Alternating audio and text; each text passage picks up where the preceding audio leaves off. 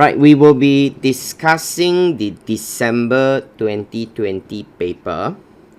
And like what I've just said, I'm going to use the practice platform to go through with you one time, okay? It's like a walkthrough so that you can be more equipped when you go for the actual exam. You know exactly what you can do and how you prefer to do it, okay?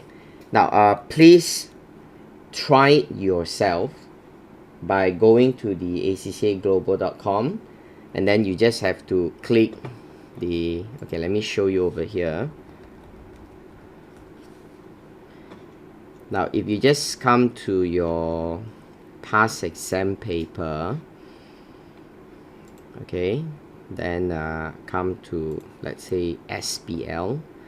Now, normally you can see that right at the bottom, there's this CBE question practice platform. See that? So by clicking in, right, they will ask you to log in. And once you click here, you will brought to this external site where you have to enter your ID and your password. Then you will be able to come to the practice platform, okay? So when you have entered the practice platform, you actually have to assign yourself papers, and then you can just do, okay? And they record down your response, so you can just save them and you do as you wish, okay? Now, okay, let's assume that you are now in the actual exam, and right in front of you, you have the exhibits. This exhibit is the first part that they just write to you an intro of the company, and then after that, these are the rest of the exhibit, and then they give you the task, okay? Now then you have your word processor. Now you know, SBL, there's only one question, okay? So if you open up all the window, right, it's actually everywhere, scattered everywhere. Now if you want to close everything at once, so you should just press close all. So that's the reason why whenever we arrange our table, we try not to cover, because you can go all the way up, you see. So we try not to cover all these main function tools here, so that it's easier for you to reach them. All right, so you can just close all, okay?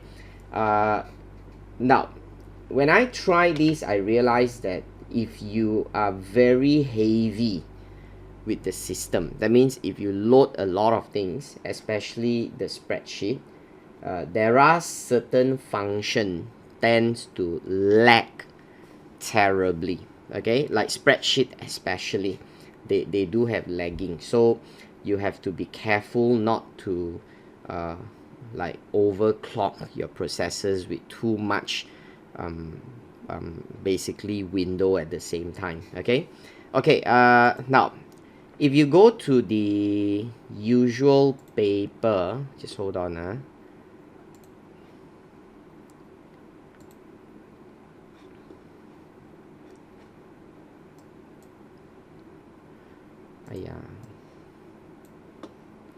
My computer is lagging already. Okay, if you go to the usual paper, just give me, I'll show you what I'm trying to say.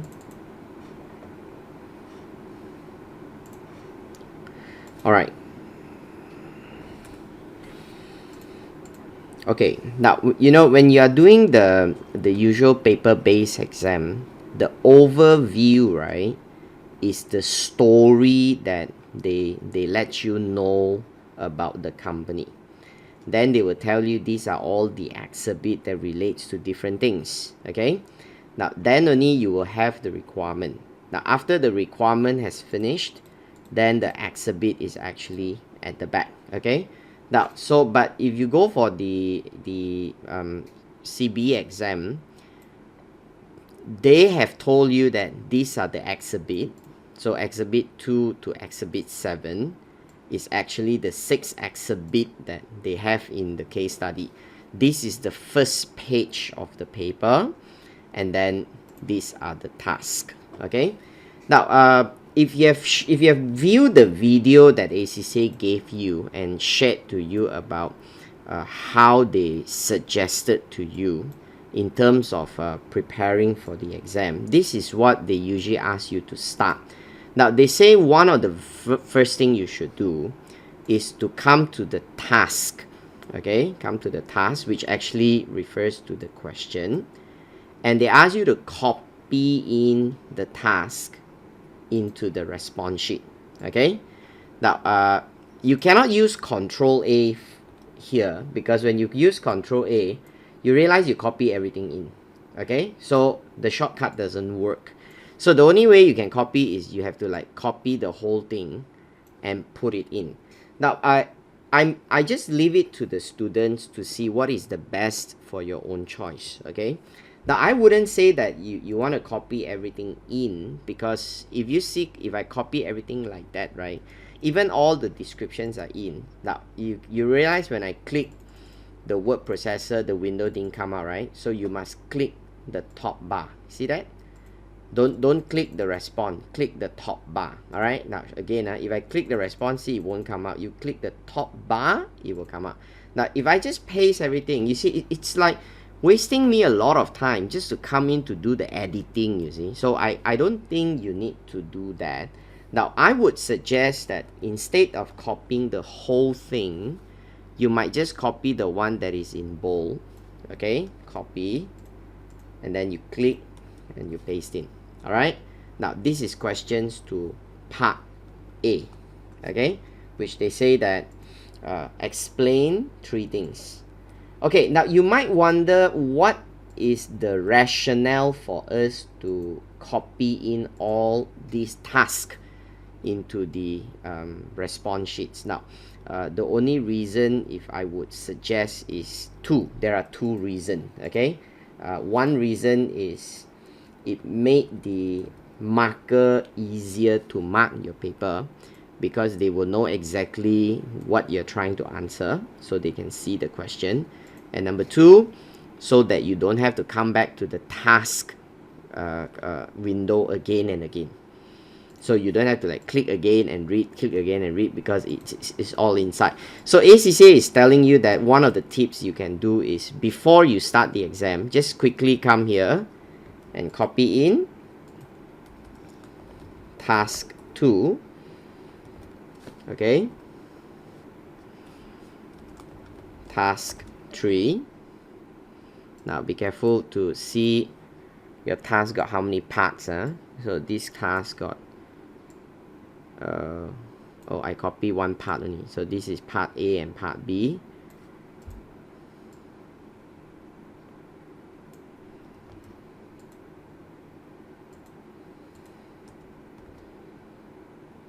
Okay, now I leave it to you if you want to do all that right at the start. Okay, if you want, then just go ahead and do it. So anyway, I got to come back and read, because there's a lot of tiny details that I need to remember before I can read the case and approach the answer. Okay, so task 3, it's a 15 marks question, plus the professional marks is 19. And task 4, it's a 13 marks question. So if I copy down the 10 marks, and then the professional marks will be 3. Okay, so this is my task 4. Okay, so I've done the first part, like to get myself the task copying. No marks for all these things, you know. So that's why they believe that the exam is given 4 hours, because the 1 hour is meant for you to do some planning and arrangement and reading. Okay, so the recommended time for all that is around 40 minutes just to do all that. Okay, now you have to understand that because SBL is still a 100 marks exam, in fact the technical marks is only 80 marks. That's why 3 hours is often more than enough, okay, for you to write the answer. That's why feel calm to come here and do all these things. Okay, now let's look at all these exhibits, and then we start to run through the overview. So they tell us that there is an extract from the annual report that highlights their mission, vision, aim, objectives, and also the main activities in the latest year, 30th April 20X1. All right, and then it goes on and says that the About Us page in their website, which sets out their leadership structures, the governance, their financial activities, and their KPIs is in Exhibit 4. And then they also gave you for the last 2 financial years and a summary of their KPIs. The Charity Sector Research Report. This is a research article that shows us the threats and the opportunities for charity sectors. Now then they give you the risk register. This is the latest risk registers identifying the key risk and the mitigating activities identified by the risk committee. Now, article on charity leadership. This is a news article on the recent bad publicity. So it's a bad thing, okay? Surrounding leadership issues in the charity sectors. Okay, now, so let's look at the overview, okay? Now, as you read the overview, if you want to write something that you think is relevant for your answering, you can use the scratch pad. You see that? You can use a scratch pad. Now, this scratch pad is not part of the answer. The marker will not see, okay? The marker will only see your response. So if you want to make sure that you don't want to go into the scratch pad, then you can write straight into your word processor. So it's up to you, but be careful. Whatever you write, then you make sure that you come here and then decide whether or not it should be there or it should be deleted. Okay, using colors to highlight is possible.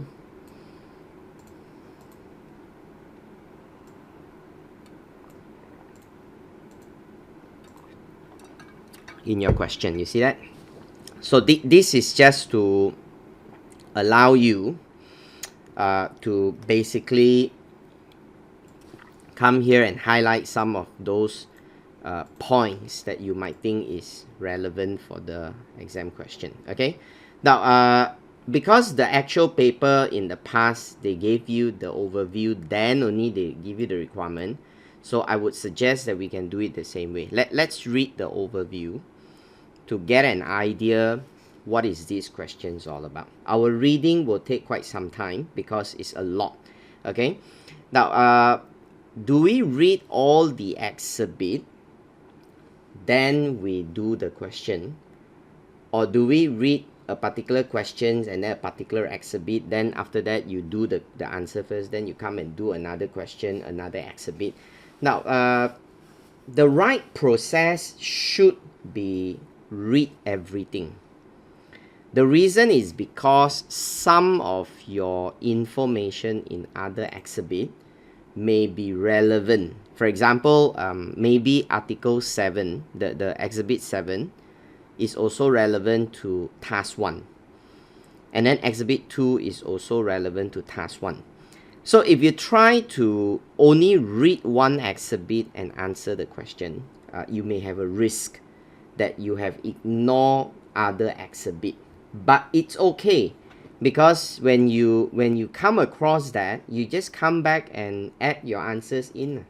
So it's really not an issue. Okay, so again, can I just leave that to your own comfort to see which style suits you the best?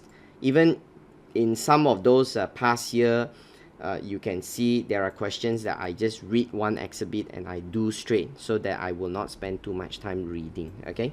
Okay, let's go through the overview.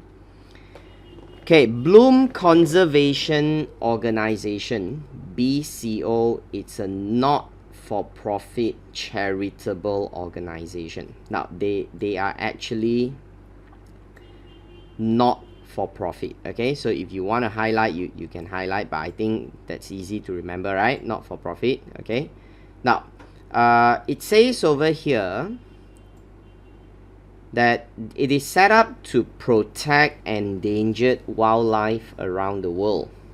So immediately you can use something in real life to remind you. This is like the WWF, right? Okay. Now, it was founded 50 years ago by Dana Bloom, a wealthy entrepreneur with a passion for wildlife protection. She set up BCO Wildlife Park in her home country of Geeland. And since it was founded, the wildlife park has provided intensive hands-on management of some of the world's most threatened animals. So they are a charity and they operate a park. So I will just imagine you have something like a zoo, okay?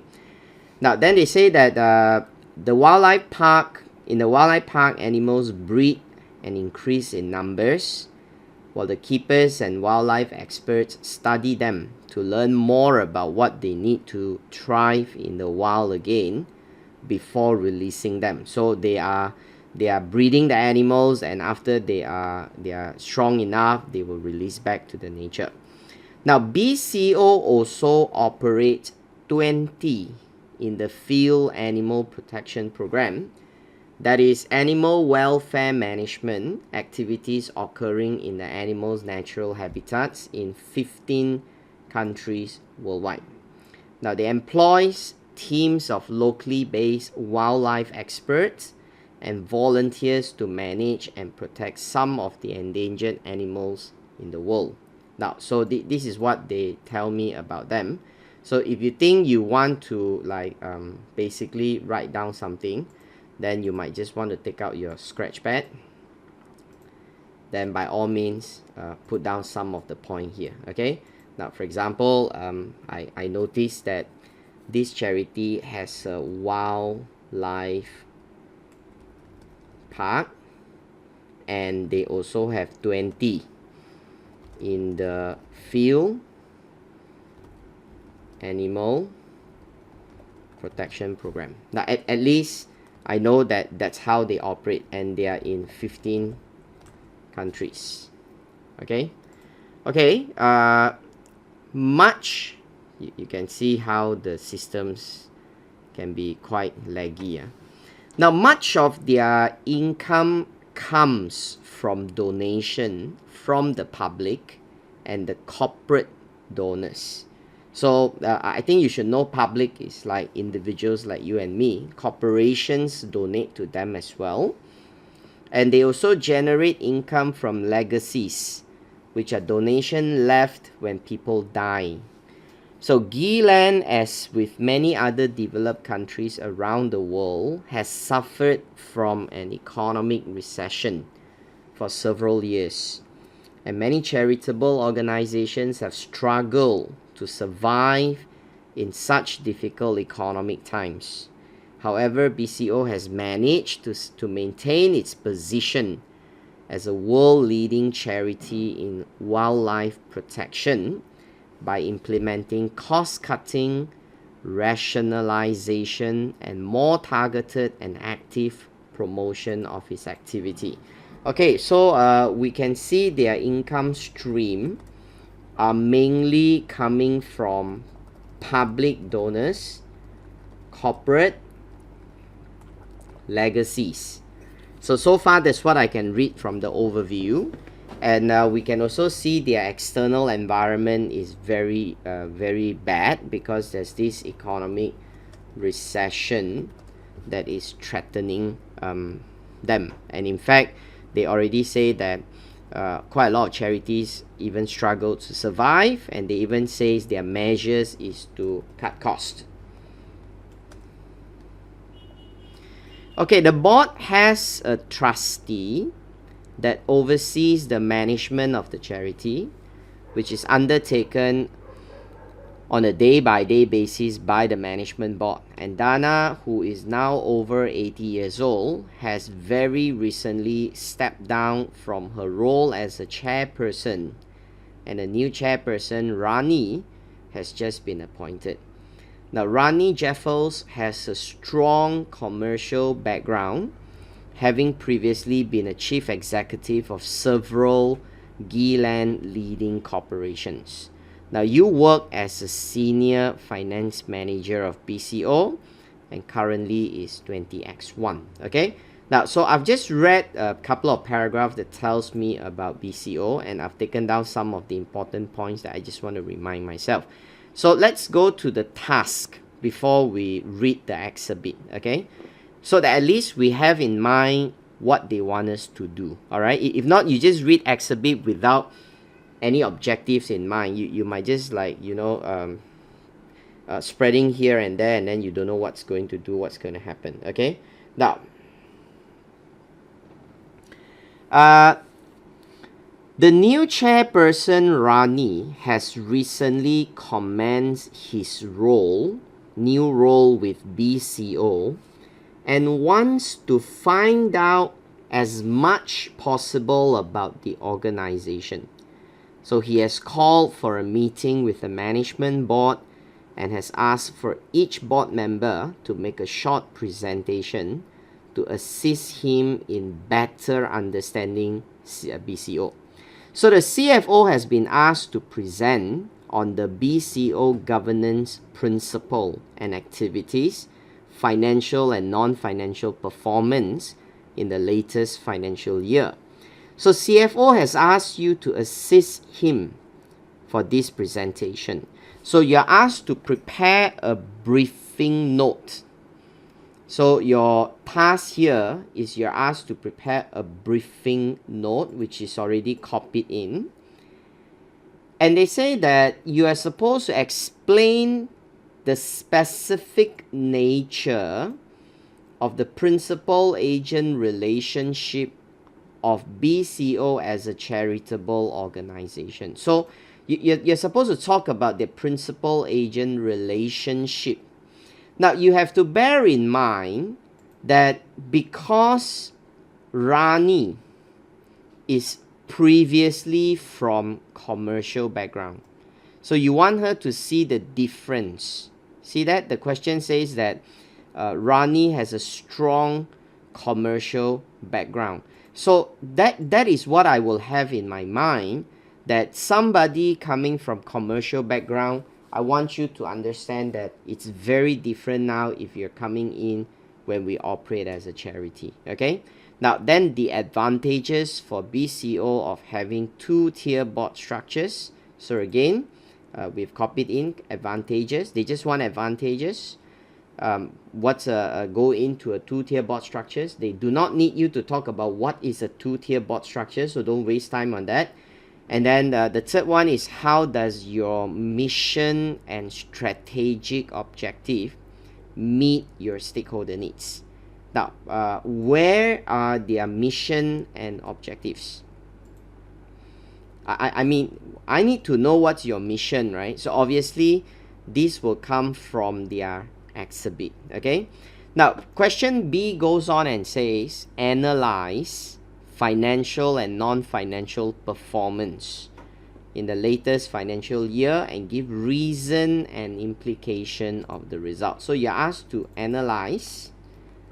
Okay, you can use shortcut Control B. Now you have to talk about financial, non-financial, and then you have to give reasons and also the implications for the result. Now that's the second task. The second part of task 1. So that comes to 25 marks. Okay. Now, task 2. What are they asking us to do? In a recently published annual report, BCO set out 3 strategic objectives for the next 5 years. Now, I don't know what's the objective, right? So I need to know what's their objective. Now, the chairperson is keen to understand in more detail how their external environment will impact these objectives.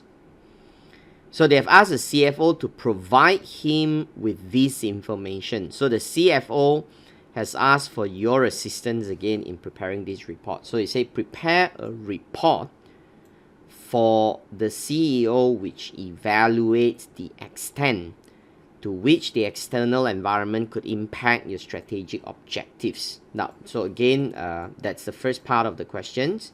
So if I look at task 2, right? Now, they want a report and they want to talk about external environment and their impact. Okay, and their impact on your objective. Now, like if I would just have something in my mind is, do you think that this will help me or hinder me to achieve the objective? But the first questions that I need to have is exactly what is my objective, right? I must first know what's my objective before I can even answer these questions in part A. But just have that in mind, okay? Have that in mind. Okay, then coming down to the second part, they say, in addition to the recent investment made in updating the members' database management system, the Chief Executive Officer highlighted in the annual report that the BCO is looking for further opportunities to invest in e-business technologies. So something familiar in your study, right? E-business technologies. Now, the CFO has asked to make a presentation to the Board of Trustees that he has asked for your assistance in preparing his presentation. So part B asks you to prepare 3 presentation slides together with the notes which recommend with clear justification 3 application of IT that BCO could use to enhance its e-business capability. So the second part of question 2 requires you to use slides, right? Now, so you can refer to your slides response. Okay, because if you see part of the response, there's one called slides.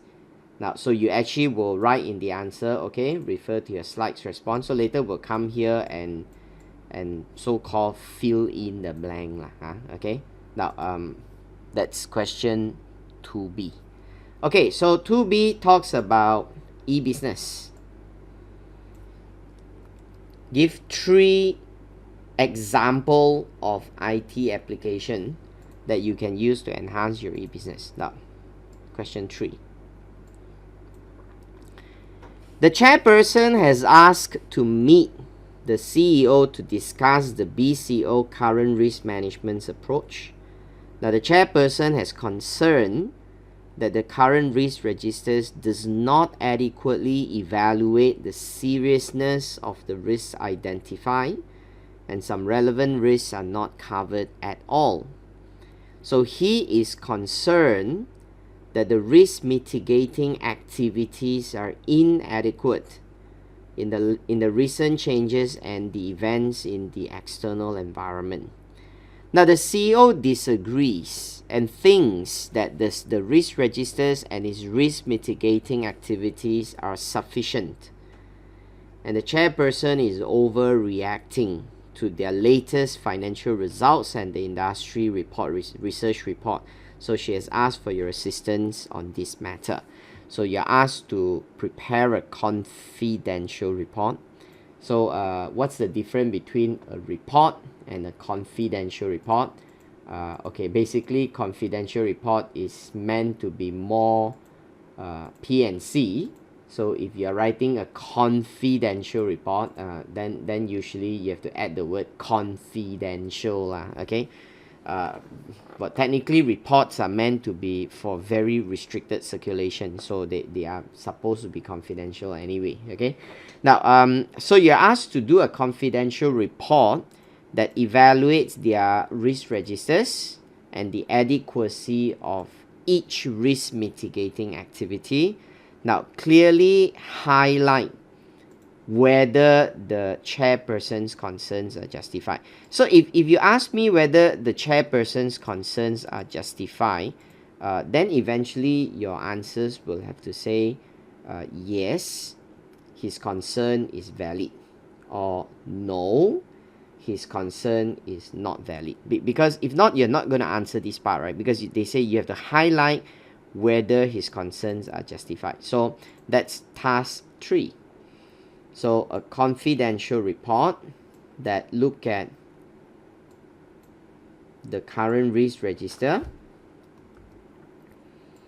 whether the risk activities are adequate, and whether the chairperson's concerns are justified. Now that goes to another 15 marks plus 4 marks professional marks. And the last questions here, it says that now soon after you've completed your report on BCO risk registers and risk mitigating activities, you attended a meeting with the CEO and the CFO. Now, at the meeting, the CEO raised her concern that the Board of Trustees does not have sufficient mix of skills and diversities, and the management board had in the recent past not undertaken sufficient professional development. Now, she has requested a meeting with the chairperson to discuss this issue further. So the CEO has asked for your assistance in preparing for the meeting. So they say prepare a briefing notes for the CEO which explains, number 1, the importance for the Board of Trustees to have sufficient mix of skills and diversity. And then number 2, the importance of continuing professional development for BCO's management board members to ensure that they meet their obligations. So 2 parts is like 5 marks each only. Why do you think diversity is important and the skills are important? 2 things, mix of skills and diversity. And then why do you think that professional development is important? So there's actually 2 things that they are asking over here in task 4. Now, so they are looking at the mix of skill, and then they are looking at number 2, the professional development. As I look at the requirement on professional development, I am bound to relate back to task 3 because they are talking about e-business.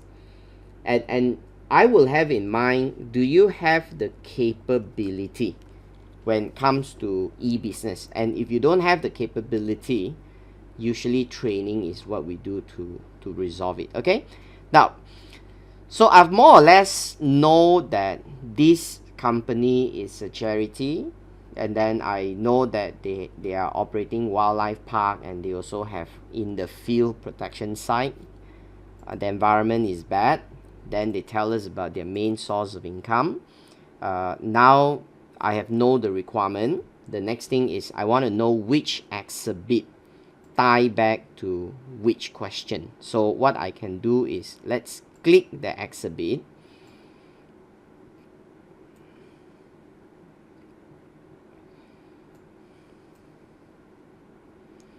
Okay, now you don't actually need to read the whole thing because you're still like trying to identify. Now if I look at the exhibit, the heading tells me mission, vision, objectives. Now this is a very good so-called experience or experiment to let you understand why headings are important, right? Before even I read the answers, I look at the heading, I more or less know what the examiner is trying to tell me. So that's why your answers has to be the same. Then they talk about the review of 20x1. Alright?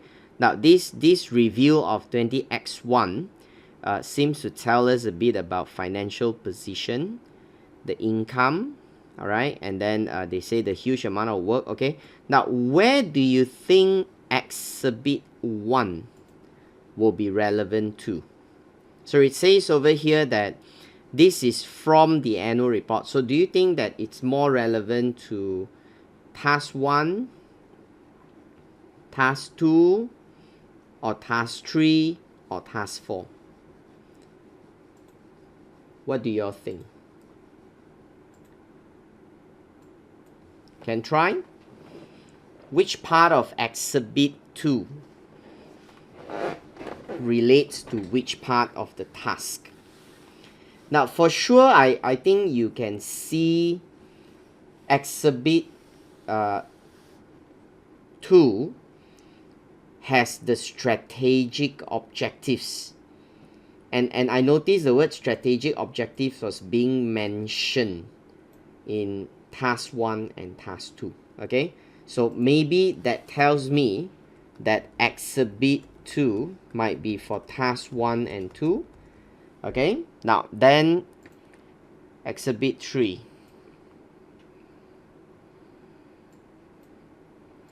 Okay, if you read Exhibit 3, they gave me the board, the BCO leadership, and says they have a 2-tier board.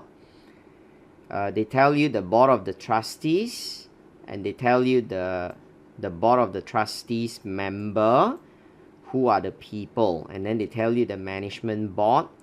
So that's basically the structures. Now, where do you think Exhibit 3 will relate to? I think this is more obvious, right? You know, it doesn't matter even if your understanding is not right, but at least you try to narrow down and say, okay, Exhibit 3 is telling us about the board structure. And the board structure seems to help me to relate to maybe task 1, because task 1 talk about the structure, you see. But then when they talk about the advantages of the structures, then do I need to look at the structures? Well, we never know. Let's go through.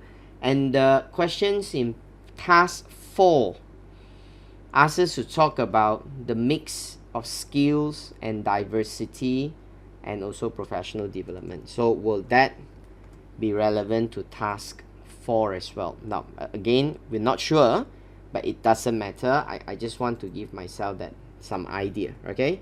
Okay, what about Exhibit 4?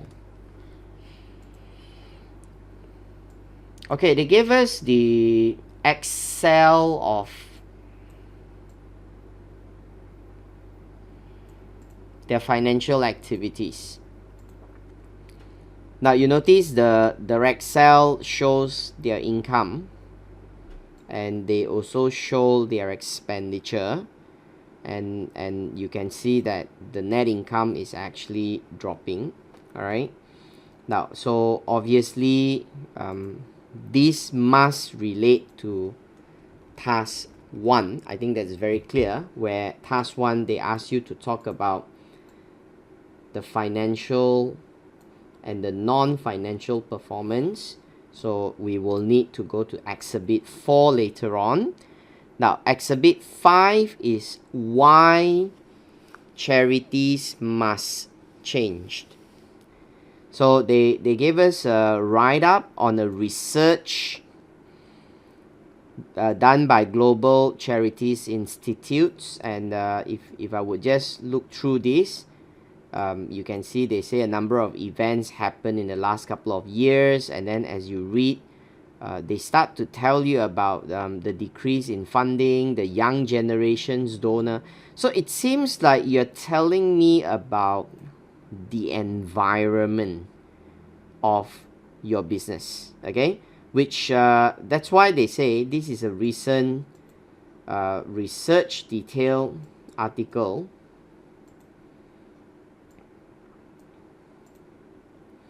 concerning the threats and the opportunity. So that has to be the external environment, right?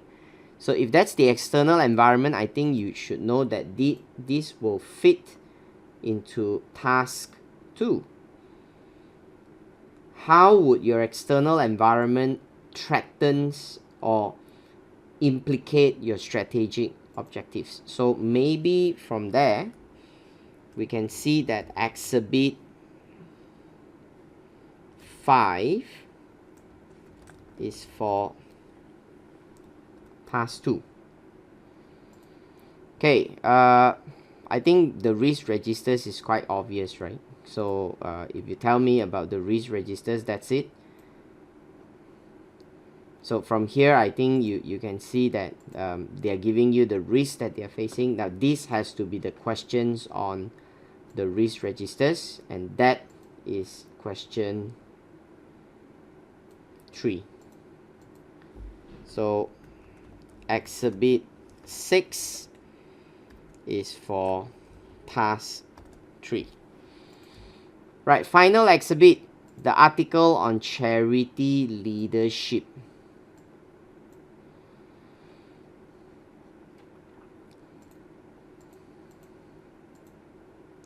Now, so they are saying that charities are under increasing pressure to improve.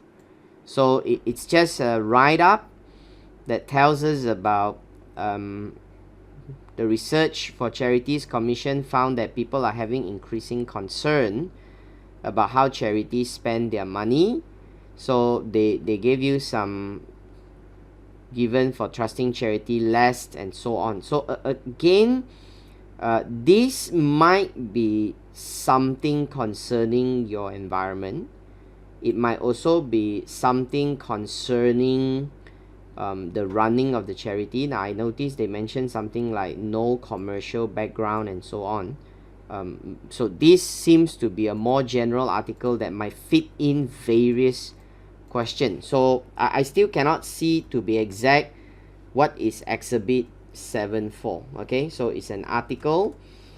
Will it fit into various tasks? Okay, now so this might be the steps that you want to take. Now of course, because I'm explaining to you, it might take a bit of time, but when you actually do it yourself in the exam, it probably will be quite fast, because you just need to be aware of what you're doing, and then you just go ahead with that. Okay, so if I want to go through the relevant exhibit and to do the question, then I will need at least exhibit 2, I need exhibit 4, and maybe exhibit 3, because this might be relating to task 1, and eventually will exhibit 7 be relevant. So if that's the case, you might have to read through all that. Now, so but at least you are more guided as what you want to do as you read.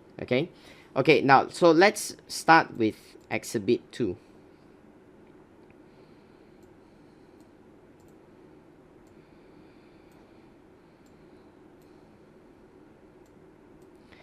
Okay, our mission is to protect, conserve wildlife for future generation. I heard that. Our vision is a safer, healthier world where people respect and support our wildlife. Our aim is to support and increase the number of healthy and thriving wildlife communities across the world and encourage everyone to be more involved in the natural environment they lived in. Well, strategic objectives, that's something very important, because I saw these questions mention strategic objectives. So maybe I might just want to take it out and put it inside my scratch pad. I mean, where you want to put is up to you, but it might help me later on, so I just want to take it out first. Okay, now they say that 3 clear strategic objectives for the next 5 years. Ensure there's 100 threatened species are protected and returned to the natural habitat. Invest 100 wildlife habitats projects across the world through providing training and education for local staff, volunteers, and communities. Ensure 1 million people are better connected with nature through education and awareness. Now, so these first 2 is very direct to do with the wildlife itself. So one is breed and return. The second one is the wildlife habitats projects, and this concern with giving training and educating the people there. And the last one is more of general awareness, getting 1 million people to come and learn more about wildlife. Okay, so there are 3 things that they want to do. Now, the review of 20x1 And this year is 20x1 because that's what the questions is telling me. Okay. Now, our financial position continues to be challenging. So they're telling you that they're not doing very well, right? Okay. So as I read, I might even want to put down some pointers that they tell me they are challenging. That's for task B. Question 1, task 1, question B.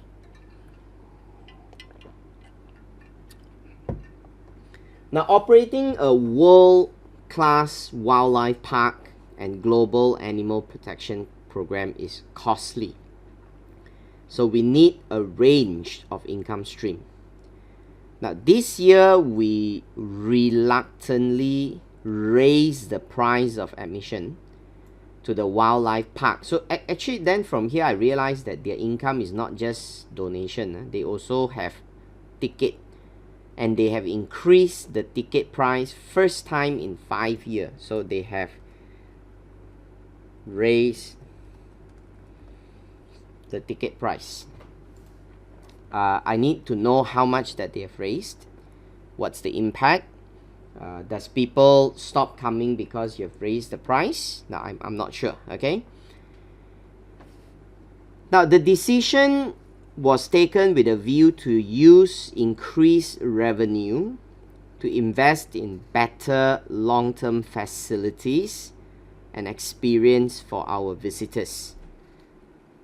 So our wildlife park facilities continue to be popular, resulting in increased revenue from our on-site shop and cafe. So they are saying that because people come and visit, they will also come and spend. So you have improved on-site shop and cafe. Okay, so that can all be performance matter, you know. So I'm going to write here first as my pointer. Now, the income from Legacies was down on 20x0, a continuing trend on the past few years, highlighting the volatile nature of reliance on the legacy income. Now, we sold one of our properties last year, and 2 more will be sold next year to fund the extension of the visitor center, and we hope we will contribute to our objectives of connecting people with the nature. We were also successful in securing a 2 million grant funded donation over the next few years. This is a significant source for BCO, and we are grateful to those organizations that have granted the grants. Now, again, they are telling us a bit about performance.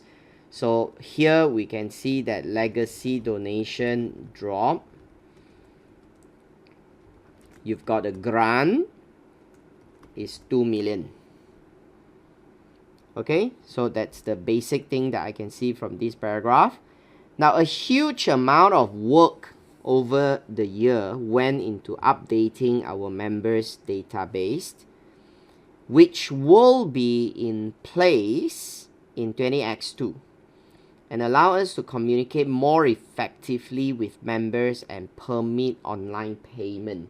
Well, it seems like they are giving us some clues about e-business, right? They are talking about the database and then online payment. Further investment in information technology is a key to our growth in the coming years.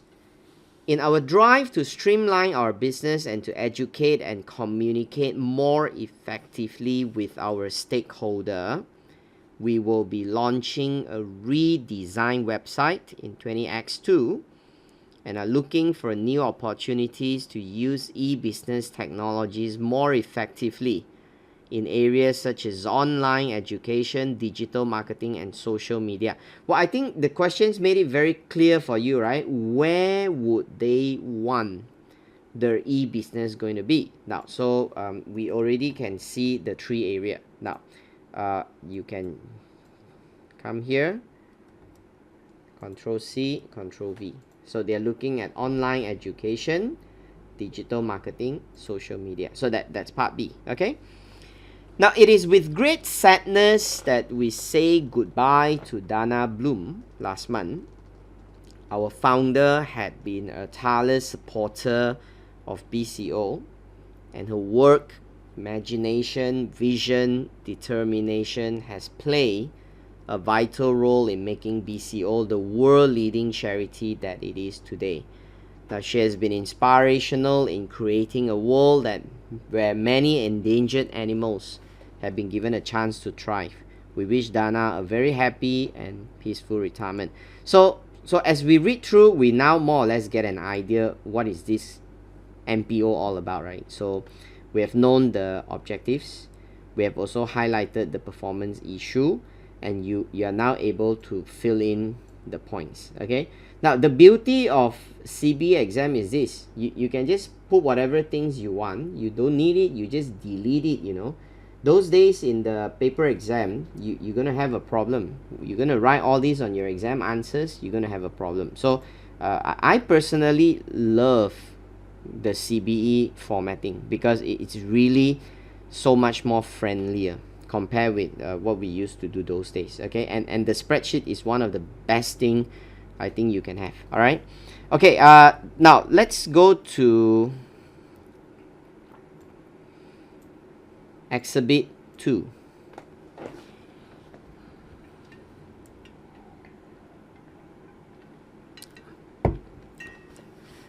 Right, they're telling us about their structures, and this might be relevant to the first part of task 1, where you're asked to talk about the principal-agent relationship. Okay, now our two-tier board consists of the board of trustee and the management board. So they tell you what's the two-tier board. So there's a board of trustee, there's a management board. So again, if you want, you can come here and fill in the board. Okay, so the two-tier board, board of trustee, and management board.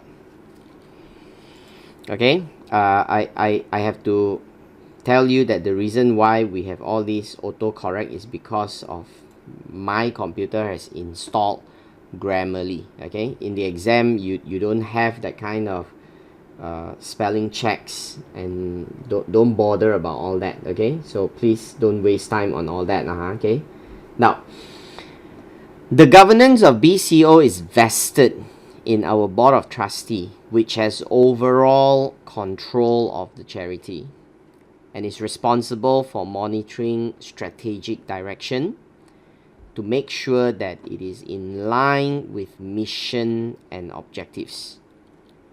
Now, it is also responsible for monitoring risk to which the charity is exposed through the risk committee. Now, so that's what they're telling us about the board of trustee. Now, the member in board of trustee, now it seems like here you're telling us the people, what are their background. Chairman is Rani. Now, Rani joined the board in August, so now it's September. So Rani is only here for a month plus. He has a master's degree in economics. He joins BCO having a successful and varied career in industry, where he held numerous senior managerial positions, including the chief exec of Springvale Food. So very true that his background is not charity. Okay, now so take point to remember that Rani was not from MPO background. So when I write the answer, I try to bear in mind the tone that you're trying to explain to a person to give that distinguishing view, that how is it different if you're looking at companies this owned by shareholders and so on. Okay, now Dr. Boris is 68 years old, and Dr. Boris Tilly has been a trustee for 12 years. Very long, right? He has a lifelong passion for animal protection, worked for many overseas animal charities throughout his career. He has a doctorate in literature. Mavis, 73 years old. Mrs. Revis Boyd has been a trustee for 11 years, also very long. Is a lifelong friend of Dana and a keen supporter of animal protection. She has a degree in fine art. So far no one has a degree that's relating to this kind of work, right? But they are just the trustee members. Okay, Sir Henry Wright. Henry has been a trustee for 14 years, so they are all very long, right? 12, 11, 14. So suggesting to me that you have long-standing board members. Now this might actually relate to my task 4.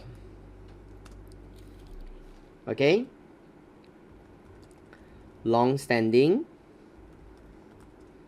members, and then the other one is their irrelevant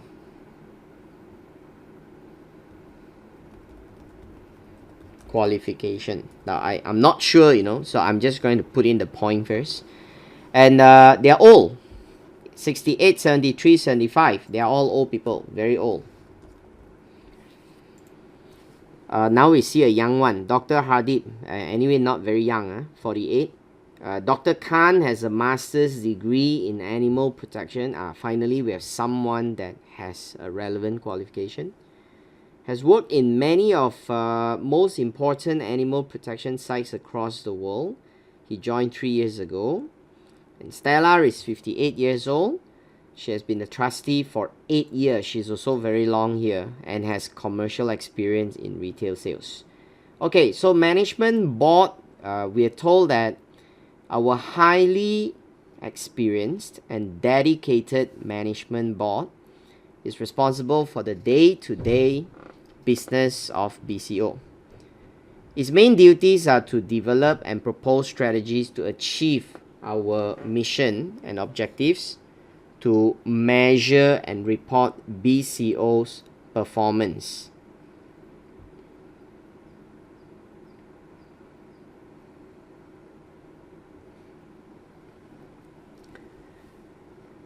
It takes responsibility for the management and delivery of our activity. So we can see their structures. Let's look at the positions they have. They have a CEO, they have a CFO, they have a head of human resource, head of fundraising, head of commercial operation, and head of animal protection. Okay, so these are the people. Right, that's it. So we have got something on their board structures. Now, so we have read task exhibit 2, and then we have read exhibit 3, so we might need exhibit 4 later on, but exhibit 4 is actually the results, which is more for part B, right? Now then exhibit 7 is an article, so we don't know what is that article all about, so maybe you just read this for a while and then we will go on with the questions. Okay, it says that, are the charity leaders out of touch? The heading seems to tell me that, is this relevant to diversity? Now they say research for the Ghiland Charity Commission has found that people are increasingly concerned about how charities spend their money and how they are managed and led. Okay, so people are concerned about charity spending money. Now the main reason given for trusting charity less, cited by 1/3 of people, was negative media coverage. So stories to have hit the headlines since the last survey include the collapse of 2 major health charity amid allegations of financial mismanagement, so problem with money. Okay, and the general perception that some charities are run more like clubs for old school friends. Oh, you talk about friend. Remember just now when we read the board diversity, there's a long friend of the founder. That might be an issue, right? That people will question, because that's your friend, that's why you you put them in, you see. So maybe that might relate to the issue of diversity. So I'm going to copy this in. Okay.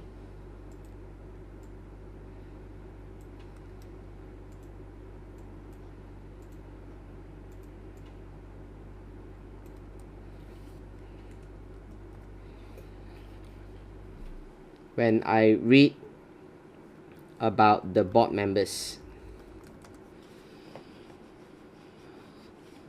and then they talk about the mismanagement and the collapse. Now, will that be relevant to the external environment? Now, let's see later on. Okay.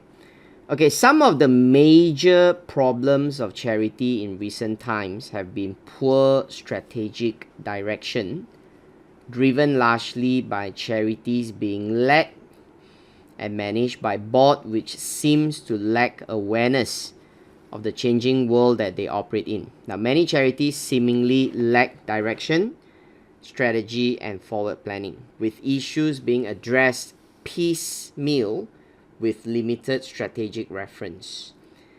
Now, some of the blame for this has been laid firmly at the door of the trustee, those people tasked with settling the charity's strategic direction.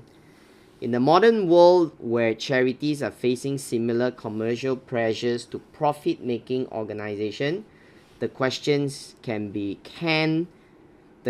is whether charities can be run effectively by trustees with no commercial background. So that's an allegation, which again will tell us about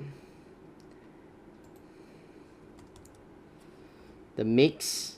Okay, and even later on, maybe question 1 about the board structures. Okay, now in a presentation to Gilland charity leaders this week, the Charities Commission's Liv Morton said the decline of the charity sector was a wake-up call for everyone who runs a charity.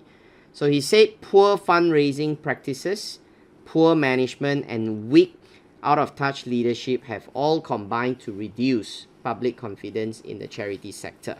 Now, Morton said the public wants to see charities account better for how they spend their money, and charities make a positive difference to their causes.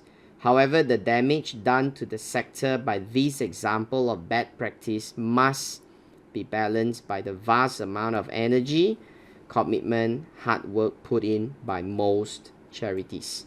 Okay, so that's just an article that tells us a bit more about the problems in the charity. All right. Now, so now we have more or less see some idea. Now, what do you think? Can you begin with task 1 if you want to start with part A, or do you feel more comfortable if you want to go on and read the rest of the exhibit?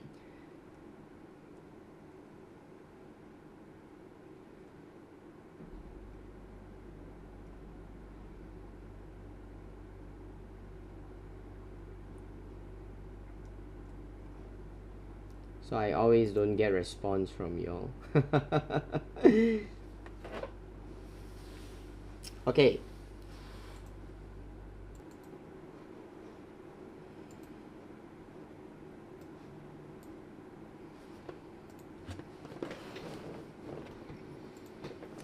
Okay, so you got something or not? Okay, before I run through the answers with you, now I need you to see a slight difference. And my only explanation to the slight difference in the technique of answering is because ACCA has more than one examiner. Okay, so this is actually the issues that we are having. Okay, if you see like question 1, they're asking for briefing notes, right? So they just go straight to the answer, correct? Now they say 1 blah blah blah, what's the answer now? But if I would show you, let's say let me see, okay, another exam question like March 2020, where the same questions that they ask for briefing notes, you notice here they gave you briefing notes and they also start with a short intro and say that these notes deal with blah blah blah. So it's like there is an intro, but the earlier one we don't see an intro, right? Now if you go down, let me see other example. Now see, briefing note, and then they say the purpose of these notes is to discuss the way. Now so can I leave it to you at your own comfort? So if you do these questions now, do you want to start by saying the purpose of this briefing note is to explain the specific nature of principle? Up to you, okay? Because I don't want you to get confused, like why one exam questions the answer is like that, the other one is not like that. Well, I can only say because ACCA, they have different examiners. All right, all papers at strategic level, they have one chief examiner and then there's another writer, and they are taking turns. So that is why you have this kind of slight tiny variation in the style. Okay, now so can we now look at the answer response? So I'll need bigger space here. Okay, so go for task 1. Okay, now I'm asked for a briefing note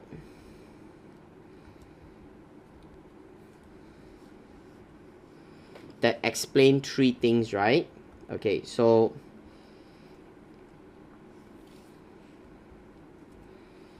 a briefing note on number 1. Now if you want, maybe I will just delete off the requirement and then talk about the specific nature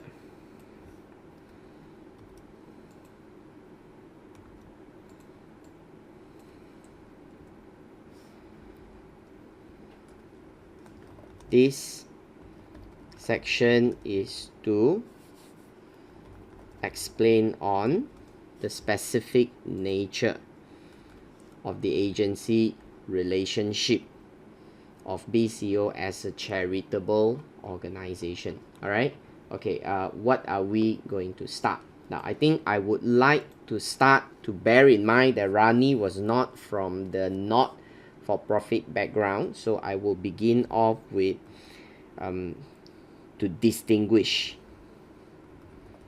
the distinguishing characteristics. Okay, so that's what I'm going to begin. All right, now because it's a briefing note, so if you want to use a point, it's up to you. You can, okay, but if you don't want to use a point, you just want to go straight with a paragraph, you can, okay, but please don't write point in a summary. For example, don't say company profit making and then MPO.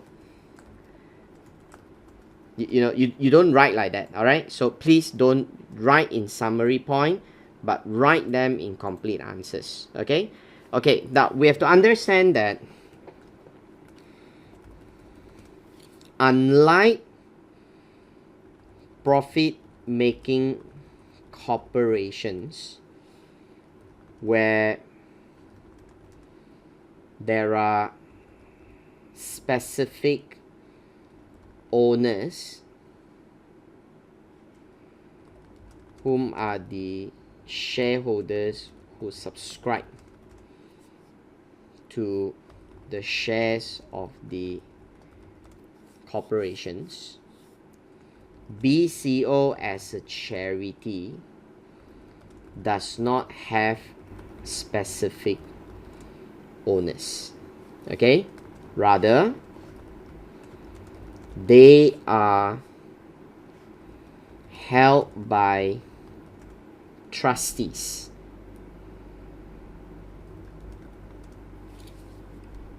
whom are given the role to ensure that the charity will operate as its intended objectives. Okay, Now, so this is the distinguishing characteristics. All right, they don't have a specific owners. Okay, now because they don't have a specific owners, the relationship of principal agent will not be very clear. All right, now so as a result, there will be a lack of clarity as to who is the principal and agent for a charity organization like BCO. Now I finished typing, but then the thing is lagging, so you can see that it's slowly coming out one by one. All right. Okay, now how do we see that there is this blurred relationship? Now then you have to relate to like who exactly can be the principal of BCO. Okay, now so we're gonna submit in an argument. Okay, now the trustees may view themselves as principal,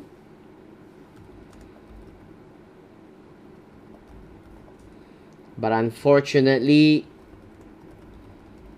they themselves cannot ensure the sustainability of the charity, as they depend on donors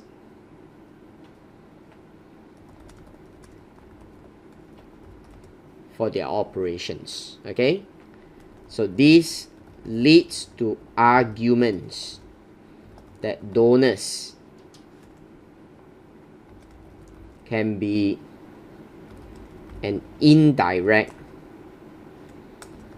principle of the charity.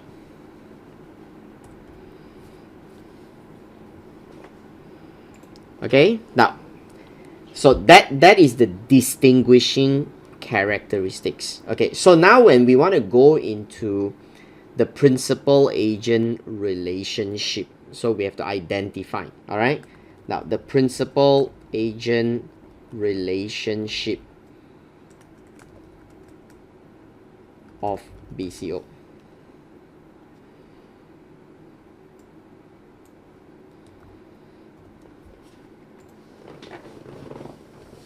Now, what is the obvious one is the management board and also the board of trustee.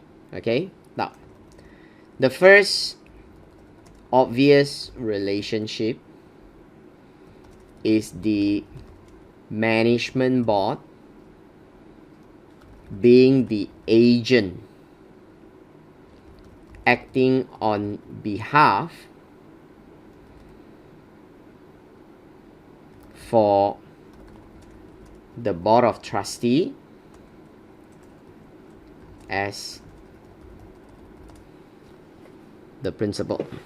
Okay, so it's quite obvious, right, that the management board is here to act on behalf of the board of trustee. Okay, so there is this fiduciary relationship where the management board has to operate in a manner in line with the strategic direction and objectives set by the board of trustee. Now if you want to use short form, you could have defined like BOT right from the beginning. Okay, so for example, we mention here board of trustee.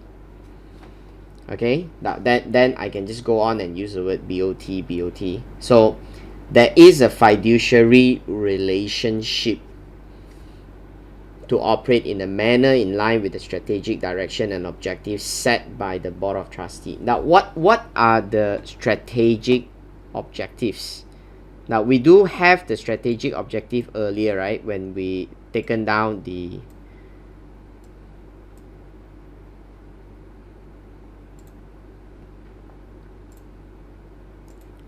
scratch pad, which include, they mention, like protecting the wildlife, okay, or the habitat projects or education program. So these can all be the strategic objectives. So I can relate this in part of my answer by saying, for instance,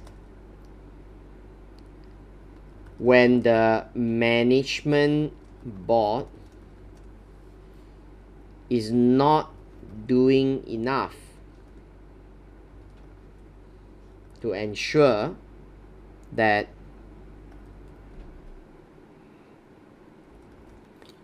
wildlife projects or the education of publics are being met, then they may expect themselves to either be replaced, because if you're not doing the job, you're either be replaced or not be rewarded. Okay, now so this is the quite obvious thing about the principal agent relationship. Okay, now so the agent has to act on behalf of what the principal or board of trustee requires. Okay, now on the other hand, we see the board of trustee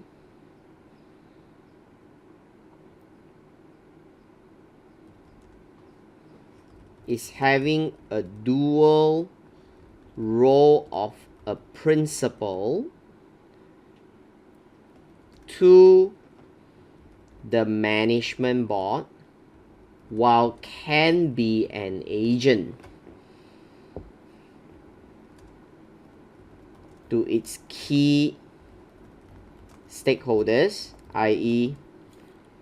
donors. Okay, now while there may not be a legal relationship being established, you don't have a law that says that, you know, you have any kind of relationship, but we know that there is a social contract. So while there may not be a legal relationship being established, there is a social contract where donors expect the board of trustee to act in a manner within their expectation when donations are channeled. Okay, now is there anything that I can relate to that shows that this relationship is being broken? Now yes, because Article 7 tells me that they say, if I can just highlight back to you, now they say that people are questioning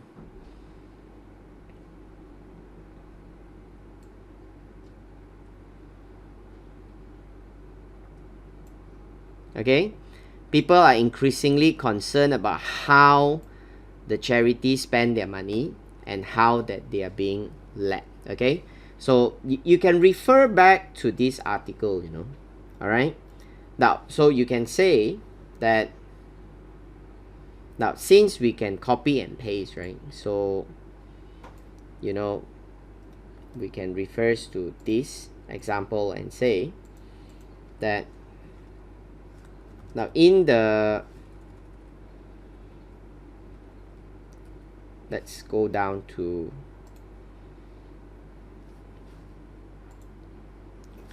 Now I can just come down to a second paragraph, but it's still in the same point, okay? Now in the recent article in the Gillen Times titled "Are Charity Leaders Out of Touch?" clearly demonstrated the social contract relationship. Okay, so I just want to show that this is the same point, but I just want to go on to a different paragraph. Okay, that's why it's the same bullet point. So what you do is you just take away the bullet point and then use this indentation to present your answer. Now you just get used to all that, okay? Now, so this whole thing is to explain to our new chairman called Rani.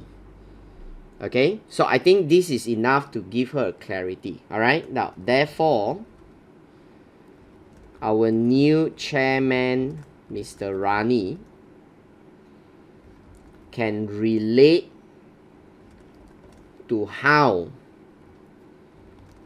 his position acting in such dual role of the principal agent relationship of BCO. All right, now that's something that we can see here about the dual role, how it will be very different because of the distinguishing characteristics, because of this principal agent relationship can differ. You are at the same time principal, you're at the same time an agent. Okay, now another thing that we can also see in the key differences in this relationship is the form of reward or expectation. Okay, now it was not very clearly mentioned over here, but usually this is something that we have to take into account, that the reward can be very, very different. Okay, now so I can put in as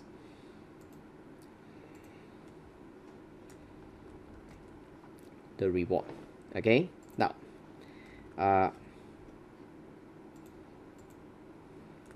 again, in a typical profit-making corporations,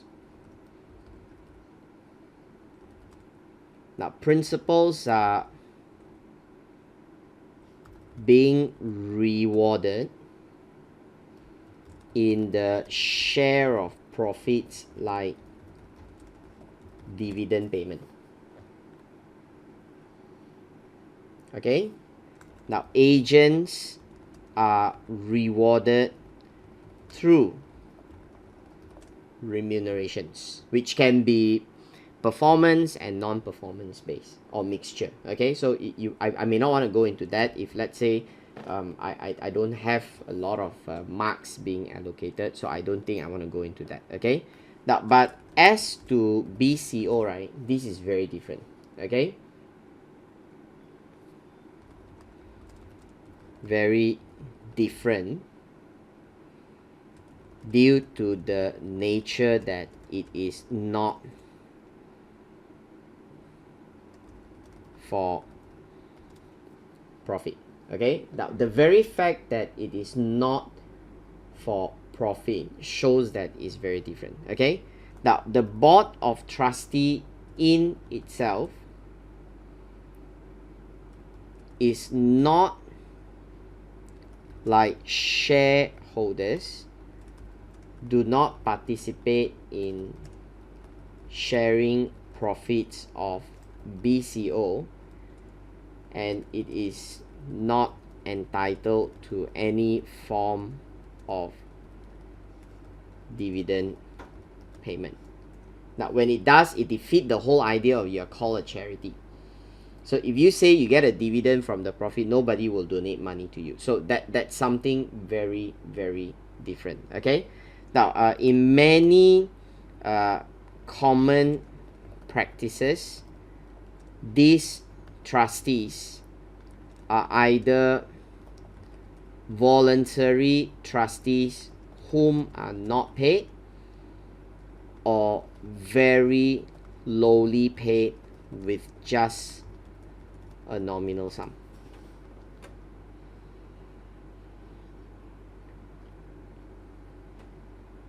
Okay, now, so this gives rise to another issue, that why would a trustee want to spend a lot of their effort when they are not being rewarded? Okay, so this can be another form of argument. All right, now, so I can go down. Okay, now I will take away the bullet point, and then I will use the indentation shortcut to bring into the paragraph. Now, this is another common argument of why trustee members may not act in the best interest of the charity, since they are not being rewarded. Okay, so therefore only those viewed to have passion, believing in the value of the charity, is seen fit to be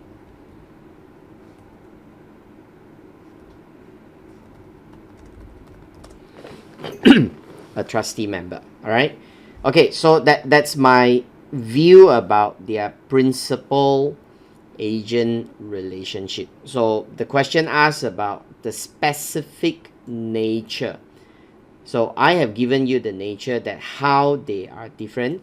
So when I write this, I have in mind that Rani is not coming from a charity background, so that's why I try to give them a different picture in the briefing note. Okay, now the second part of the briefing note is to deal with the advantages. So I can say that this section of the briefing note is to explain. Okay, so come down, advantages. Now use a heading, you know, you can draw an underline so that the examiner knows that you're answering the second part. Okay, now the advantages of having a two-tier board structures. Now you don't actually need to explain the meaning of a two-tier board structures anymore. Okay, so whatever that you see to be an advantage,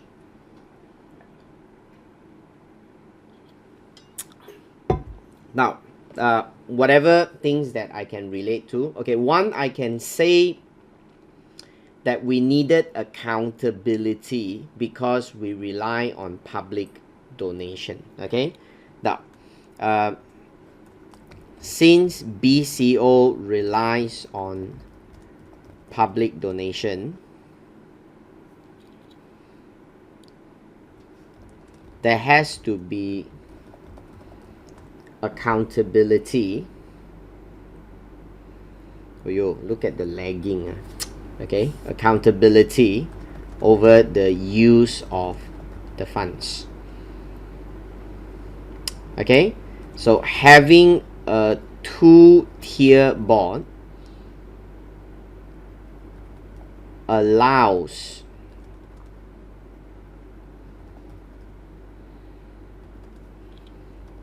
a control mechanism where board of trustee can be a safeguard to monitor the activities of the management board over potential abuse of power or misuse of funds. Now, this is particularly necessary when there are reports on collapse of major charity. Now, I just want to highlight so that I know that we are referring to the case study. So, remember the two major charities of health charities. Okay, collapse of the major health charities in Gilan due to the mismanagement of funds. Okay, so I would like to argue from the perspective that it would allow me to have better accountability. Okay, so that's one of the reasons why we want to have two different board in place. Okay, so one person is to check, the other person is to use, so I can monitor. All right, now if you recall back into the studies of two-tier board, we have always discussed the reason of having two-tier board is because so that the supervisory board can be well represented. Okay, now the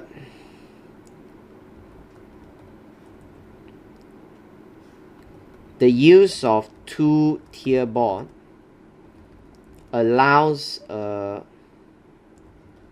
diverse representation on the board of trustee from various stakeholder groups which are powerful enough to be given a voice in the board. Okay, now for instance, a very large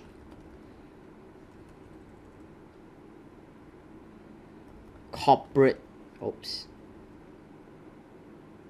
spelling mistake, corporate donor. Okay, that may want to be in the board of trustee merely to ensure its donations are well managed, but at the same time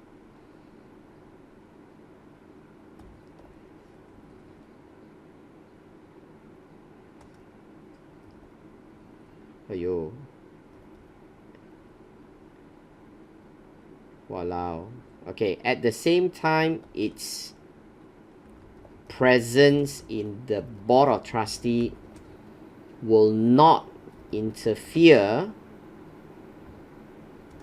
with the daily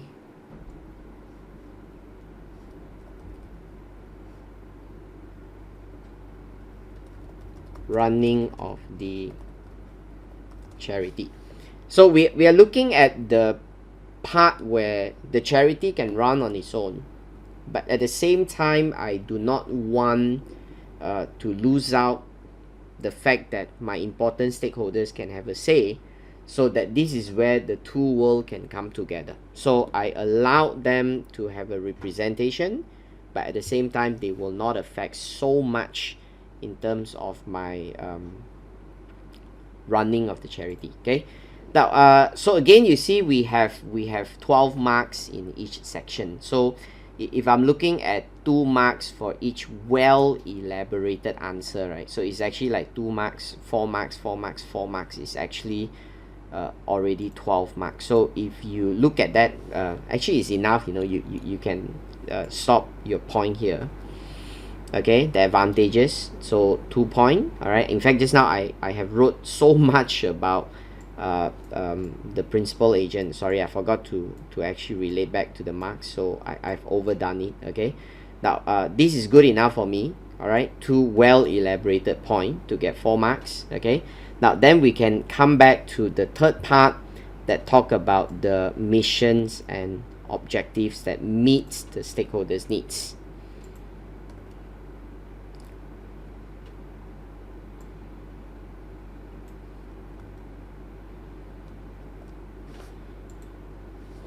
Okay, so that will be the third section.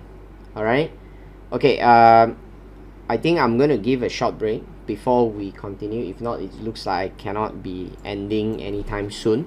Okay, maybe I'll give you a 10 minutes break, then we'll come back and address this issue. And those of you, if you come back break shorter time, you might just want to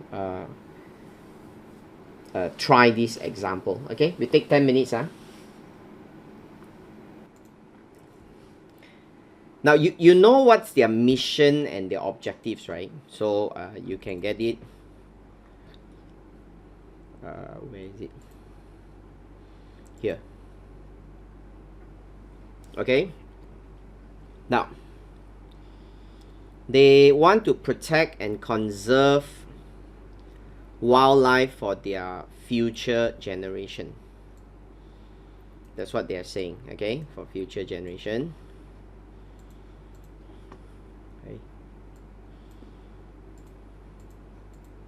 Wait, how come? Okay. Now, then the objectives is, they say, in the next 5 years, they want to make sure that 100 of the species are protected and returned to their natural habitat. And then they want to invest 100 wildlife habitats across the world, and then they want to educate them, and then they want to make sure that 1 million people are more connected. Now, so question is, do you see their mission and their objectives are able to meet the needs of their key stakeholder? Okay. This will become the main task that you have to ask. Who are their key stakeholders? If you do not know their key stakeholders, how are you going to answer these questions, right? So that's why the first thing is to identify who are their key stakeholders. Now, what do you think their stakeholders are? This is quite logical. This is just basic understanding of stakeholders theory. Who can be the stakeholders of BCO? Anyone wants to give any try or any suggestions here?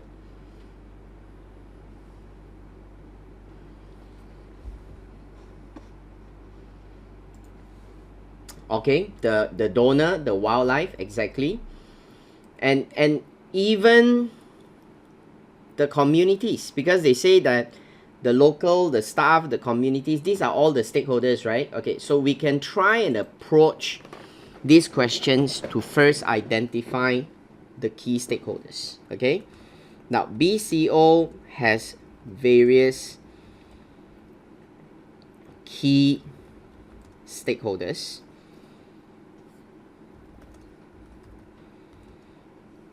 The donors, who are their financial providers.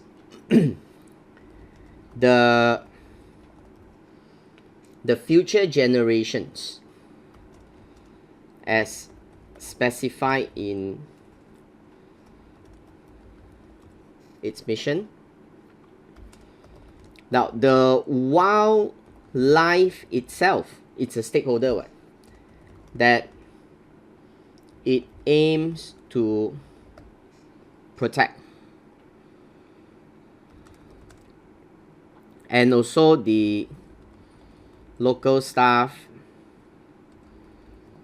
volunteers, and the general community that it serves.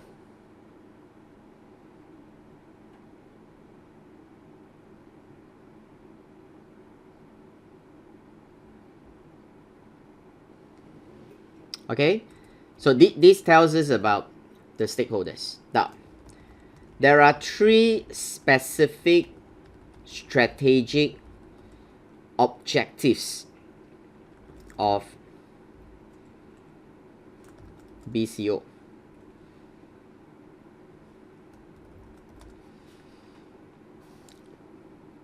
So I do need to take down the objective here.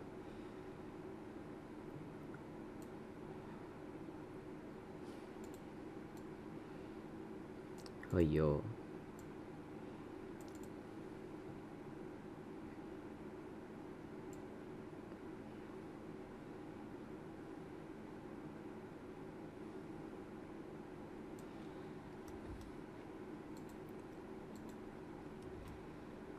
Okay.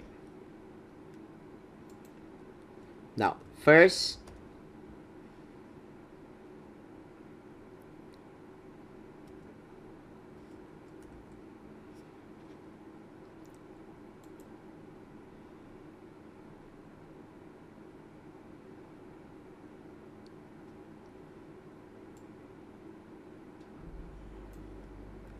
is to invest in 100. Yeah, deleted wrongly.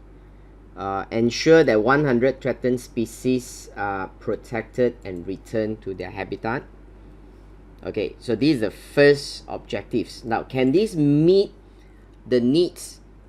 I mean, it's quite obvious, right? The needs of the stakeholders will include the wildlife itself. So I think we can look at this is part of what that they want to do. Okay, now this itself will meet the needs of protecting the wildlife, and therefore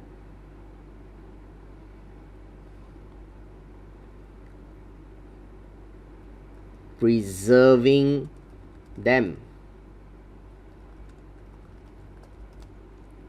for the future generation,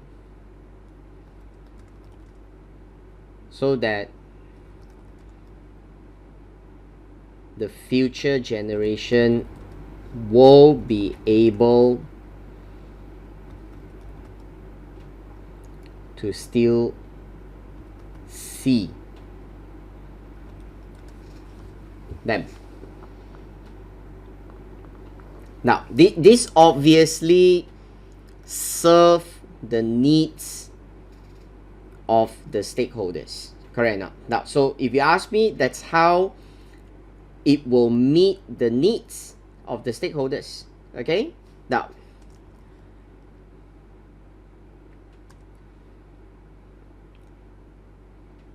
so this objective meets the needs of BCO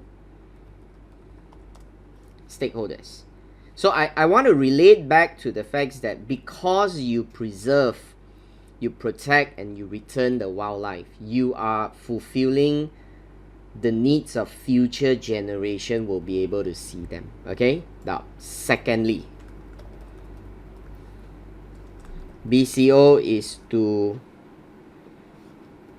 invest in 100 wildlife habitats and provide training and education, right? Now I'm going to put an inverted comma because I'm doing a direct quotation. Okay,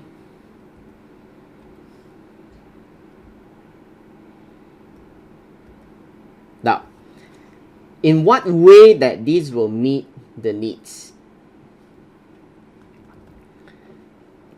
So through the infill projects, BCO can mobilize community around the world to be more equipped with the capabilities to protect the wildlife. So these two allows the mission of protecting, conserving,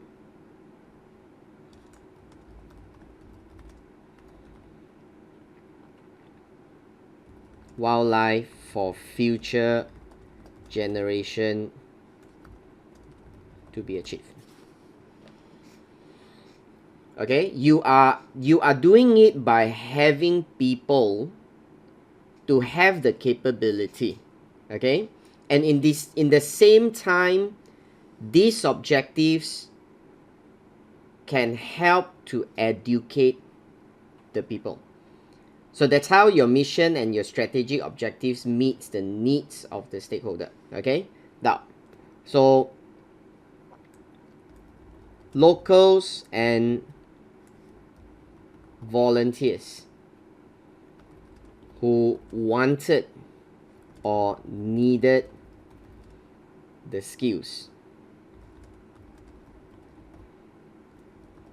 can be educated through BCO's program. Now that's the second objective. Now finally, the third one.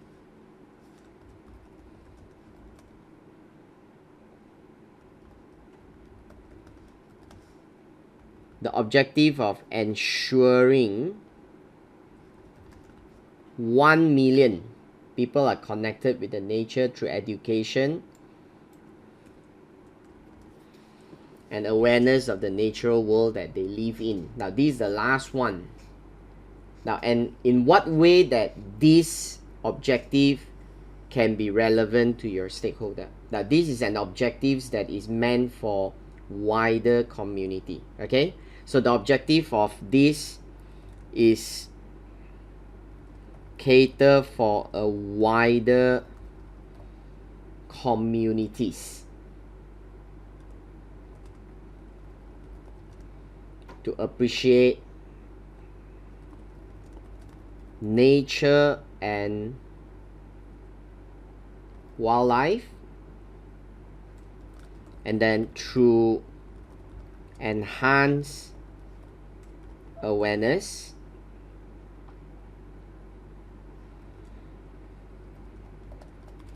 the protection and conservation efforts.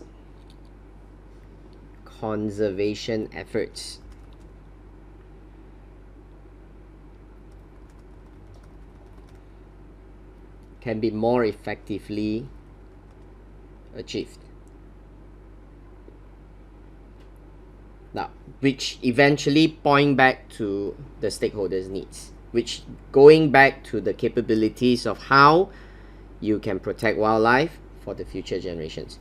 Now, I'm not going to stress too much over here because of the marks concern, but if you ask me, like, in what way this kind of education or awareness program improve your efforts. Now, because people are aware, it made it easier, for example, for them to reject certain product, like things which harm wildlife. They may not want to do. You know, like for example, people who say we don't buy products made of animal skin, so that you know, it will basically help to stop the demand. All right, now some people, they believe in like the healing effects of certain animal parts, or they want to use ivory because ivory then cause a lot of elephants to be hunted down. So all these can be an example of a general awareness program. Now it can also help people to be more willing to give money because they appreciate and they understand what you're doing. Okay, so we have got the first part done. That's the first 12 mark. Now I'm sorry that because of the lagging, I find that I'm very slow just to deal with this. Now I'm sure you might have this curiosity that in the real exam, will you have this kind of problem? I think will not be that serious because I have to zoom at the same time, which takes a lot of the processing power. Then I have to record at the same time. That takes another big chunk of the processing power, and that's the whole idea why these things is not able to cope. You know, even though I have invested in, I would say, quite a good machine. It's a i7 10 generation with 16 gig RAM, but you know, it's still running like a snail. Okay, now let's go to part B. All right, here you are asked to analyze the financial and the non-financial performance. You have to give reasons and you have to talk about implications. Okay, how many marks we have here? 13 marks. Okay, normally when you give this kind of explanation, unless you can write very thoroughly, if not, then you might have to give yourself like 1 mark for a brief point on why performance is good or not good. Okay, but first of all, this is a very important thing that you must take note, that when you explain, okay, the briefing note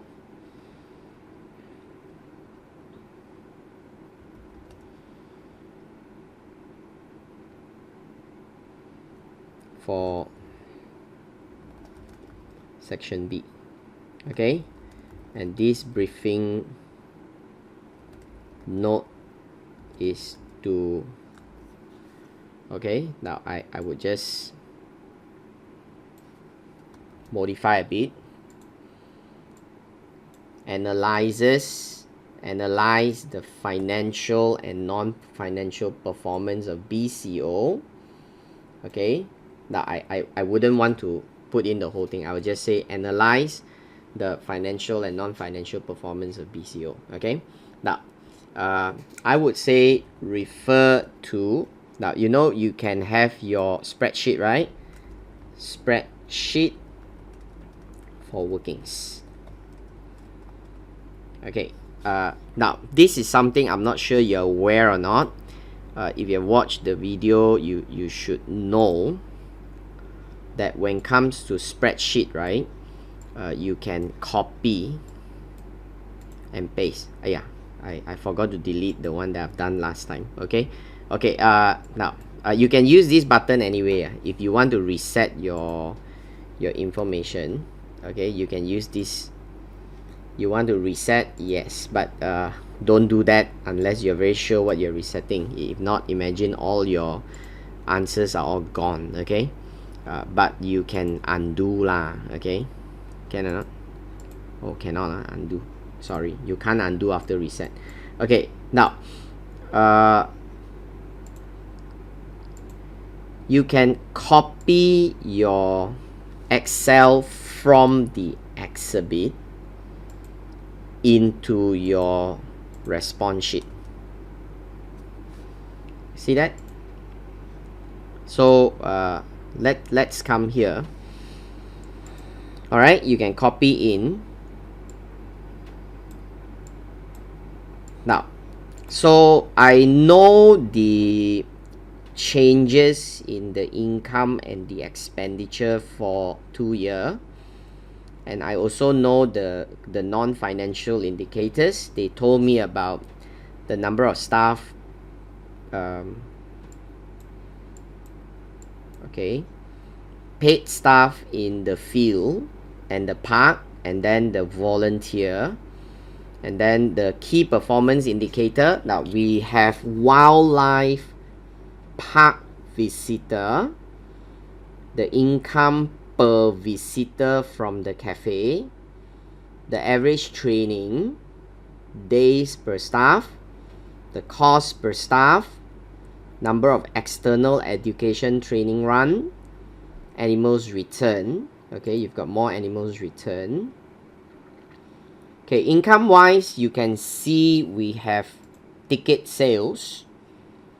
This membership from individual and corporate, I believe that's your donation. Why they call membership? I think they are using people to sign up for periodical donation. Okay, so that's your membership. And then education program.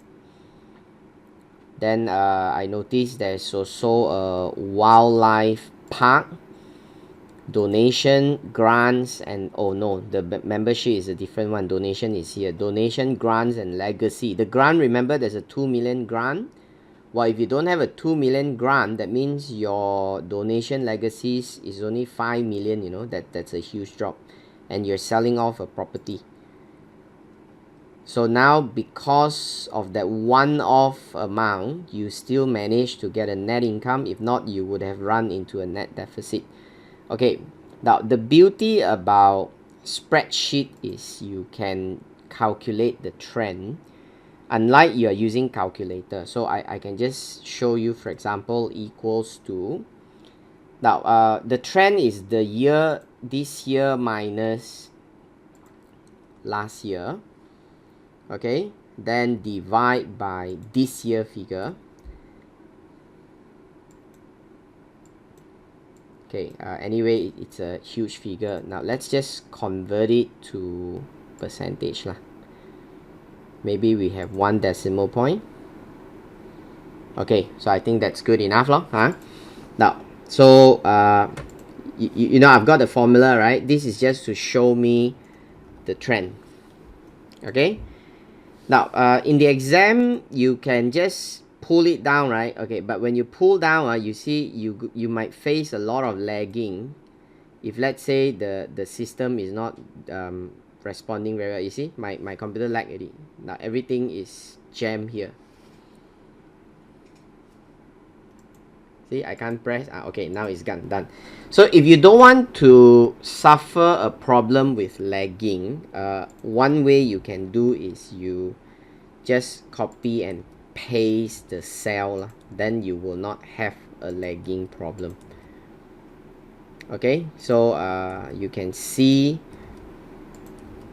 that by doing that, I will have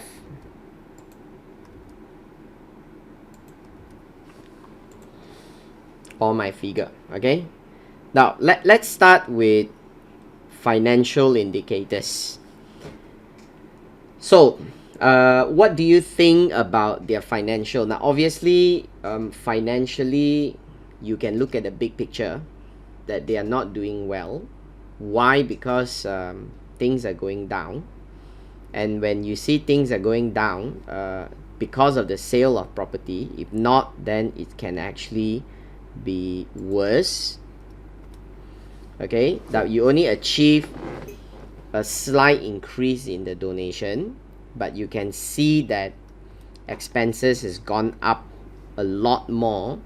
Now that has been the main reason. Okay, now so if you want, you can use this to start off with the first part of your comment. Okay,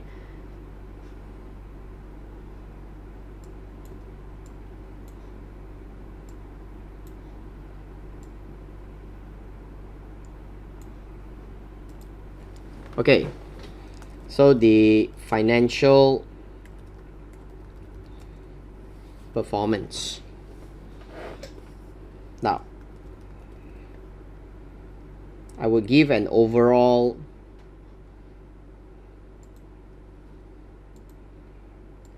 picture of the situation, then we will look into the rest. Okay, now overall BCO still reported a net income,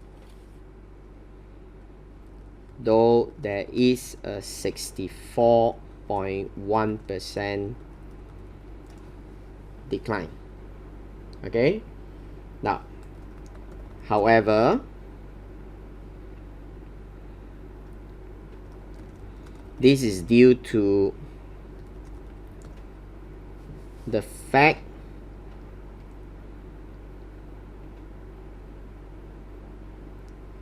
that it has disposed a property and raised 525,000.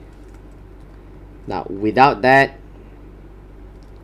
it would be a net deficit position of Now if you take away 525, it will be 289.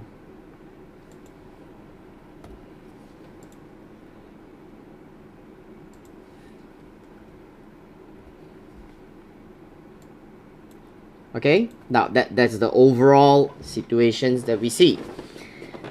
Okay, the level of income has remained similar with the inclusion of the sale of property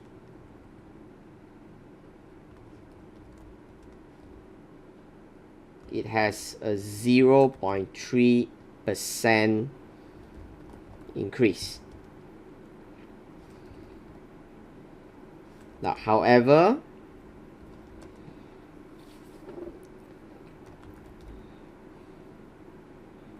expenditure has risen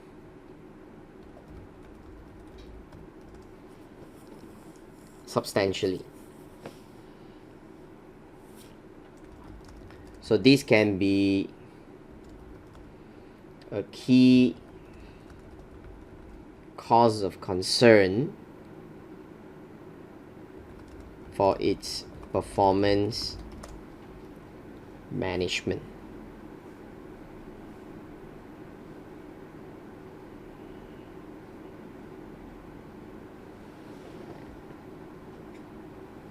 Okay, now I just want to start off with an overall so that from here then we can see that, okay, this is what we have.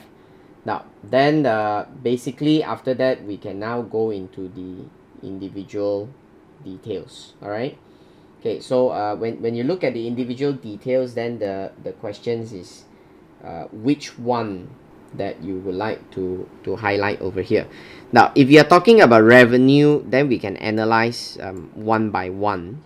Like for example, your wildlife park admission has gone up, and this park admission has been a major contribution. Now you can see the number of visitors has gone down, so I can actually calculate the price per ticket, okay, by taking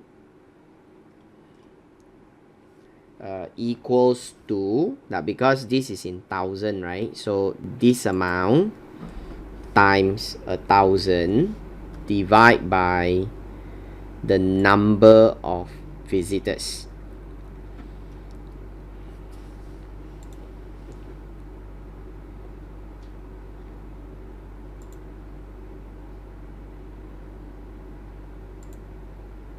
Okay, so it was $1.20. Now what about the other side? Now it was actually $1.14. So actually the increase of the price is 5%. All right, and what about the change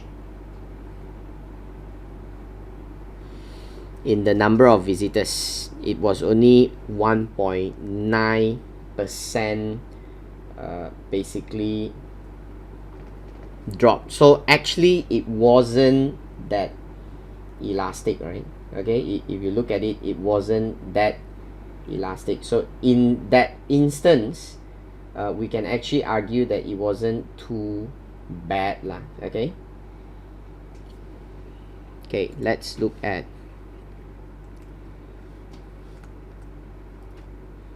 the wildlife park.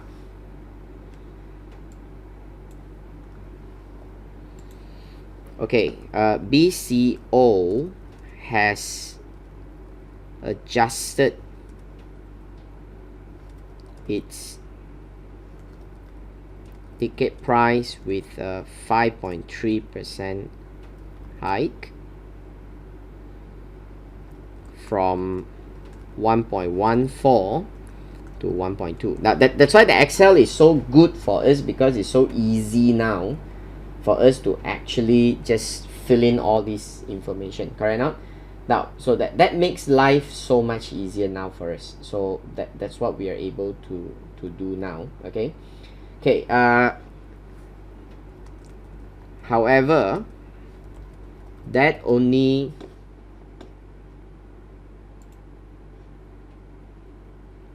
I have times with 100. Is it?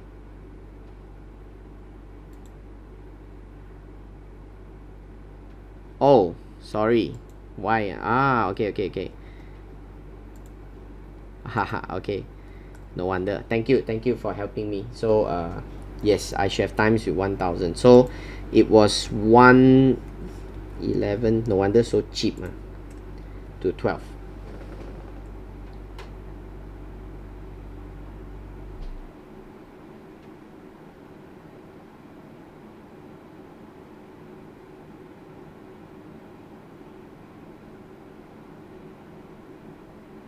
Okay. Now, however, the drop in the visitors was only about 1.9%.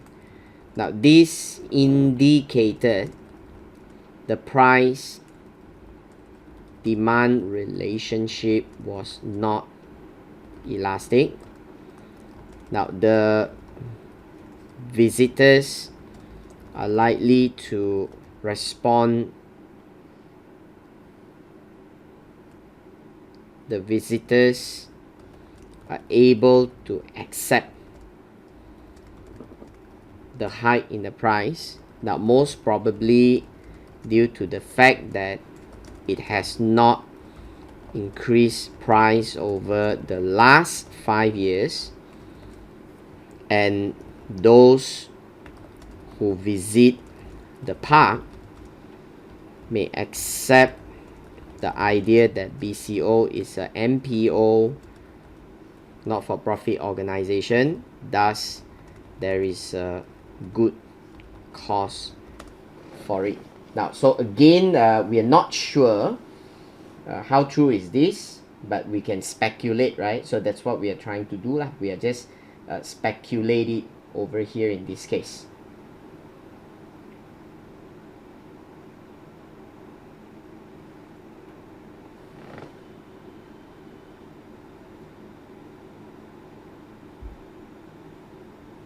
Okay, now, although the wildlife park shows that the number of visitors is dropped, the revenue has increased, performance wise is actually good, in the sense that you can see they mentioned to you about the cafe business, right?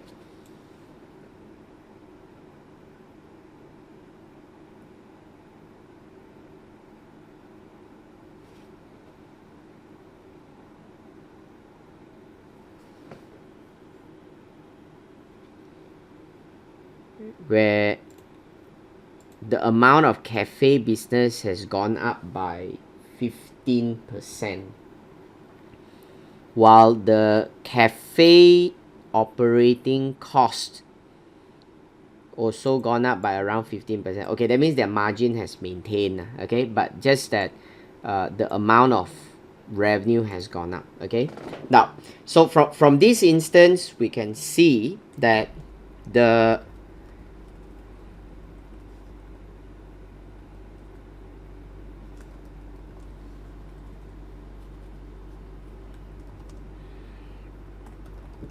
benefit of the wildlife park is that the shop and cafe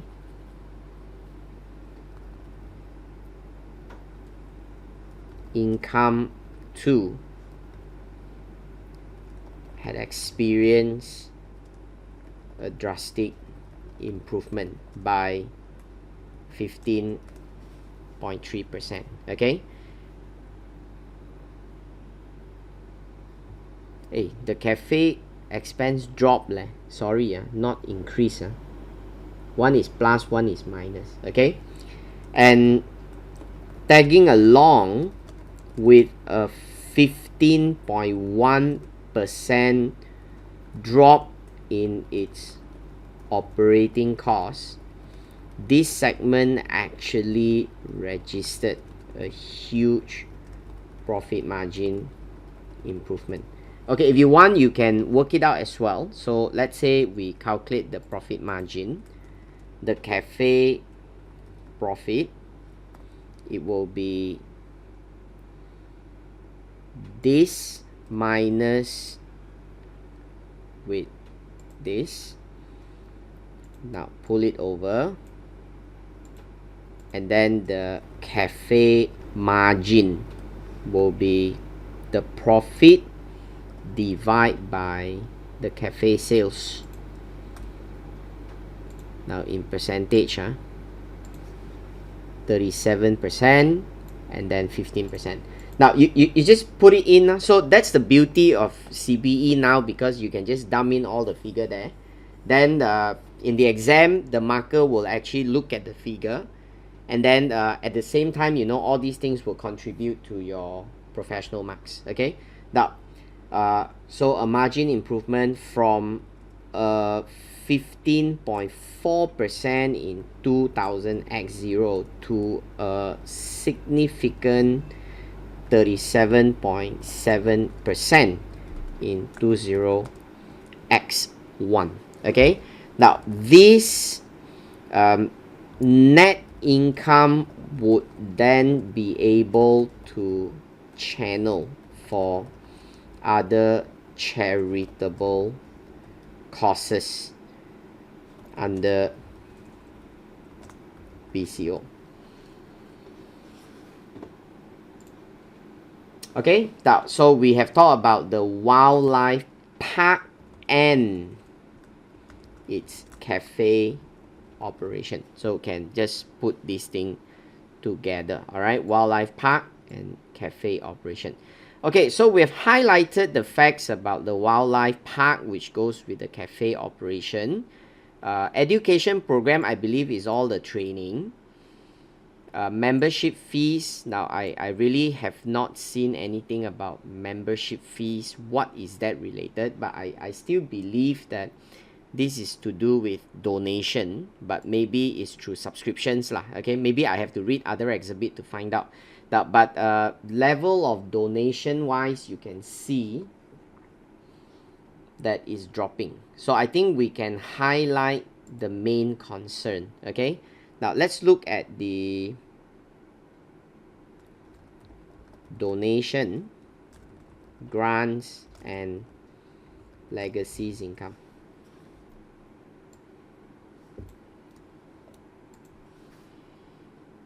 Okay,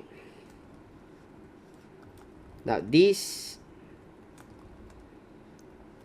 segment triggered a major concern to BCO with a drop by 15.6%. Now that was with the fact that a 2 million grant was included in 20x1 donation value. Now if the grant is taken out, the level of donations actually drop. Now maybe this one I can just calculate with calculators lah. So if I take 5283, measure with the different, it's actually a drop by 39%, 38.7%.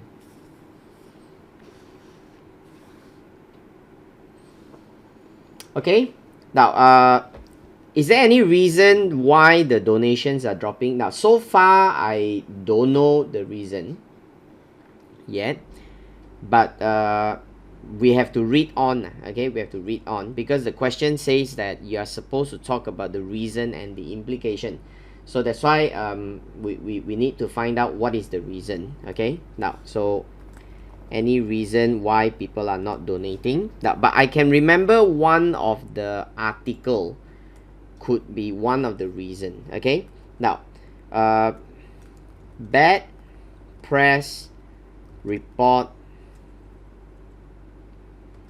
on the misuse of funds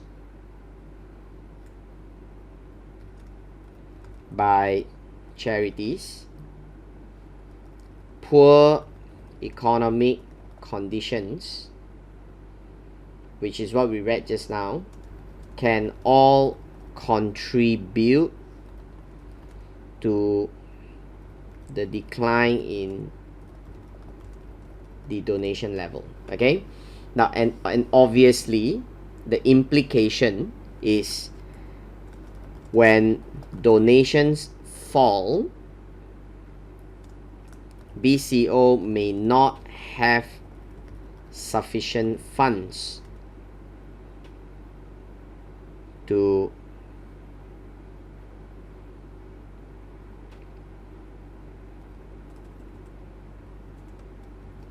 carry out its various activities. Okay, now this may result in the cut in its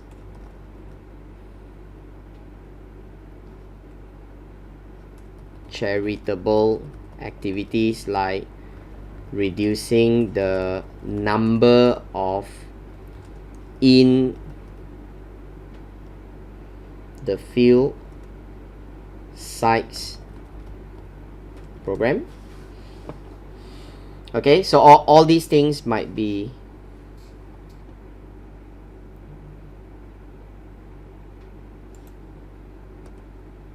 the implication. Okay, so it might reduce the in the field sites program. All right, now eventually this may affect its capability to achieve its strategic objectives. Remember, they have an objectives that they must achieve certain thing in 5 years, you see.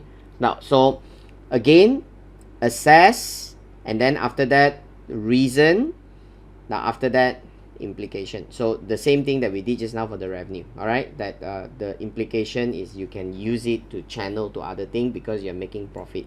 Okay, so go on with this for other area. Now if I can find any other reasons later on, I might just want to come back here and fill in. But if you think that you've got enough, then that's it lah. You're just going to leave it there. Now remember, the question is only how many marks just now?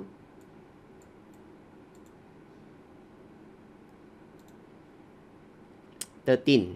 Okay, 13 marks. So even with the amount of points that I'm giving, if you assume that you're well elaborated, an example, I look at, okay, let's say I talk about the overall. Now, since there's nothing much here, maybe you give me 1 mark, let's say, okay? And it's just an overall, all right? 1.5 mark. But this part, when I talk about the wildlife park and the cafe, there are at least 2 issues here. So I would judge myself to get at least 2 marks to even 3 marks. Or if I have written good enough, it may even worth 4 marks. Now, the donation is another issue that I think it's definitely covering 2 marks. So by just up to this stage, you already have about half of what you need. About 6 marks, 7 marks of what you need. Okay, and we have so many things else that we can comment about performance. So that is how you can judge yourself in answering whether you think is enough or not enough. Okay, now so let's talk about the education program. Okay, the education program.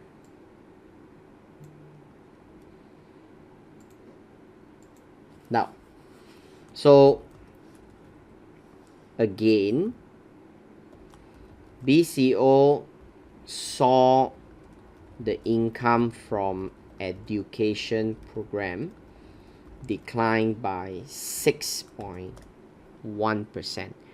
Now, if I go back to the spreadsheet,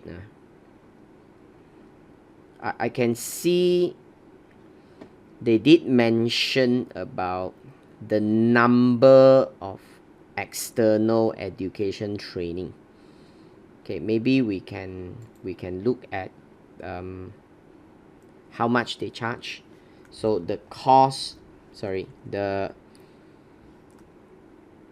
fee or the charge for each external education training.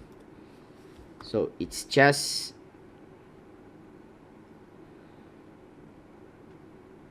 again this amount multiplied by 1,000. Okay, now it's 1,000 divide by the number of run.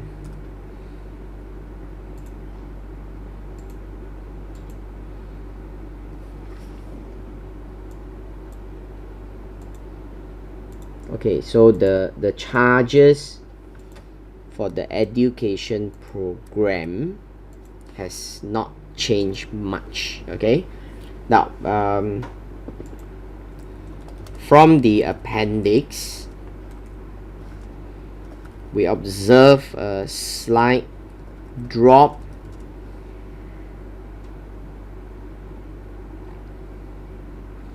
in the charges for the external training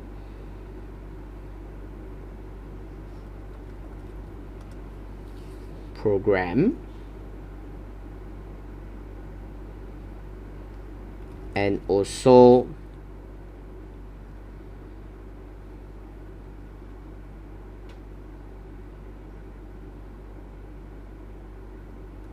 a drop in the number of external training being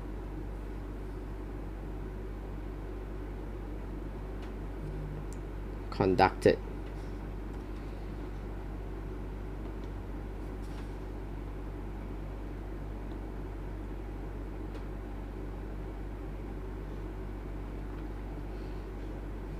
Okay, now why there could be a reason for the drop. Okay, now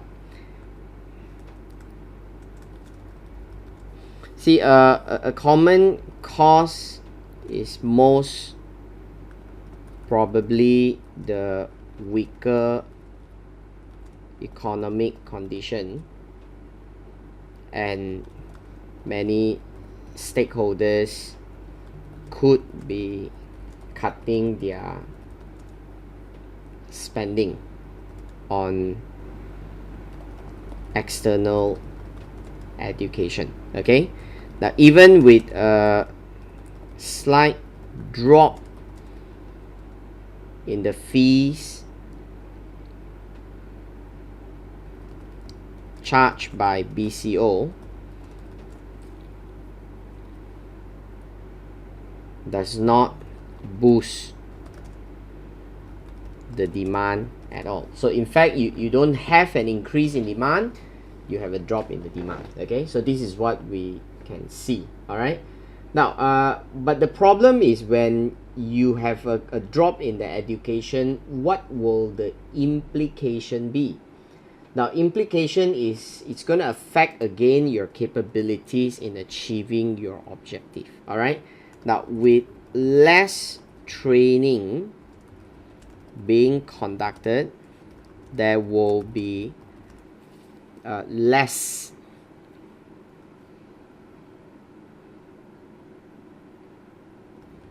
people being educated under this program. Now again, this may cause BCO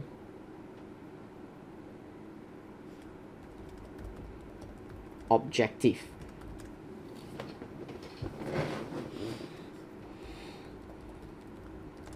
to be unfulfilled. So that is something that we don't really want it over here. All right, okay, so these are all the major issues that we talk about the training and so on.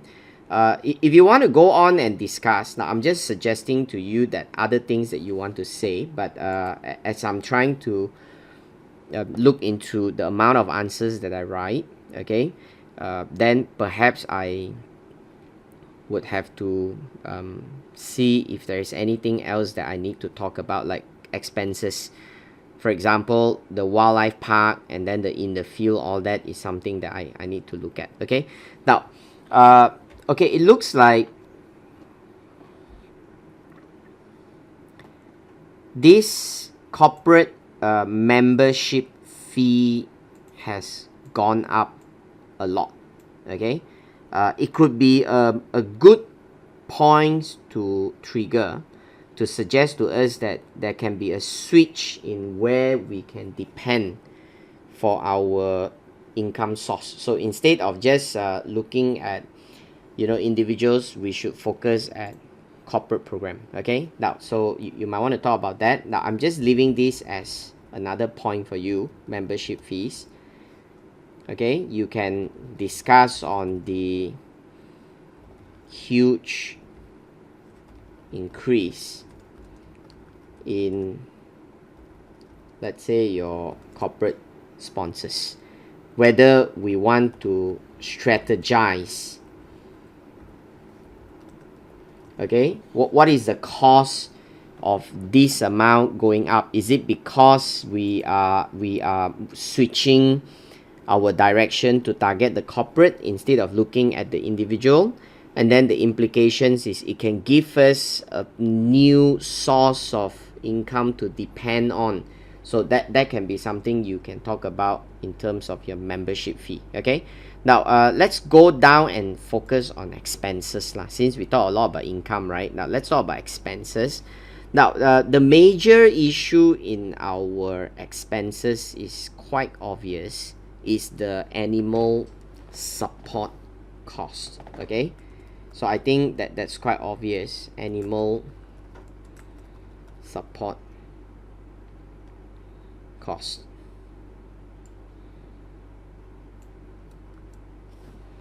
Okay, let's look at some non-financial data. The number of paid staff actually went down, and they have used more volunteers, but yet you can still see the costs are increasing.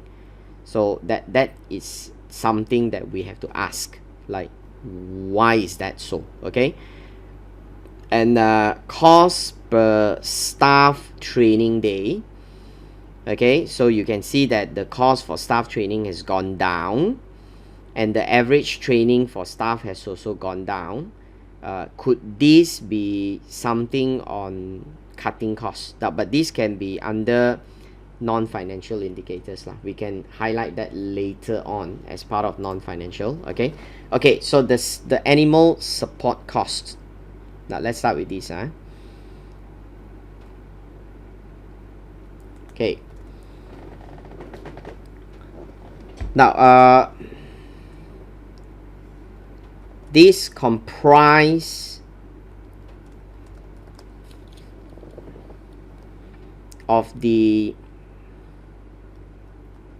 support costs for the wildlife park and in the field sites. Both reported an increase of 9.1% and 6.6% respectively. Okay, now an animal support costs represent a major portion of BCO expenditure.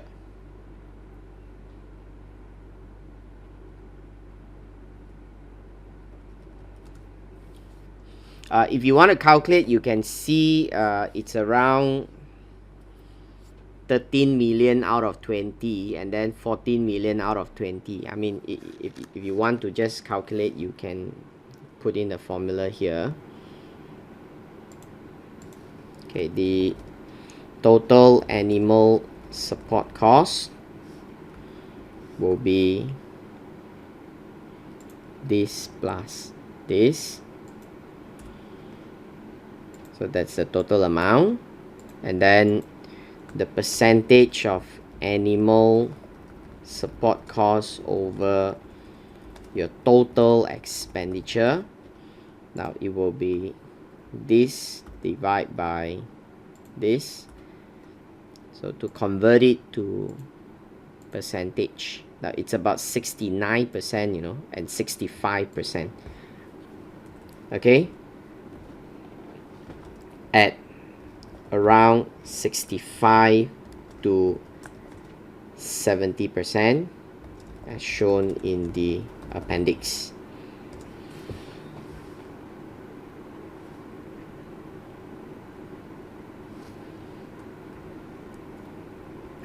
Now, clearly, the cause of the increase is not due to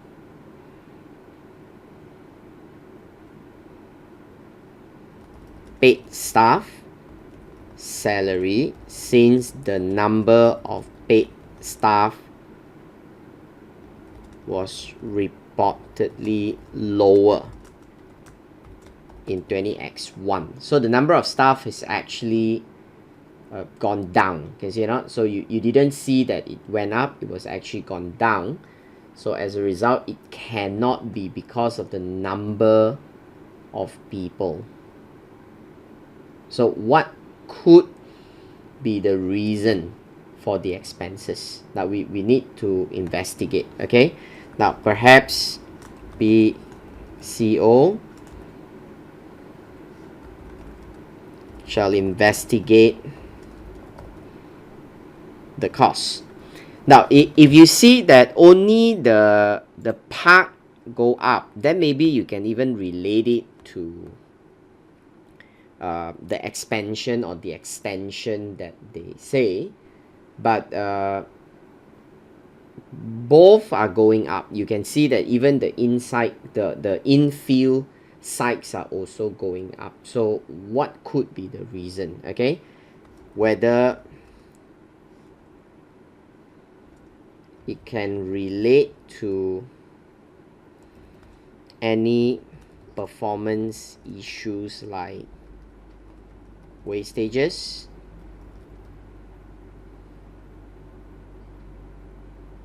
inefficiencies, or other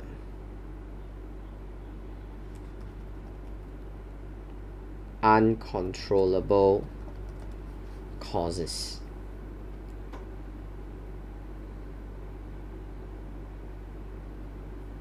Okay, now so that's the whole thing about the animal support cost. Now what can the implication be?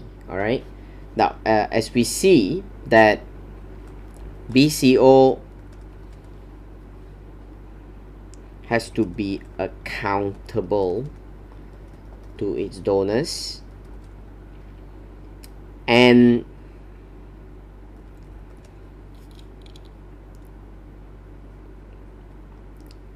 having transparency over how money being spent is vital to influence the willingness of donors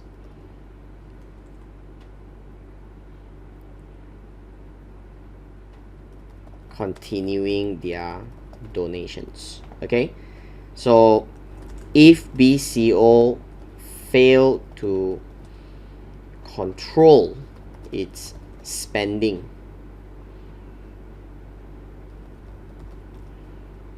efficiently, now, or another word we can use is value for money, right?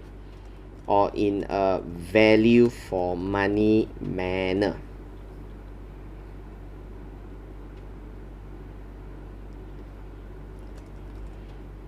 it can cause future donations to continue to decline.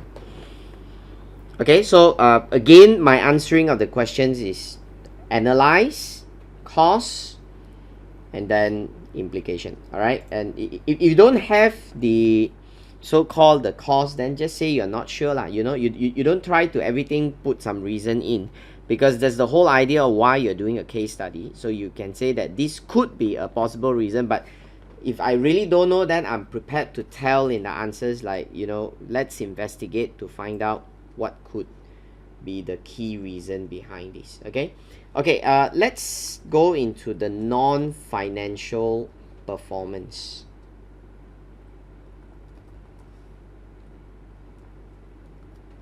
So obviously now we are focusing on this part of the non-financial performance now, and one of the main thing is the training and the number of animals returned. It's another good example that we can write here. Okay, the staff training.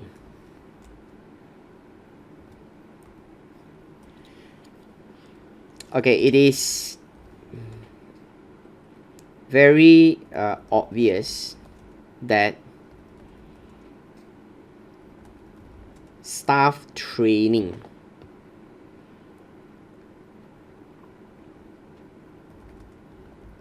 has decreased in terms of both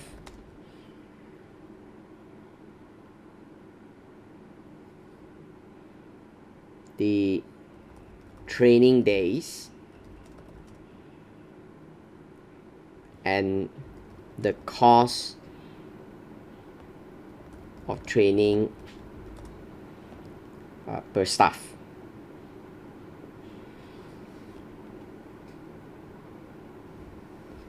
Okay, now this can be argued as a financial measure to cut costs or to rationalize its operation. Now we saw that at the beginning, right? They say that one of the main thing they do is cost cutting and rationalization. Okay, now that is the reason they are probably trying to cut the costs. Okay, now how much do you think that they would have saved? Now if you just calculate the amount of training costs that they have, if one way you can do is you take the training cost will be by taking the cost per day multiplied by the average training day multiplied by the number of staff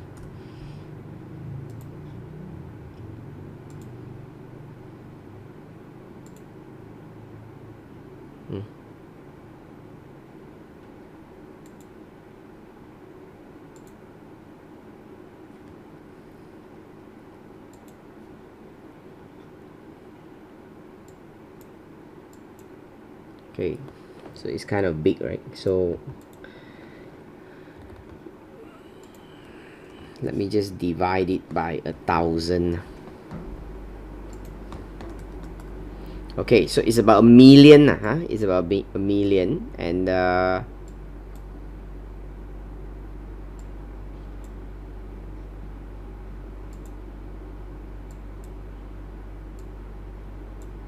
here it's about 1.1 million. So they are saving around 100,000, and 100,000, it's a very huge amount, considering if you look at your net income is only 200,000. Okay, so if you look from that point of view, now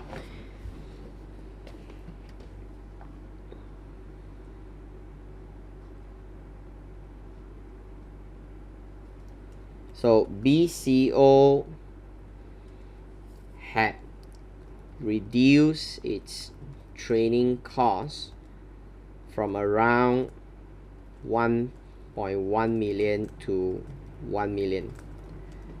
Now that was a saving of about 100,000, which was very substantial, considering that its net income for 20x1 was only 236.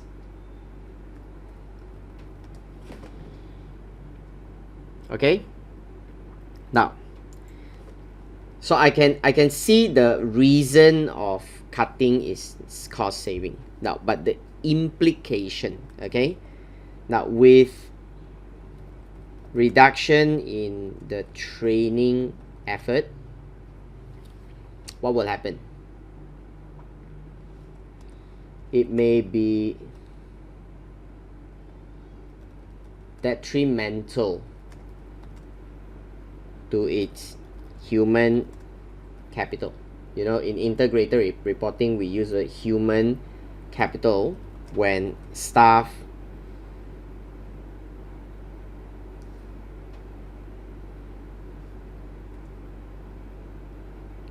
lack the needed skill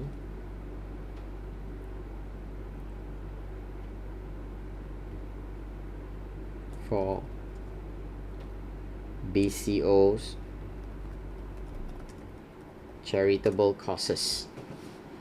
Okay, you can talk about in the long run how that these issues can be a major problem when you are lacking skill, and then the quality of your preservation and conservation effort may drop. So all these are the things that you can list it down lah. Okay, now that's in terms of the staff training. All right, now you can go on and elaborate there based on what I've just said. Now I just want to finish out one last point so that I can give you a lunch break at this moment. Now the last thing that we can talk about as part of the non-financial is obviously the number of animals returned. Okay, the number of animals returned. Okay, now if you look at the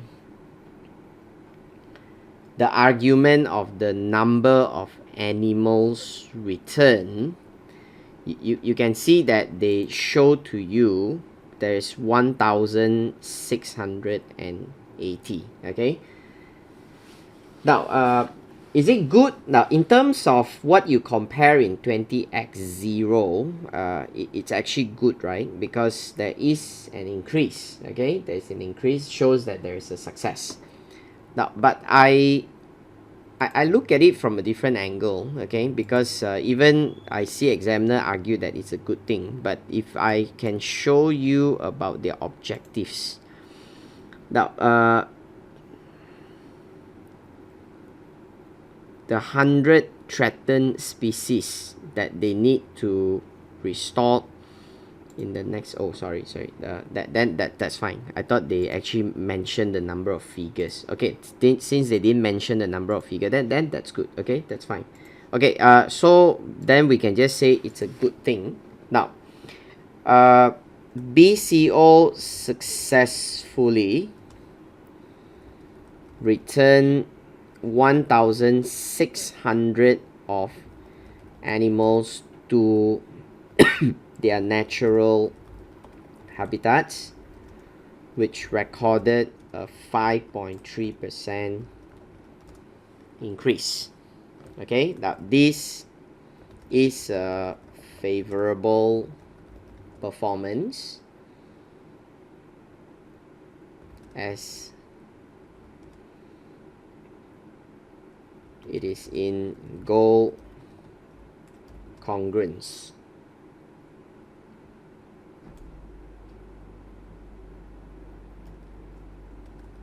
of its purpose. Okay, now again, the only reason we can see is it must have increased its effort. All right, now this is most probably due to increase in its effort to protect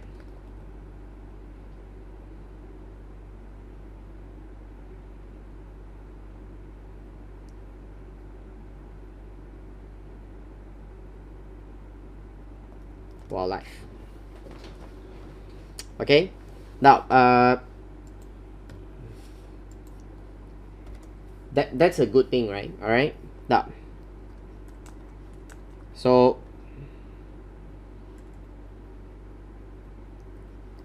therefore this can be a good report to justify that money is well spent on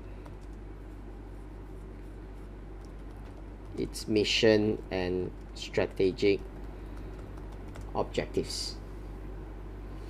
Okay, now so at least you can tell people that you're doing well. Okay, now and with that it can be a basis to convince donors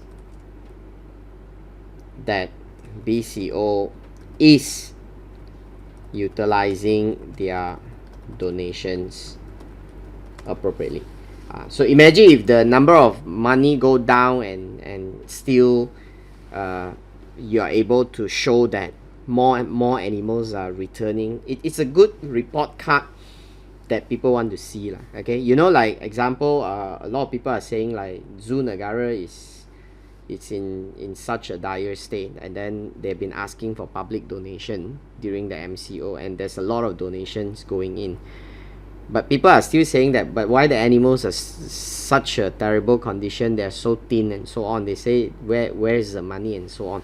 Now that's why sometimes people may not know until they see the figures. So that's why these are important to be reported so that people are able to assess and judge. Okay, now I think that's good enough for me to actually complete here, to cover more than sufficient points lah. Okay, for part task 1 part B. Okay, sorry, I really, that's why I don't really like using the platform to discuss, because it's really delaying my progress due to the lagging. It's so bad, right?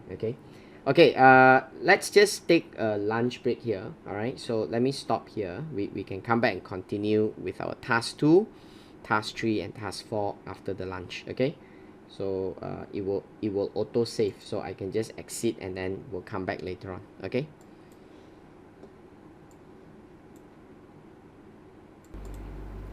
All right, okay, come, let's carry on with this part. Now this is our answer response, right? So we have actually finished with task 1 part B. You can delete off the pointers lah. Okay, now you gotta go on to task 2. So you might have to like answers to task 2 so that your marker or your examiner can be well aware of. Okay, alternatively, what you can do is just do something like that. So later you just copy and paste over so that it make it very obvious lah, because so that when the marker scroll your answer, the marker will be able to see that, oh, okay, that's a divider. Okay, so I leave it to you how you want to do it. Now task 2, they want us to prepare a report. So now you need a report, right? Now better read back the actual thing. So they say in the recently published annual report, BCO sets out 3 strategic objectives for the next 5 years. Remember the 3 strategic objectives?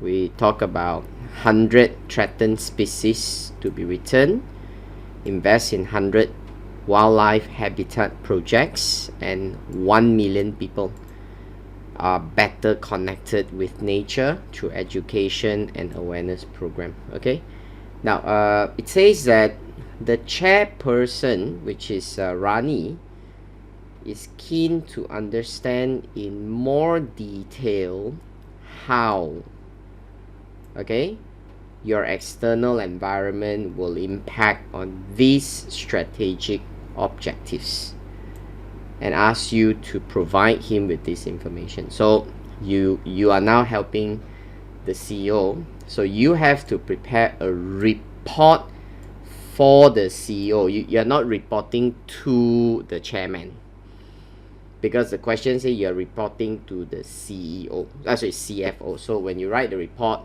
you write it to the CFO, okay? And remember, we are the senior, where is it that I saw just now? Yeah, you are the senior finance manager. So don't forget who you are, you know. If you forgot, then you're gonna lose professional marks, okay? Okay, that's it. So which exhibit that will be relevant for us to look into this now? Just now we say for task 2, you might need exhibit 5, okay, and we see whether the rest of the exhibit might be relevant, but exhibit 5 seems to be a key exhibit that might be relevant to us. Okay, now let's just read exhibit 5. Now I believe we are all quite agreeable that if you're asked to analyze external environment, which model that you're going to use?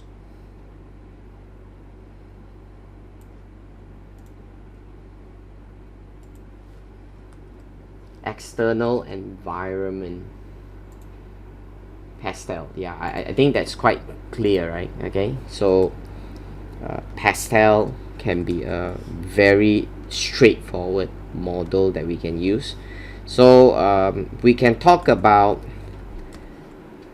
political matters, which then political normally relate to governmental issues. So like government policies can be an example of political matters. Okay, you can talk about the economy, social, technological,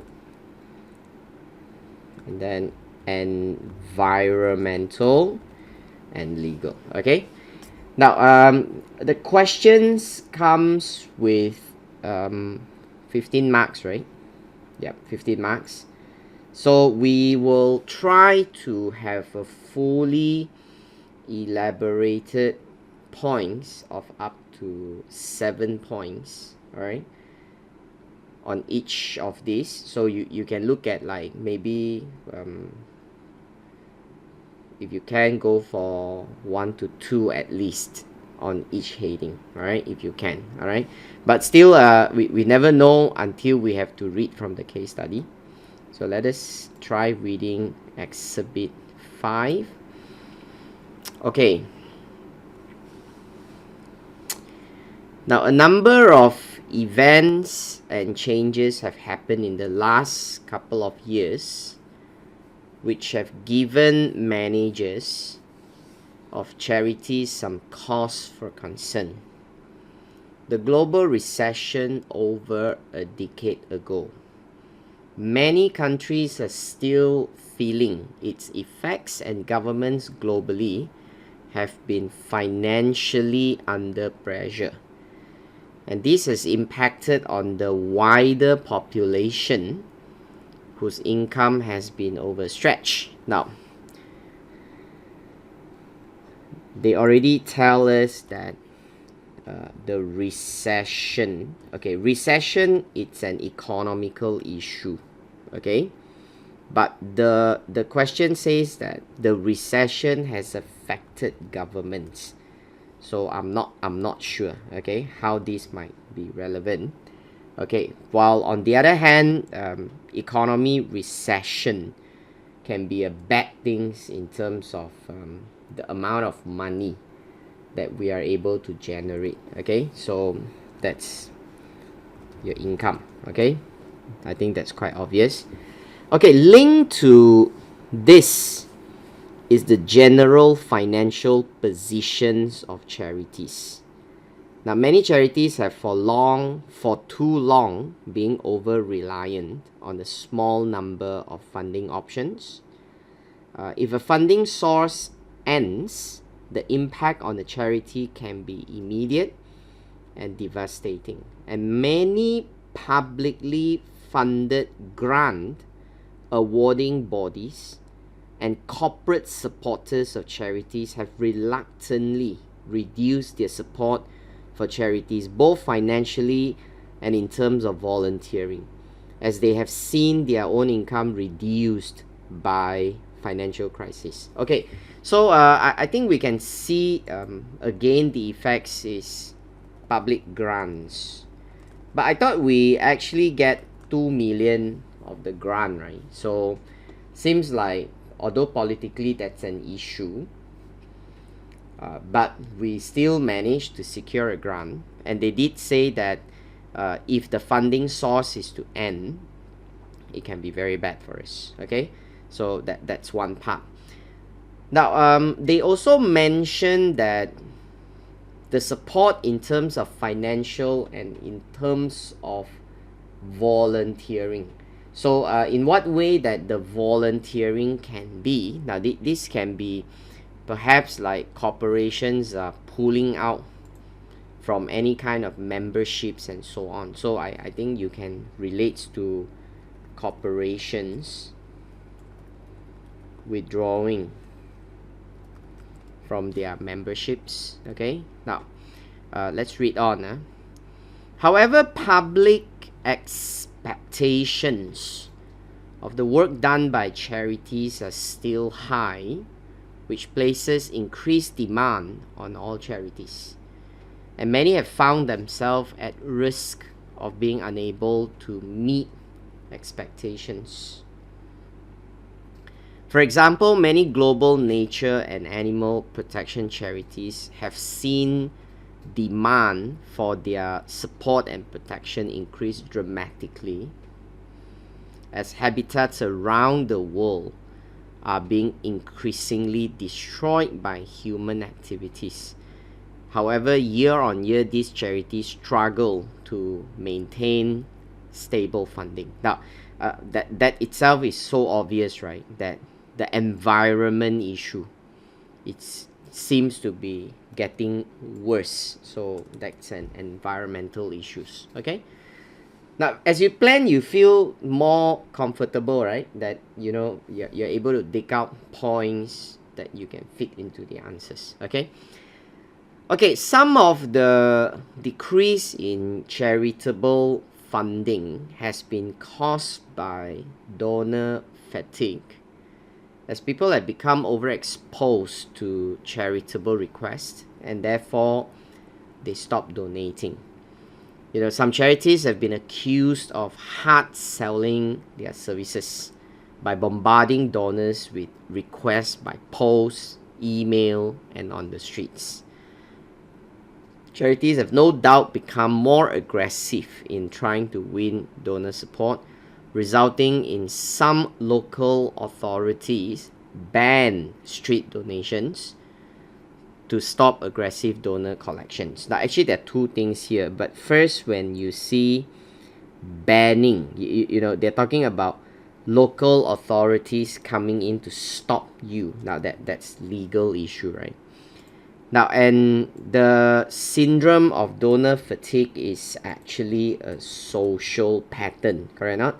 It's exactly quite true, right? That, all of us are so scared of, every time you see a counter, whether it's in the LRT station, shopping mall, outside the bank, and then they put a few banner of, people that's dying of hunger lah, those baby that you only see bones. Exactly what they want to do, right? And they come to you and they ask you to donate money. Now, to a certain extent, the problem is because of the scheme.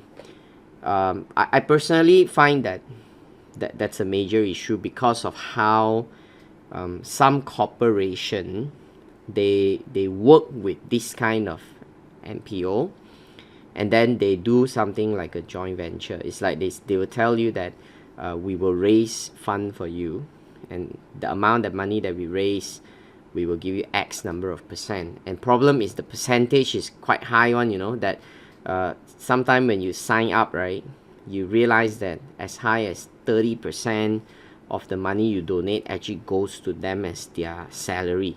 So eventually all these people are abusing your compassion heart and enrich themselves, you see. So that's a bad thing, all right, and that gives a bad name for charitable organization.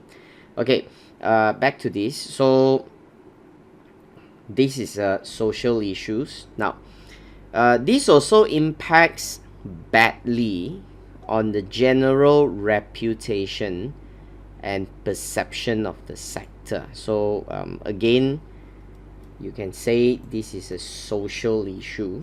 It's the way how people looking at you. More legislation is expected in the coming year to stop the hard selling marketing techniques. So it seems like the legislation is going to continue. Okay, a younger generations of donors has been brought up in a time of austerity. Austerity is, you know, people are introducing strict, stern measures of cost cutting.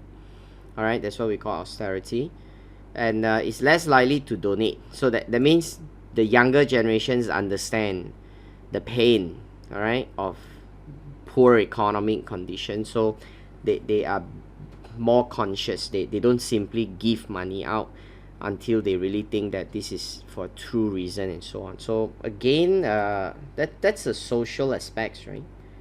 Okay, that's a social aspect since it's about behavior of the people.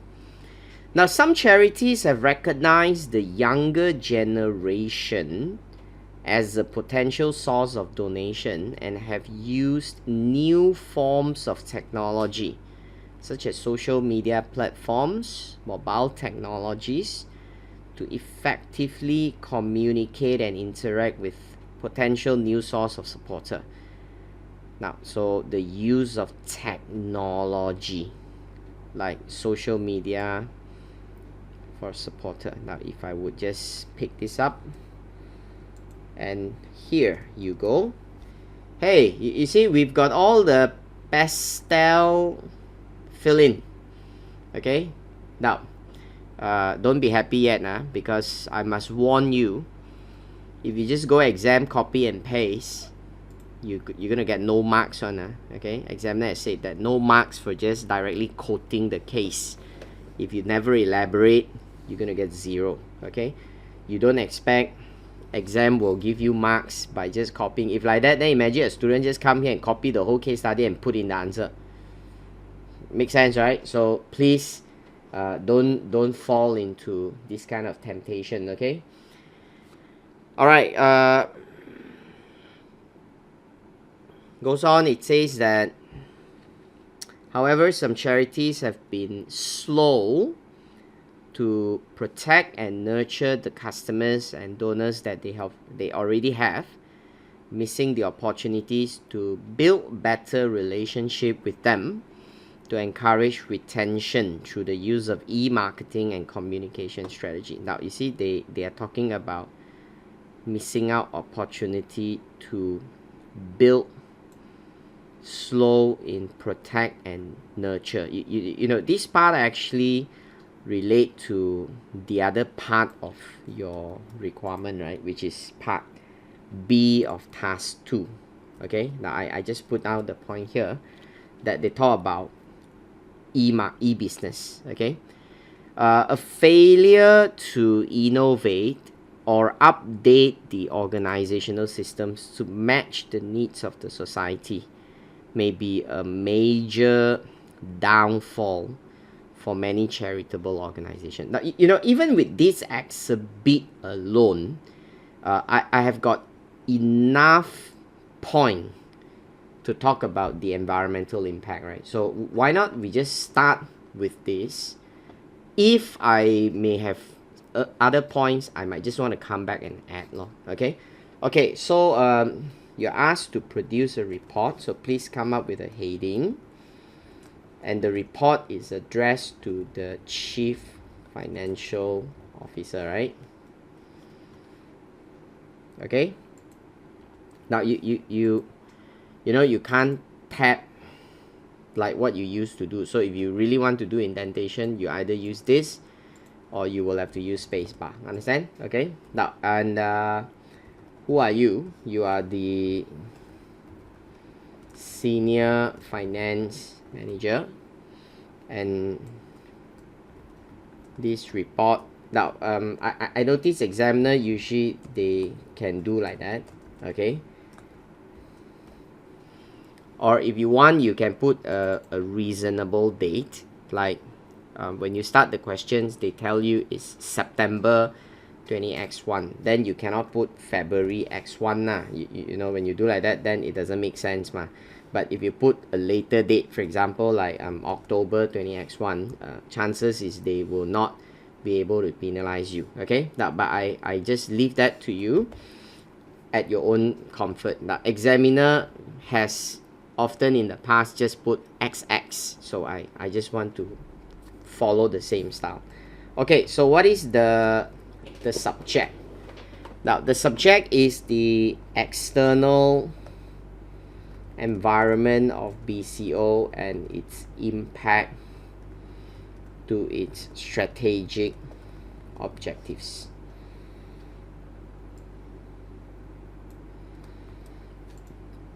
Okay, now introduction, you can start with a simple introduction and just to draw in your answer. Now, since we're talking about external environment, now BCO, okay, BCO operates in an open environment or open system where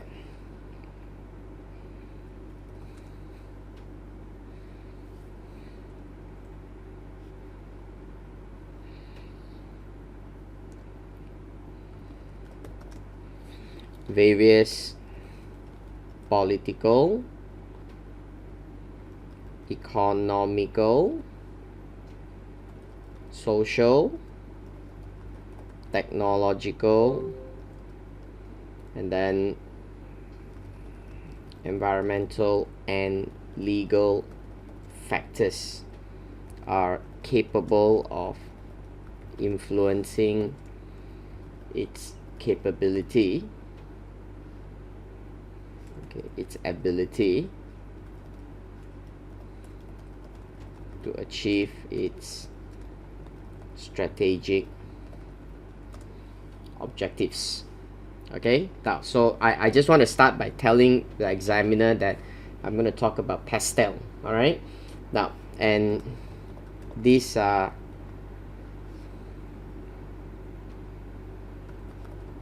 elaborated in detail as follows. So we can start off with number 1,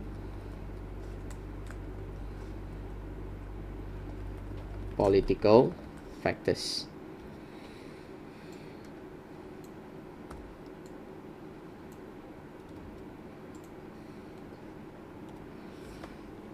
Okay, now because you're presenting a report, so you try not to use bullet list, but you can write it in a paragraph. All right, and I'm itemizing the 6 things, so it's fine to just put number 1 political factors, number 2 economical factors. You can do that. All right, but if you don't want to do that, it's fine as well. Okay, so it really doesn't matter, it's just a heading. All right, now we already identified that the recession is a main issue. Okay, now so basically it's a global recession. All right, so there has been a global recession for more than 10 years, and still affecting many countries where they have not come out from the recession. Okay, now so you can see that these adverse conditions would force governments of nations to prioritize their spending, which naturally focusing at measures to boost economy or to sustain livelihood of people. Alright, you know, you don't expect the government during bad time to take money out and say, let's take care of animals. It just doesn't make sense, right? Okay, so that's why we can see that this is the focus, that they will usually focus measures at boosting economy and sustain livelihood of people. Okay, so the priority on wildlife preservation is most likely to be marginalized. Okay, so chances is they won't want to do that.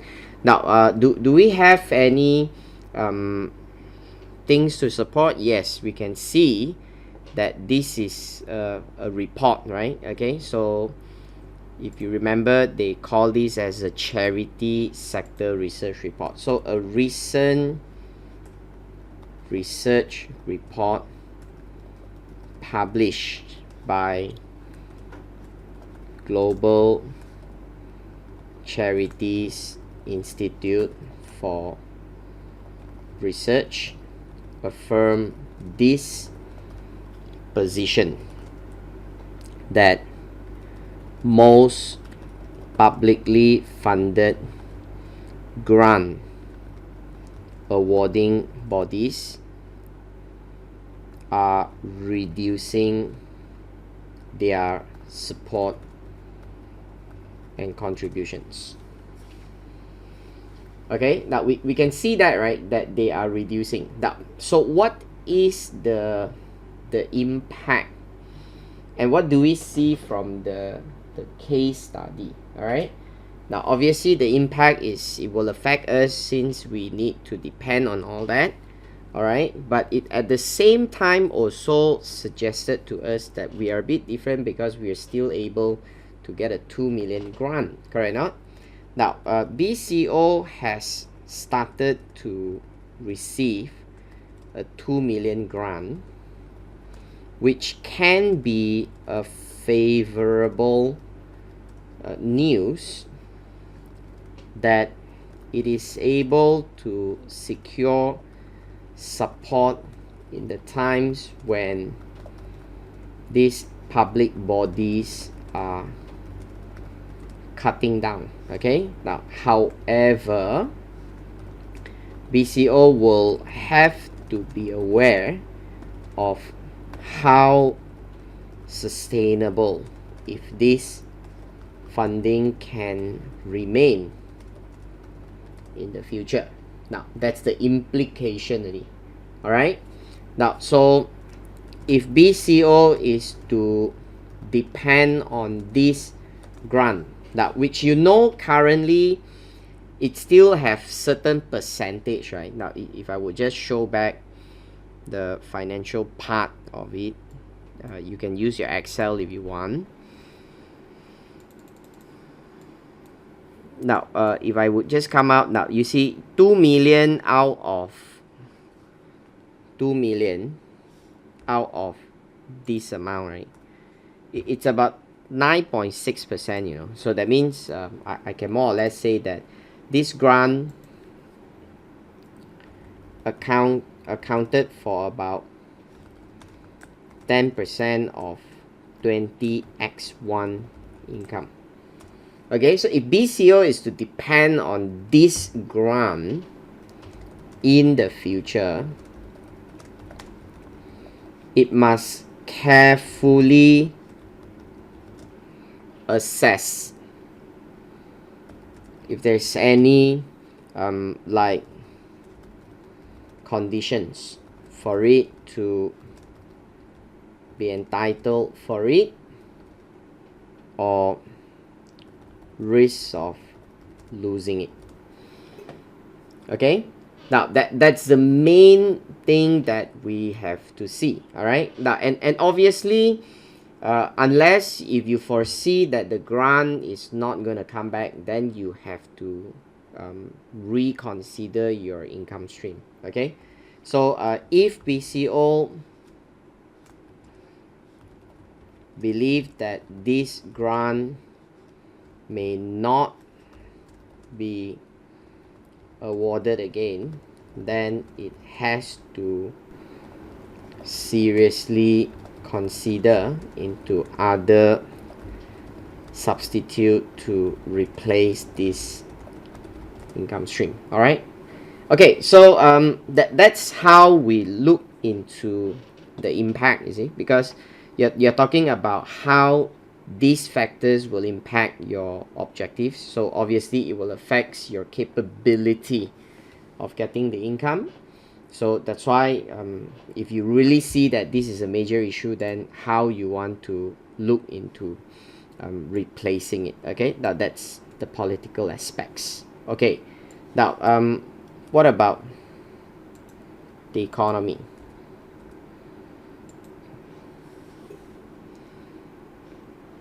Okay, now while BCO is a not-for-profit organization, it requires to maintain a healthy financial performance to sustain its charitable activities. Correct or not? Now, we can already see the pressure of BCO in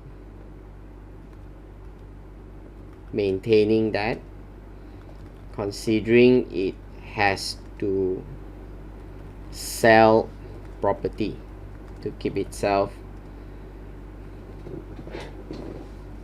sufficient to meet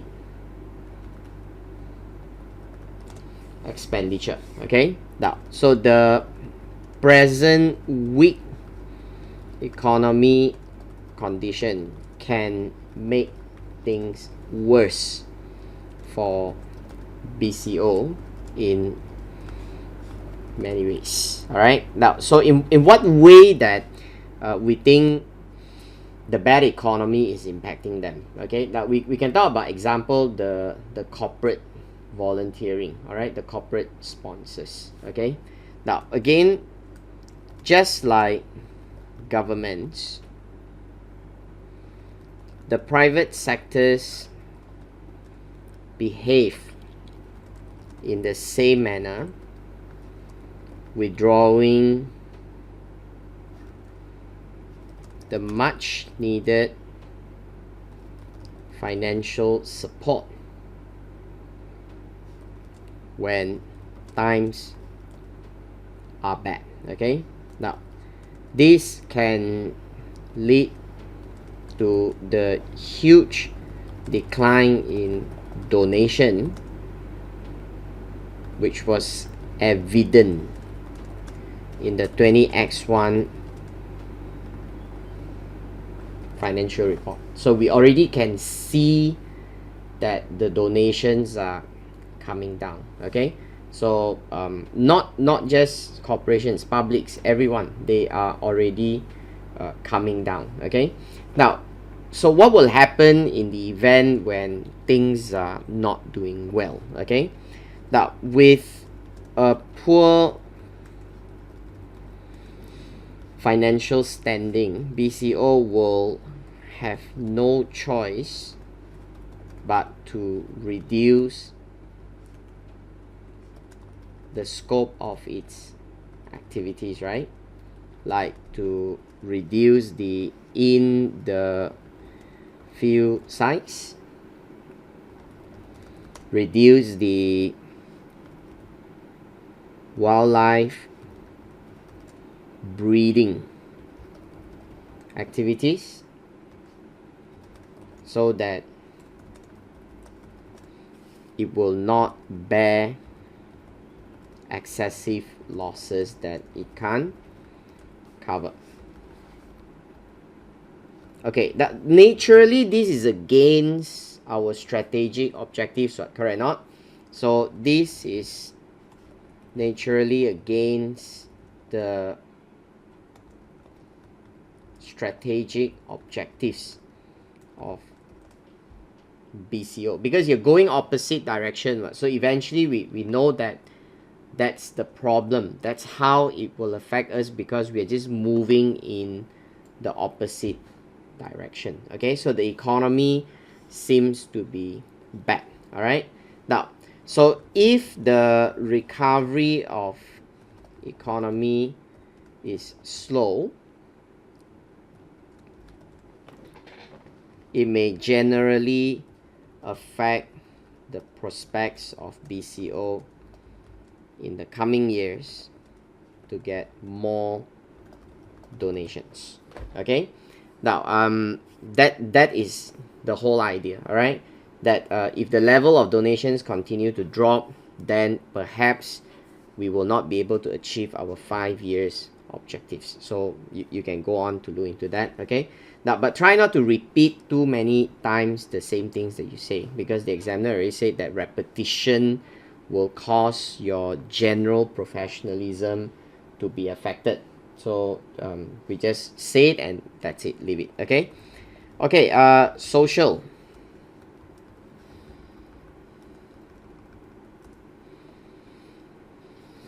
Okay, with the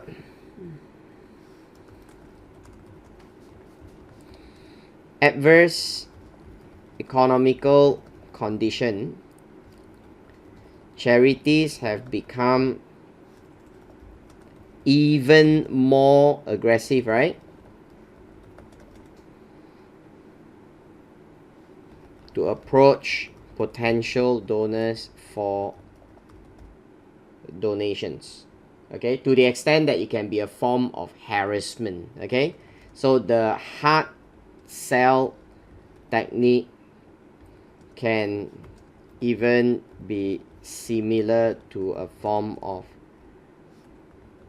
harassment. Okay, that they just feel that you are intruding my privacy just to get me to donate. People don't like that you're too hard sell. All right, now, so as a result, public donors may feel, disgusted or experiencing a donor fatigue syndrome, according to, now since I'm referring to the word done in the charity report, so I can refer to Professor Excel. Okay, so it's what they say, like a syndrome. Okay.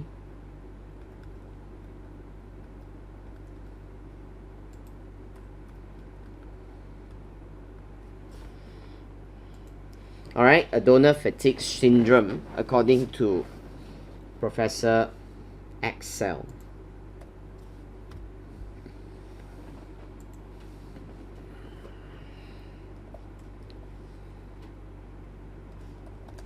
Thus, resisting effort of donation drive by charities, including BCO.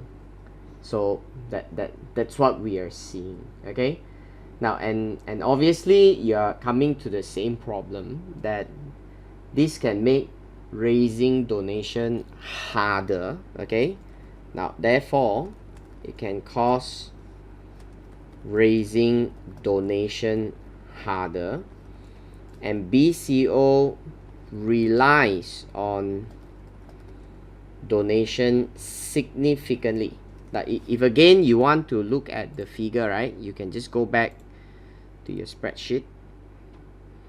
Now you can see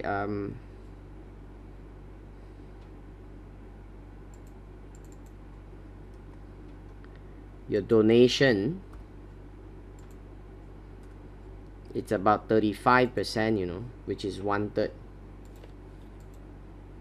At around 35% of its income in 2000 X1.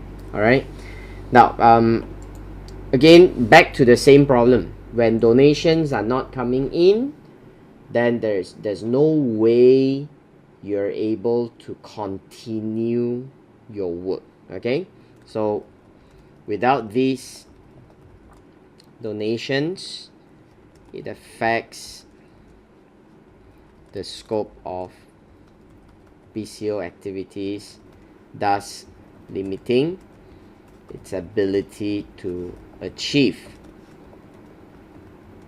its strategic objectives. Okay, so we thought about one thing about the general attitude, which is donor fatigue. All right, we can also look at the behavior of the younger generations. Okay, now another aspect is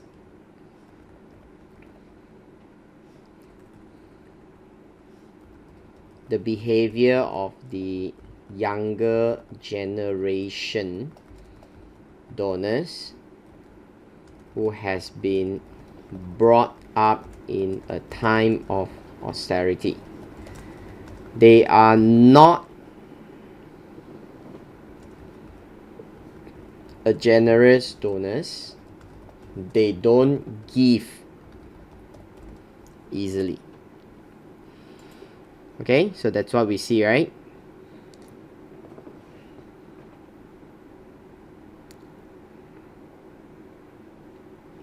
Like less likely to donate. Okay, now so this can be an issue. Okay, so with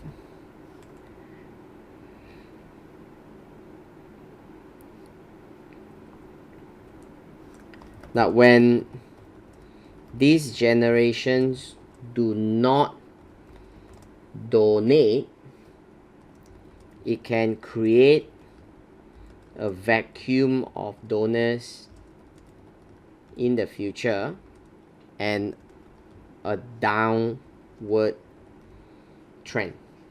Especially when they don't donate, they may also educate their next generation not to donate, so things can actually get worse and worse. Okay, now so again, BCO has to tackle them wisely so that if it can win their confidence, they may likely be a loyal supporter to BCO. Now it's the same kind of problems of donations, so I will not talk about without donations then my activities will be affected, since I think we have said about that enough lah. Okay, so as a result, so we will just stop it there in that instance. Okay, so that's social.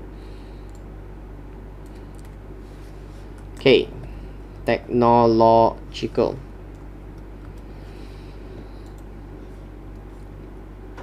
Now the technological issues that we're going to have is, again, they mention about how technologies can be an effective communication and how that it will be a way of reaching out to a new source of supporters. Okay, now technology advancement has been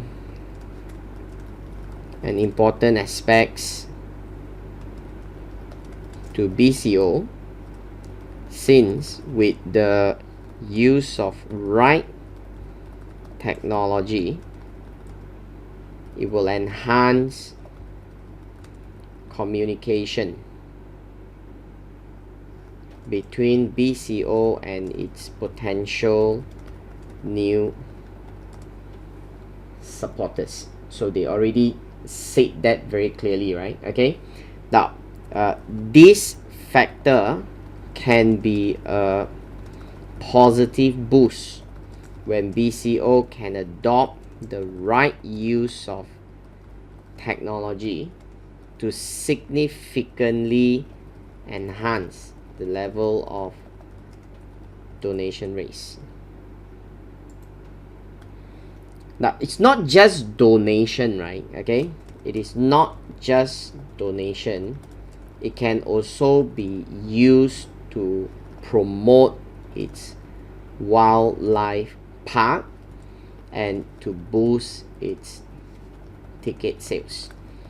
And this is encouraging since the wildlife park can also generate profitable income from its cafe business. Now, all that is part and parcel of technology. So the environment shows that this is there. Okay, so the present environment is such that it allows the use of e-business technologies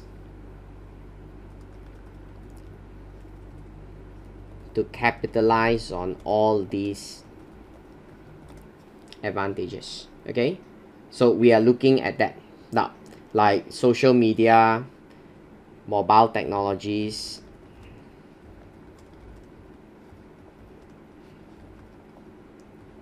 as mentioned in the research report. Okay, now so the impact of the technology is good because it allows us to be more targeted. Okay, but question now is obviously to what extent that we can go into that. So that's why the final thing is we have to refer to BCO in terms of how soon or how successful that you can achieve that. Okay, so therefore, if BCO fail to innovate or catch up with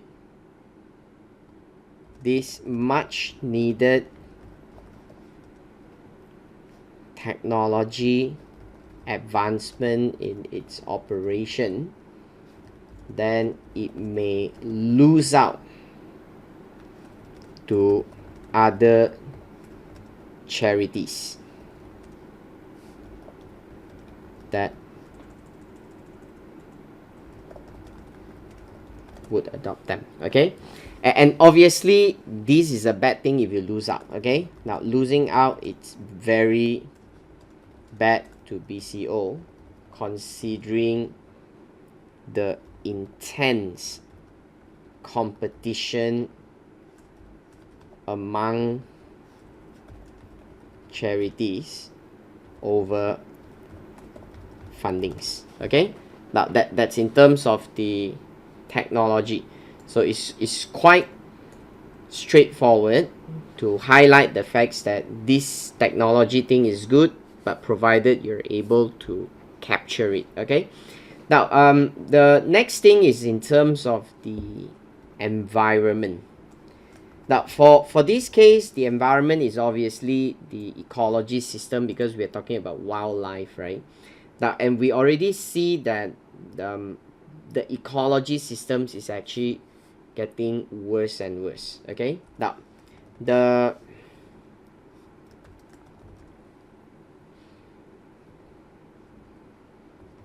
ecology environment is said to be deteriorating. More and more ecology system, flora, fauna.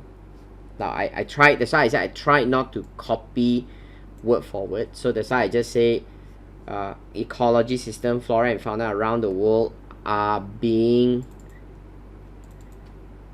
destroyed by human activities. Okay, now elaborate a bit lah. Okay, like for example, forests are being cleared for economic developments. All right, now as a result of this, wildlife, especially those endangered species, may be at threat of extinction. Agree or not? Now, so that's the environment that we are looking at. So the ecology system is not good, right? As a result. Now, so what is the implication? Now, the implication is obviously then it will put more demand on our work law. Okay, so consequently, this will add the demand on BCO's effort, where our mission is, now you can recall their mission is to protect,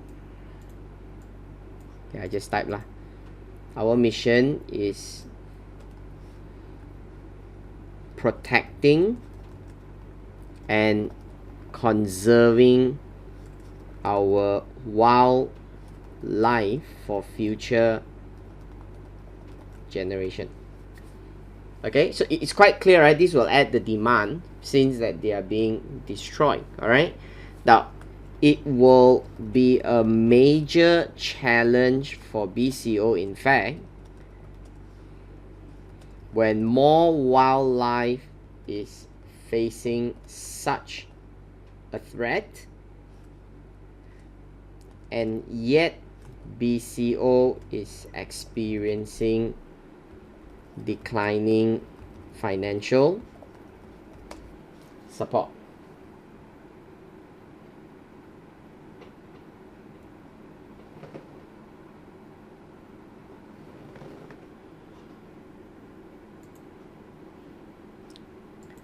Okay, so that's the impact. All right, and obviously these are the gap that they are having. All right, so the widening of such gap can mean BCO is finding it harder to achieve its strategic objectives. So this is the last thing that we just want to say, why that is not going to be easy.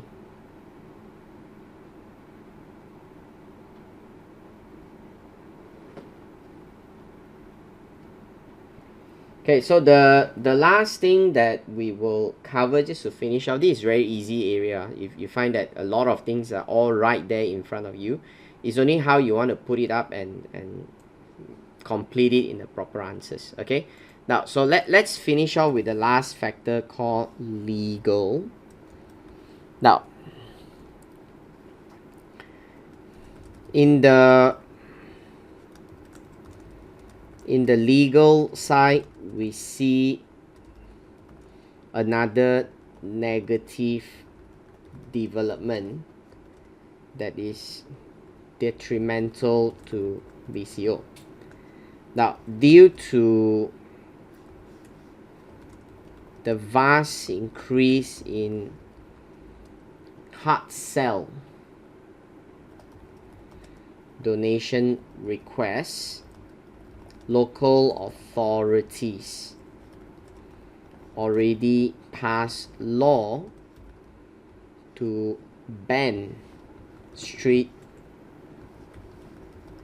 donations. Now, it is believed that more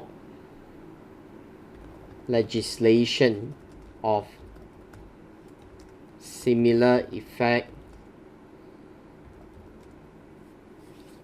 will come into picture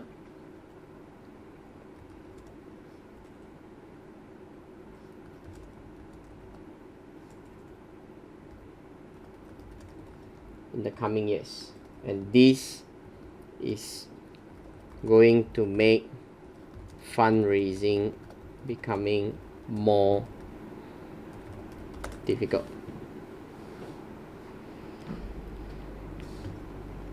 Okay, so that's in terms of the legal implication. All right, now and again, as we already identified that BCO does rely on public donation. Okay, now as BCO does rely on public donation, this simply suggests that it has less channel to approach potential donors. Okay, now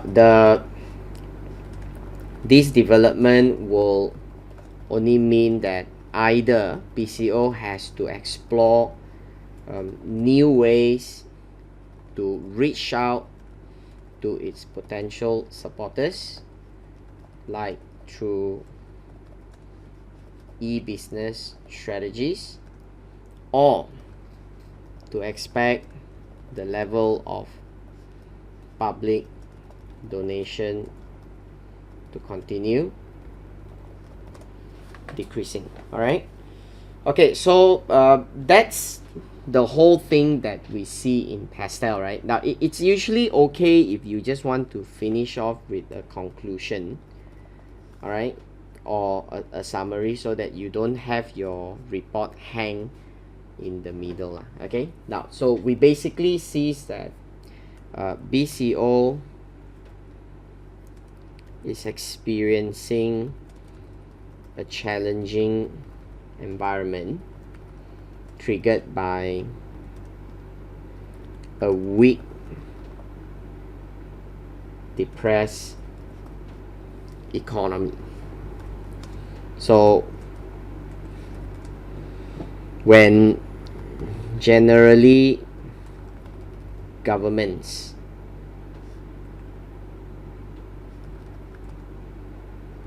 corporations and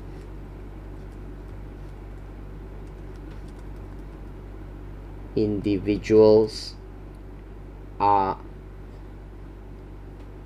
not doing well, they are most likely not to donate. Okay, so that is the whole idea. Okay, and as a charity, when donation level decreases, it will just have to reduce its effort in whatever causes that it has committed into. Now, just a simple thing to finish off as a conclusion. Okay, now so this is what we see here concerning the environment.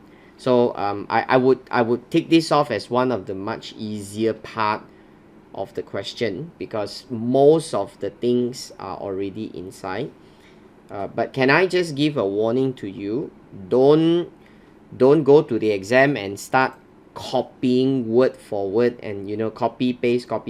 You look back at what I've just done from what we discussed earlier. Whatever I copied are just sentences, but I try to rephrase it, and then I add on with additional elaboration so that the answers will not look the same. Okay, now please remember that. Don't just go in and copy. Okay, now when we run through the discussion just now, we noticed that task 3 that they talk about e-business. Okay, It says over here you're supposed to prepare. Okay, let's just go back to the actual requirement. Okay, now in relation to the recent investment made in updating the members database management systems, the chief executive officer highlighted in the annual report that BCO is looking for opportunities to invest in e-business technology. So your CFO has asked you to make presentation to the board of trustee, and then he has asked you for your assistant, and you're supposed to come up with 3 slides, and the slides must come up with notes with clear justification of the 3 applications that could enhance their e-business capability. So they are not asking you what is the meaning of e-business. They are asking you to give 3 applications of the e-business that will benefit them. And the application of the e-business is what we have read just now, which I have highlighted to you. The area is online education, digital marketing, and social media. Okay, that's it. It's just something that we read somewhere, right? Where did I read this just now? I think it was in the is it not here? Annual report. Yep, see, that's where they talk about this online. Okay, now so we have to go to the slides, right? So that's why in my answer I made it very clear that I say, okay, please refer to the slides response. Now so click the slide.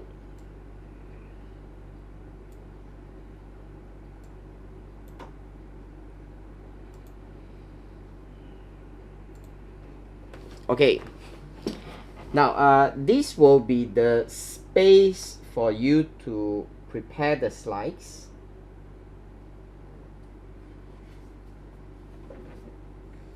So see carefully. Okay, let me scroll up. Slide 1, okay, and the note. You see that? So when you do your slides, now you don't have a PowerPoint here lah. So the best you can do is to use listing 1, 2, 3.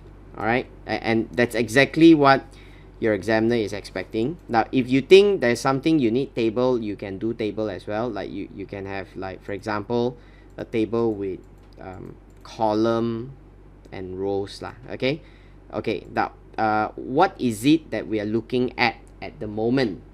Okay, the first slide, they are talking about, now we have 3 things, right?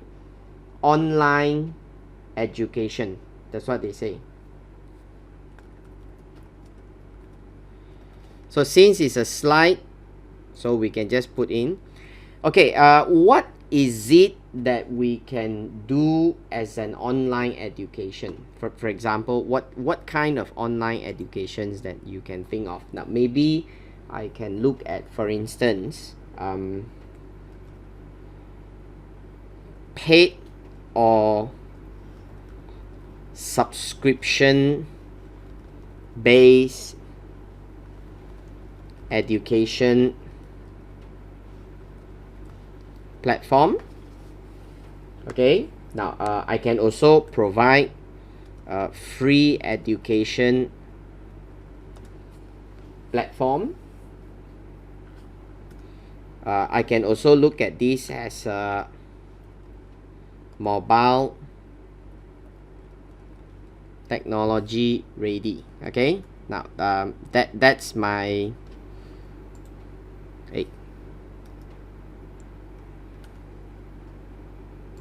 okay, so you see that's what I'll do. Okay, so you come up with a point, then you take away the bullet point, then it goes back inside.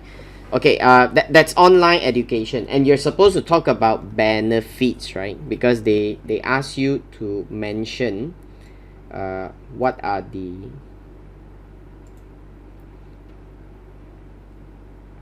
justification. So that's the benefit. All right, so how do you justify that?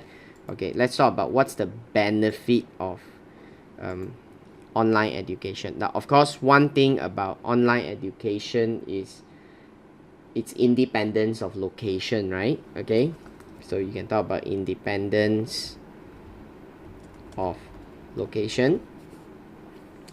Now, you can also look at, for instance,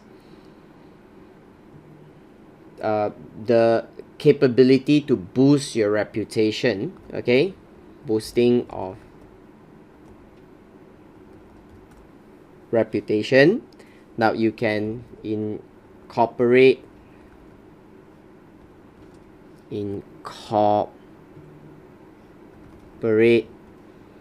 e-marketing. Okay, now I just want to add some of the point here to relate back to this online education. There's a lot of things you can say, right? Like low overheads,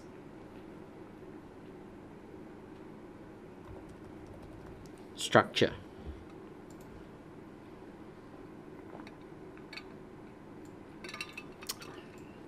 That's a slide. Now, so you're going to write a notes to explain what you say here, right? Okay. So first, I thought about the platform. Okay.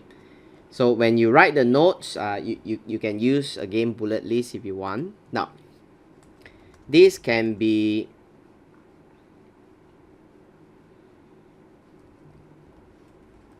hosted in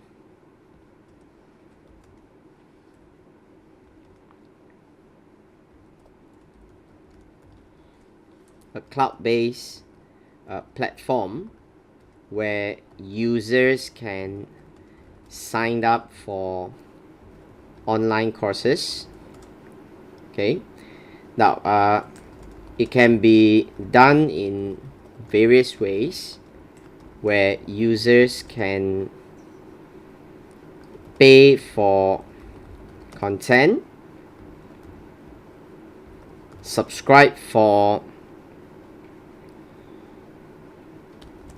an active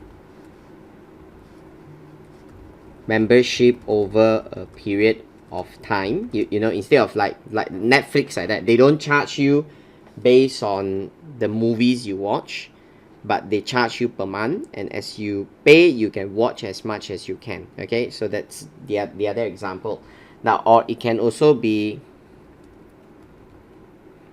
free content for public viewing. All right. Okay. So this approach removes the need for physical setup and therefore eliminates the need of heavy investment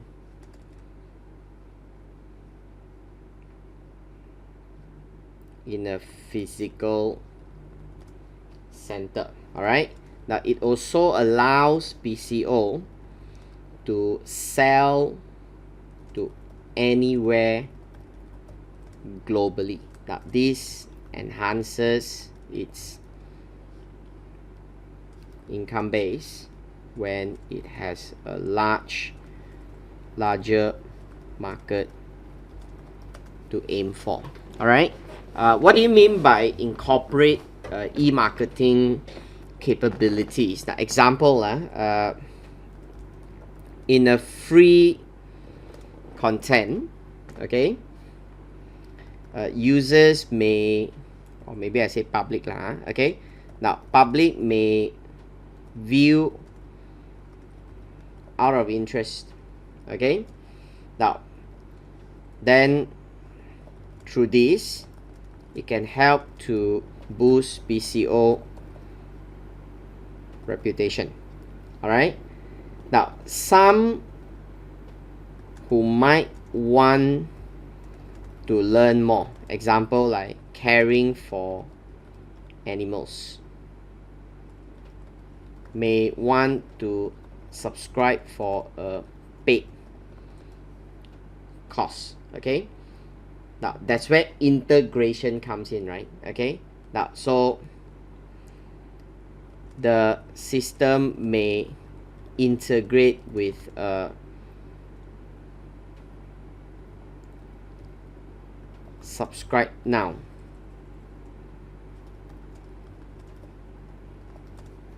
button to improve conversion rate. Okay, so I think that's good enough. And again, you can see that it looks like you're very long. That's because the space is very small. Okay, so that's an example of the first slide. What you can do as part of the online education. Okay, besides online education, we talk about digital marketing, right? Okay, so let's go down slide 2 and talk about digital marketing. Okay, so when they say digital marketing, what exactly is in this digital marketing? All right.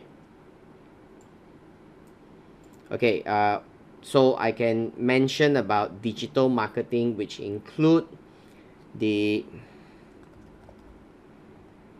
sponsored contents to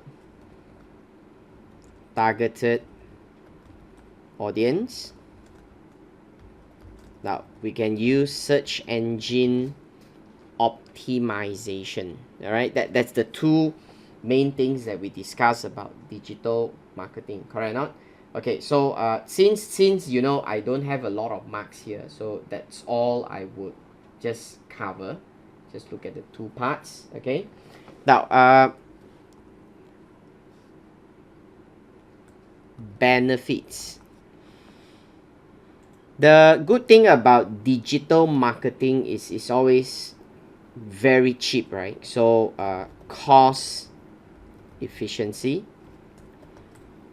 Now you know the whole idea of digital marketing can also incorporate with e-business or e-marketing. For example, you can talk about intelligent and interactive. So intelligent and interactive. All right. Now that's basically something that we can add on to the benefit, and then you can talk about how this will appeal to the young generations, but we can leave that for the social media later on. Okay, now let's come to the speaker's note. Now, first point. Okay, digital marketing, it's about implementing marketing strategies via digital effort. Now, mainly BCO can promote its content by using various platforms. Like, now you want to give example, you can give example like Google as a search engines, for example. Okay, and then like Instagram, social media platforms, and so on. Okay, now if you don't want to give example, it's fine. All right, you can just say through search engine and social media platform, so you don't even have to quote the example. All right, now you can promote your content. So what is the benefit? Now the sponsored content strategies through digital marketing are more flexible and therefore more effective, where it can customize and define its target audience. Now, for example, for instance, the ad design that suits the younger generation will only be served to digital users of that age group.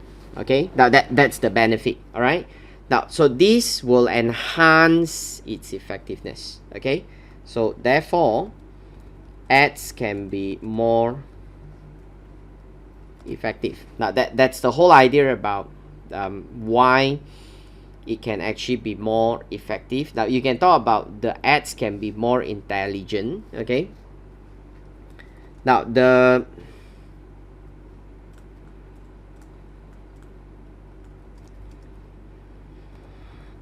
ads and marketing efforts can be more interactively designed, like having auto respond chat bot where users can immediately get a reply. Again, this can increase success rate in conversion, like getting donation, selling your park tickets, or even subscription to your online education. So you see, there's a lot of things that we can say, right? Because honestly, this part, it's something so common and so simple. All right, so take note that your slides here, you only have 15 marks. So you have to understand that each part of you will only want to aim for five marks. So don't overdo, all right, and don't underdo. Okay, now so we already talked about the slides. So the points are there, what is it, and then the benefit. All right, so I've explained the benefits. I've talked about what is interactive. Now let's talk about what is intelligent to just finish it off. Okay, now then we also see that with the use of data analytics, digital marketing can be more intelligent, where BCO can use the data collected to design even more targeted and effective marketing strategies. You can give an example, all right?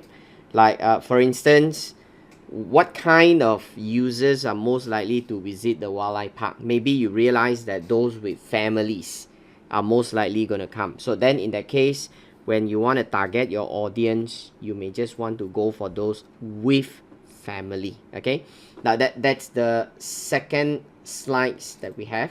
Now, so we've talked about digital marketing. So earlier we talked about online. Now we are going to the last one where they say social media presence, right? So they say the third thing that they want is social media presence. Now, what exactly is a social media presence? Okay, so this is basically to create a digital footprint of BCO identities in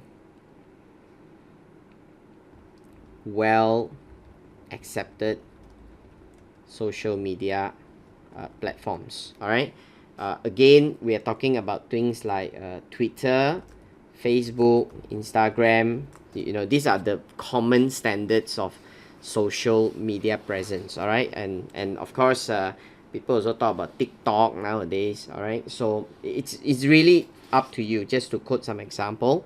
Now, and the whole idea of why we want to have a social media presence is because, number one, we can allow a more real-time updates with various multimedia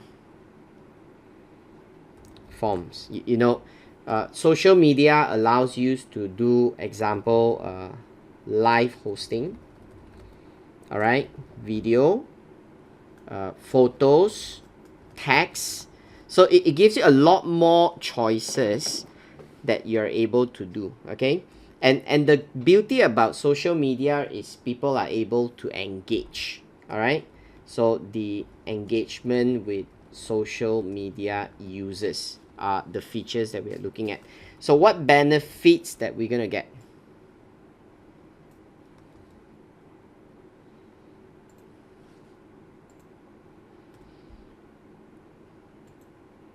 Now, one thing it is basically a free way of reaching out to your customers, because it doesn't cost you money to have social media. You can say it's free, all right, or it's low cost, like, if you want. Okay, some people say it's not free because you still need to get people to structure it and get it up. I remember Malaysia many years back. It's really many. I can't remember exactly which year, but I remembered that we have a minister who pay people 3 million or 6 million to set up the Facebook for the Cuti Malaysia Facebook. So they got people to set it up and manage, and then people are questioning why you need to pay so much for a free thing, but you know, exactly, you still need people to manage content. So I believe there's something there, but I still think it's a bit expensive lah. Whether corruption is there or not, we're not sure, but we can see the benefit is it's cheap. Okay, it's cheap, it's free. Now it can also allow us to reach out to a wide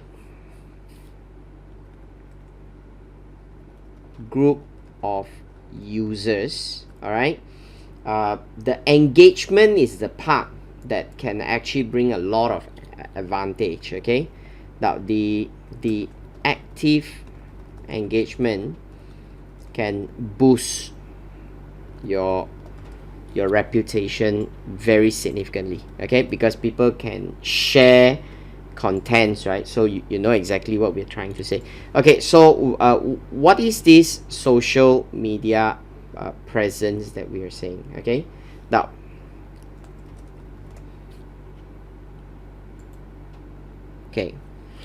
in this digital generation, users have smartphones and many have social media accounts. Okay, so social medias have functions like follow, okay, or like page, example, where it allows the social media accounts to update their followers any new activity or new posts. Okay, now this is an easier and cheaper way to attract their attention, therefore reaching out to them. Now, you don't expect your customers will go to your website every day, but by them following your page, the moment you update, the page will immediately inform them that there's a new update from this guy.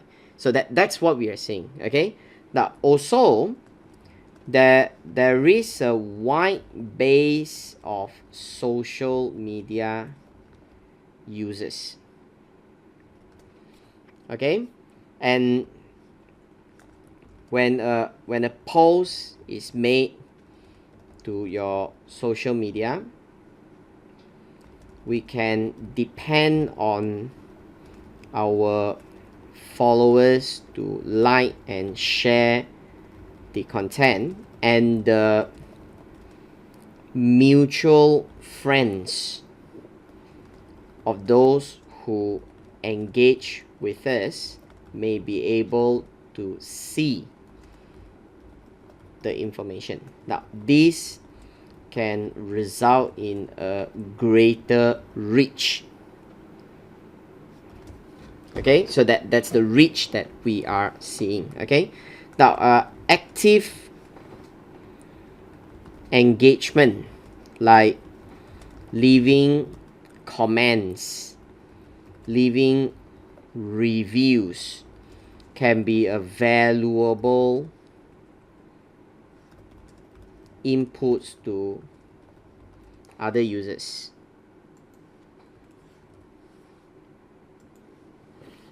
Okay, so if BCO can maintain a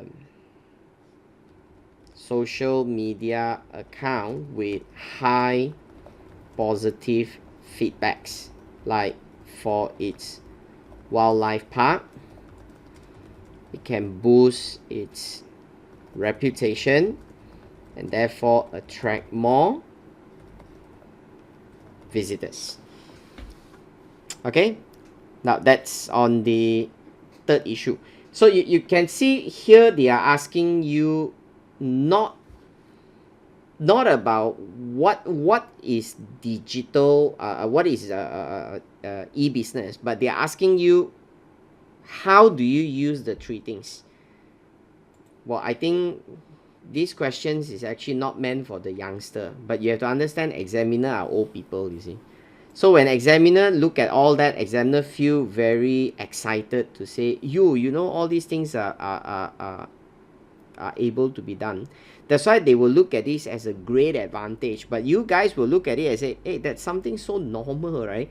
Yeah, so that's why they are writing something in the exam that is exactly what you're experiencing. So I find part B, to me, it's a bonus mark for you, you know. It is really something very simple if you know exactly what is social media, what is online education and stuff like that.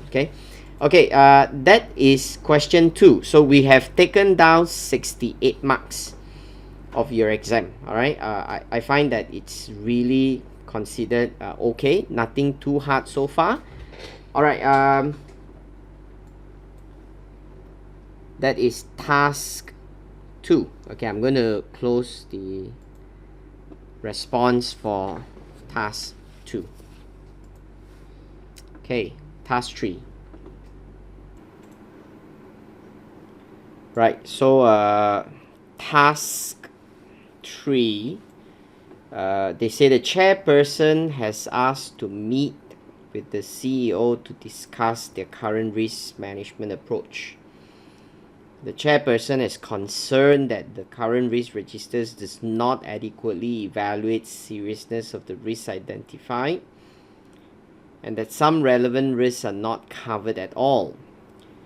He is concerned that risk mitigating activities are inadequate. Now, some relevant risks are not covered at all. It's basically suggesting the incompleteness of the registers. So not sure if later we might have to touch on that. Okay, now he's concerned that the risk mitigating activities are not adequate in light of the changes and events in the external environment. So the CEO disagrees and thinks that the risk registers and mitigating activities are sufficient. So the chairperson is just overreacting to their latest financial results and the industry research report. So she's asked you for your assistance. Now, so you're asked to write a confidential report. So like I've said to you, the word confidential has to be there, okay, to suggest that this is a confidential report, okay. Now, which evaluates their risk registers and their adequacies and highlight whether the chairperson's concerns are justified. So obviously we need now the risk registers, and we've read all the exhibit except the risk registers. So now is the time that we're going to go into the risk registers and read the exhibit. Okay. Now, 15 marks, and there's 1, 2, 3, 4 area of potential risk, and the risk register says that the potential impact, the risk mitigating activities. There's some note at the bottom. Okay, let's just run through this one by one.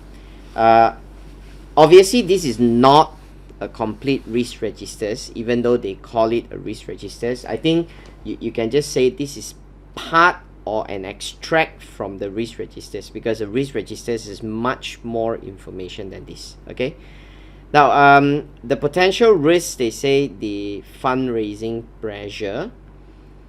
So the impact is insufficient income to cover expenditure and reputational risk of campaigns or method used to raise fund. Now, I believe this is about risk that you will not be able to get the money that you want, okay, the donation. So why is there a reputational risk? Now, is it because of that kind of hard selling method? Now, I'm not sure, okay. I'm trying to see what it's trying to say here.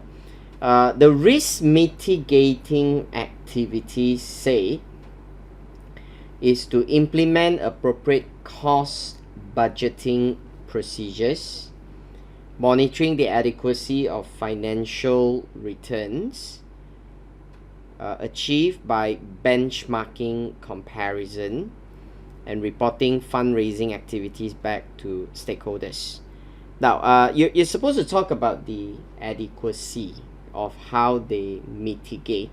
So when you look at the example of what they suggest, they say implement cost budgeting.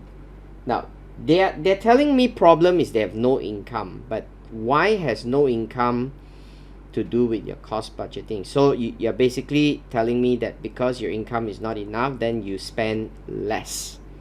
Now, you know that there's two school of thoughts out there. One school of thoughts are people who say don't spend so much so that you save up your income. Now, there's another school of thoughts that tell you spend whatever you like, but just make sure you earn enough and earn more.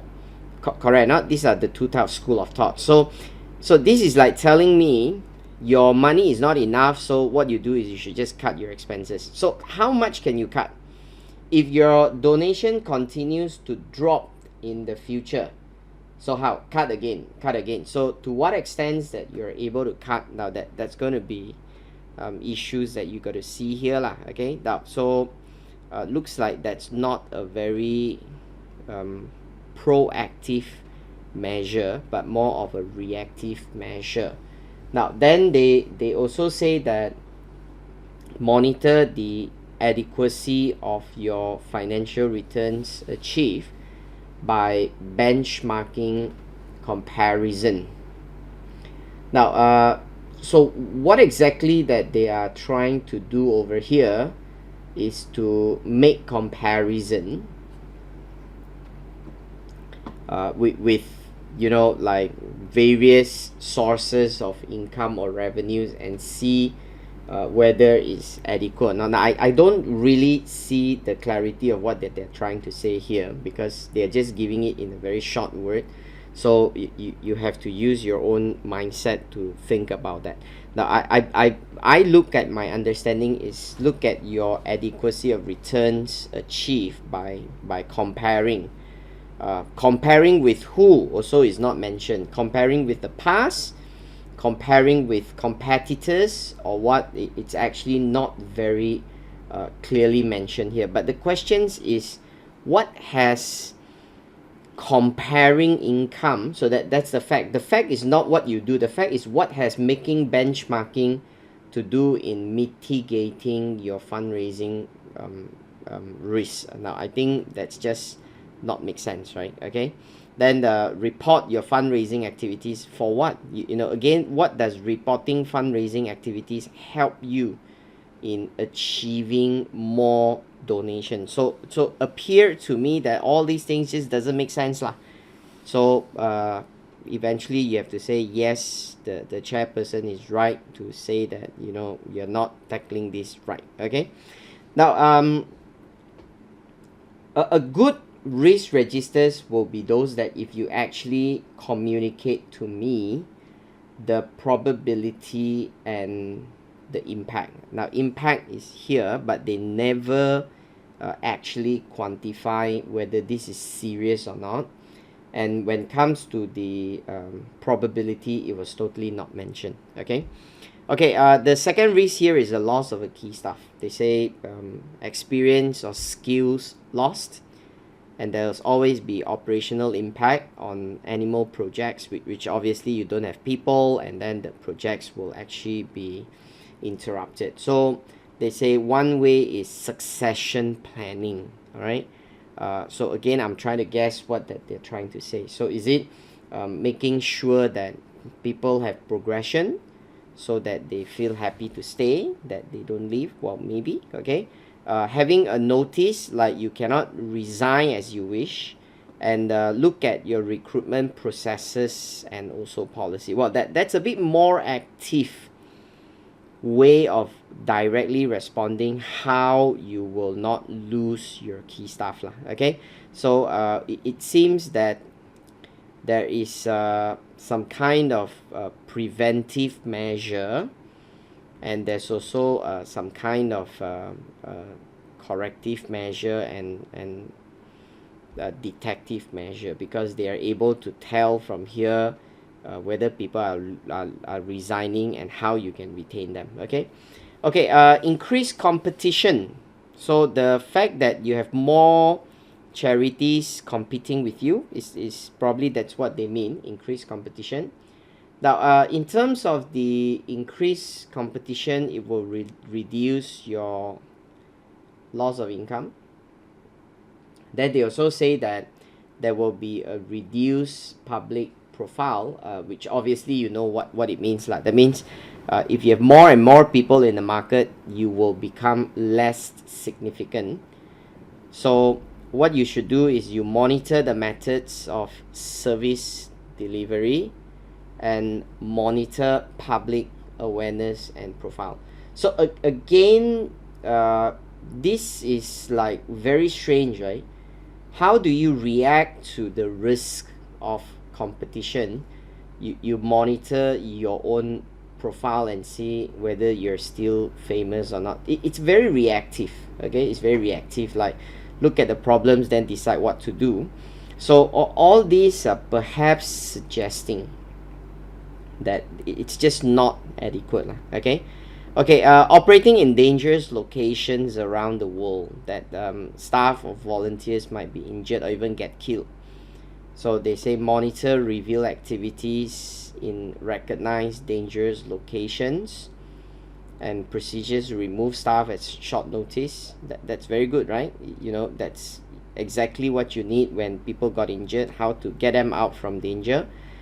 Closely work with local securities and regular training. Now here you can see another good set of example. So it seems like they're giving us two very good risk management risk response strategies, and two something like we're not even sure what they're trying to say. The risk committee is chaired by the BCO chairman and two other board of the trustee member, and the committee meet once a year to review the risk registers and the activities being undertaken by the BCO to monitor and manage the risk. Now if you think you want to even comment on this, you can, okay, but it has to be something miscellaneous lah, because why would the examiner write something here if you are not required to use it? Okay, so if you think along that line, well, you can go into that. Okay, let's go to our response sheets. Okay, my task to all these additional pointers, I'm going to delete off. Make sure if you don't need. Okay, now we are coming to answers to task 3. Okay, we are looking at a confidential report. So I just want to make sure that I stress on the word confidential. Now who are you writing the report to? It's the CEO, right? Chief, and you are the senior finance manager. The date is the same format, and then the subject is BCO risk register, and its risk management and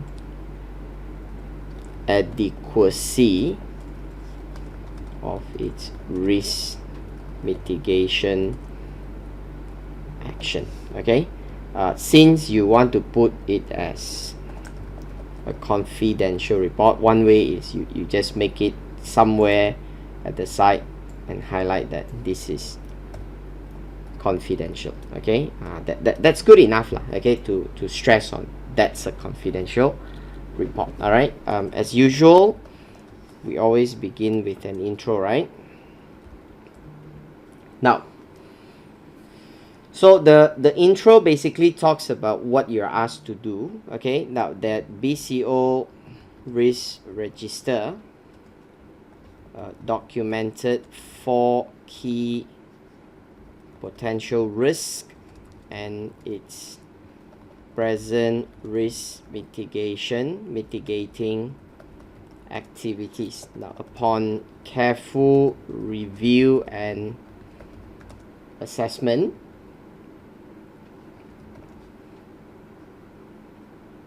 the following reports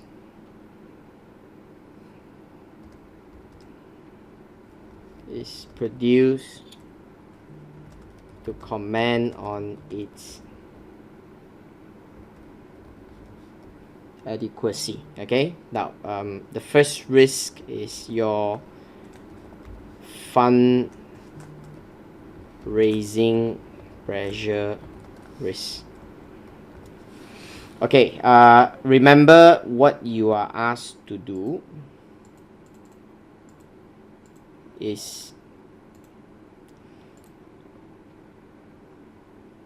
evaluate, then the adequacy. Okay, so you should talk about the risk, and then you should talk about the adequacy. All right, okay, so let's start with the risk itself.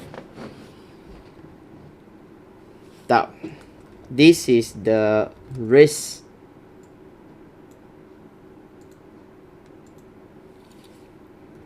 of BCO unable to raise sufficient funds to cover its expenditure. Okay, now how true do you see this risk? Okay, now from the latest financial report, we observe that BCO has to dispose one of its property to raise enough fund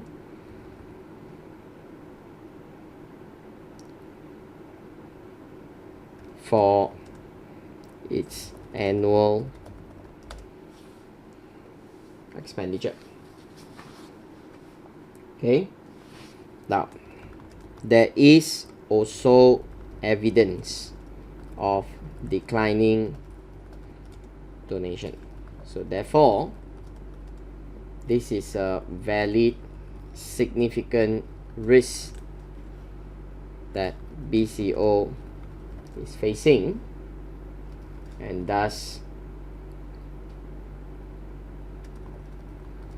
requires adequate mitigating action.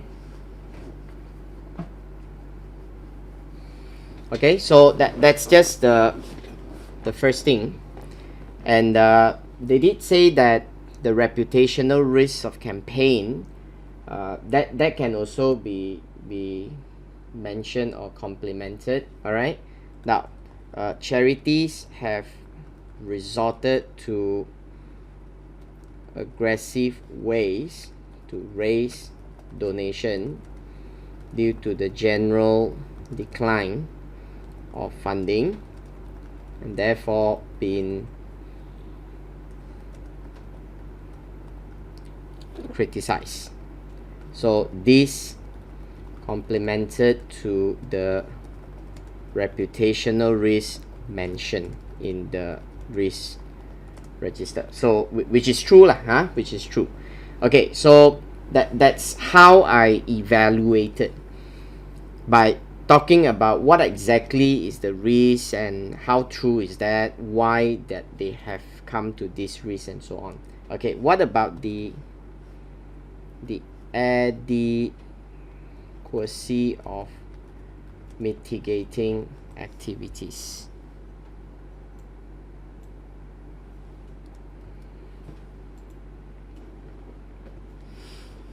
Now, measures listed in the risk register are reactive than proactive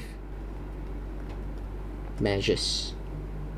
Okay, now having cost budgeting procedures is in no way going to influence the level of donation or fund to be raised. It is merely a reaction to cut spending when donation level is low. That's all that you're doing, right? Okay, you're just trying to cut spending when donation is low. Okay, now, and likewise, that benchmarking is merely communicating to us that donation level has dropped, or your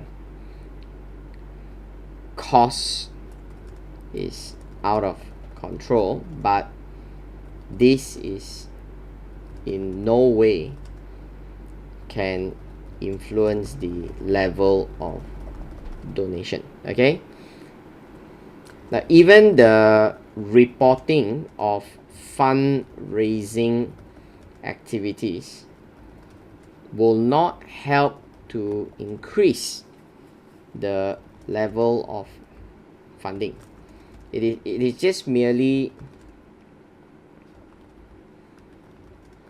a transparent policy of what BCO intends to do. Okay, now, so from this aspect, we can see no significant proactive measures being listed to counter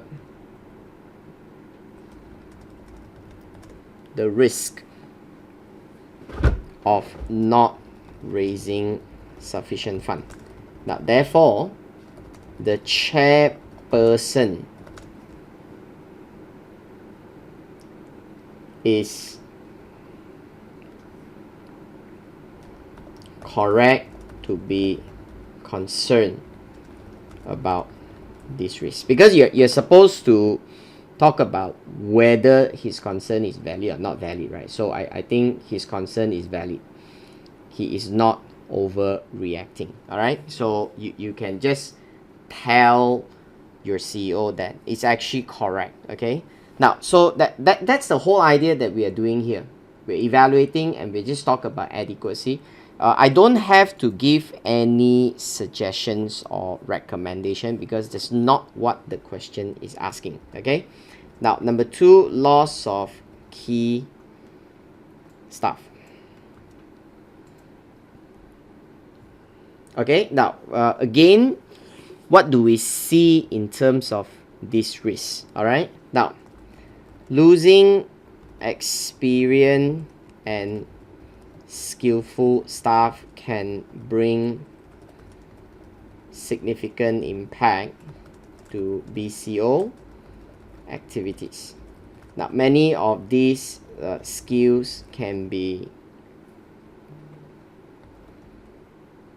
specialized to the needs of BCO's activities and can be hard to replace. Alright, so it is true that when a skilled staff resign, it can cause disruption to whatever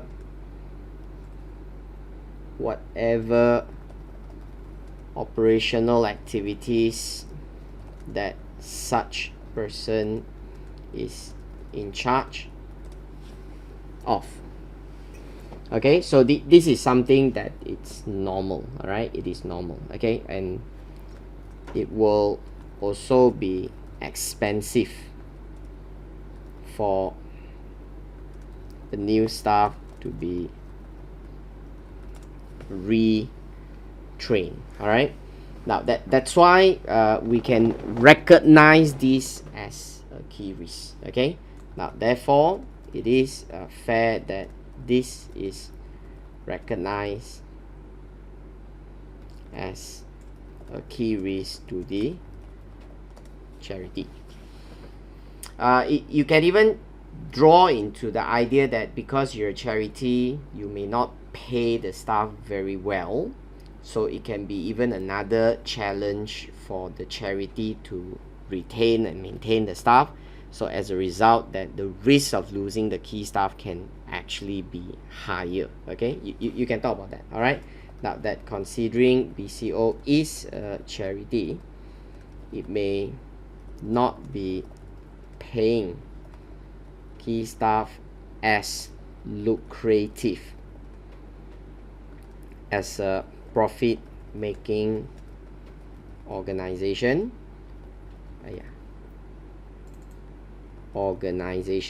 Now making the risk of losing the key staff is higher. Okay, now what about the adequacy? So can just come here and copy the headline and put it back. Okay, so what's the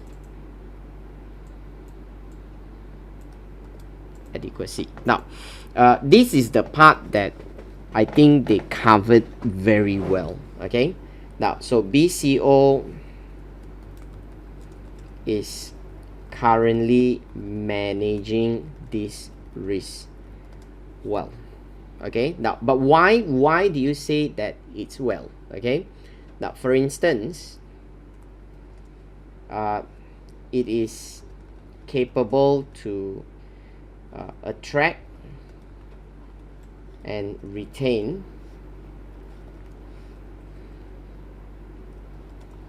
the key staff. Okay, now how do you say that? Now through reviewing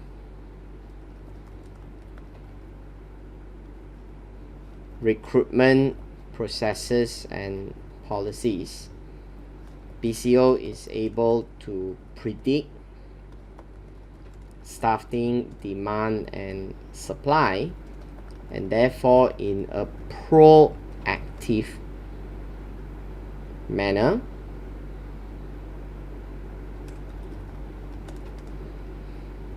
to respond to this risk, like to start seeking out in anticipating of staff leaving. Okay, now to prevent losing key staff, as a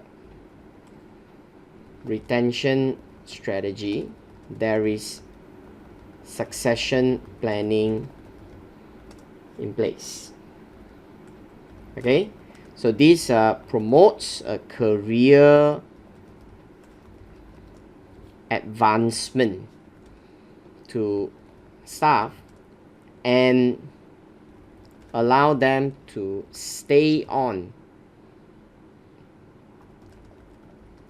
in expecting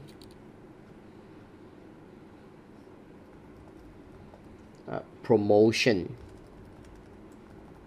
in their role. Okay, so that's something that will be good, because people want progress, you see. So if you don't have succession planning, you find it harder for you to keep them, because they may not know how long that I'm going to stay in this position and so on. Okay, now, and as a measure to mitigate a potential loss of staff, and agreed notice periods are in force, so BCO will have sufficient time to act for any potential vacancy. Okay, so in this respect, the chairperson is indeed overreacted, since this risk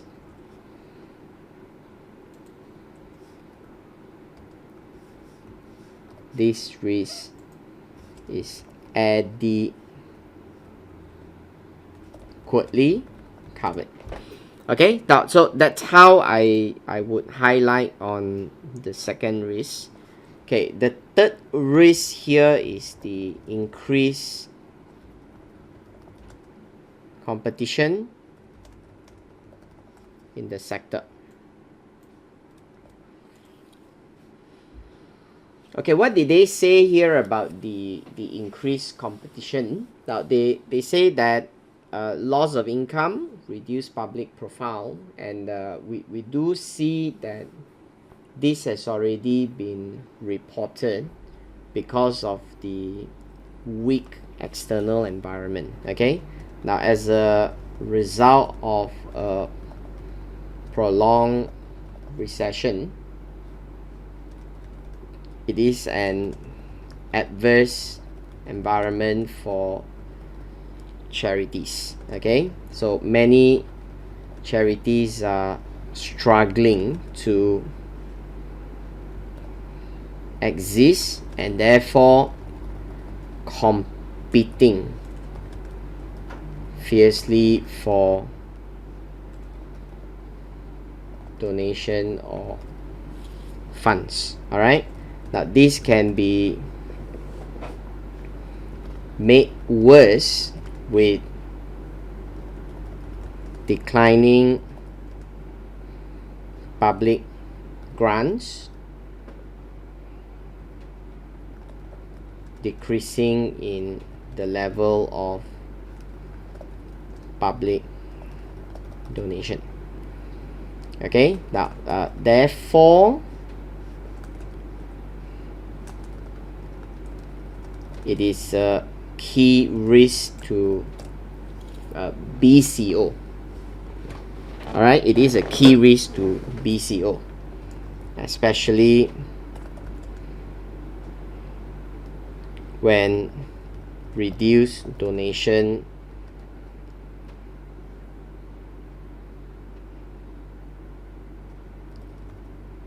is significantly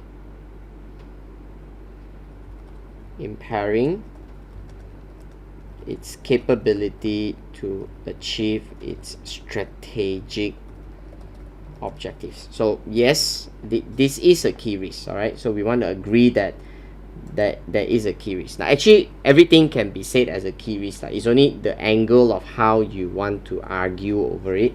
What about, again, the adequacy of their mitigating activities? Right, we see that they again look at only very reactive methods. All right, now again, in these aspects of the key risk, BCO is not taking a proactive measure, rather a reactive measure.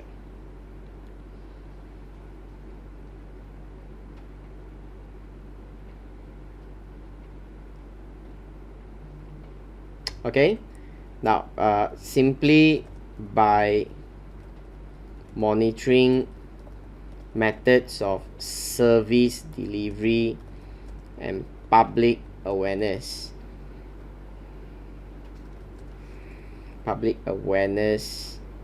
slash profile. Okay, that's what they say, public awareness and profile, would not allow BCO to identify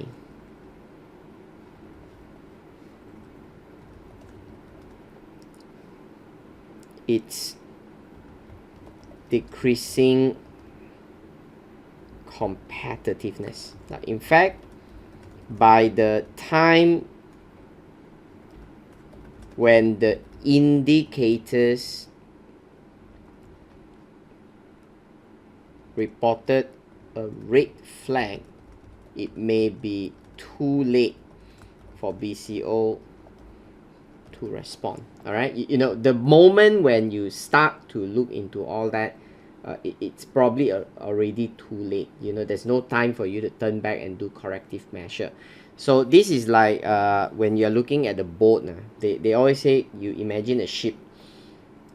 Even though the engine stopped, the ship will continue to sail. All right, because the momentum is there. By the time you discover that it's not moving and you want to restart the ship, it's perhaps going to be too late. So that's the whole situations that we are trying to say here, okay?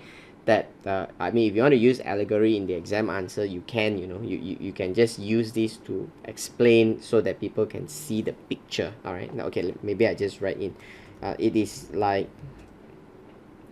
a ship engine that has stopped, yet it continues to sail due to its momentum.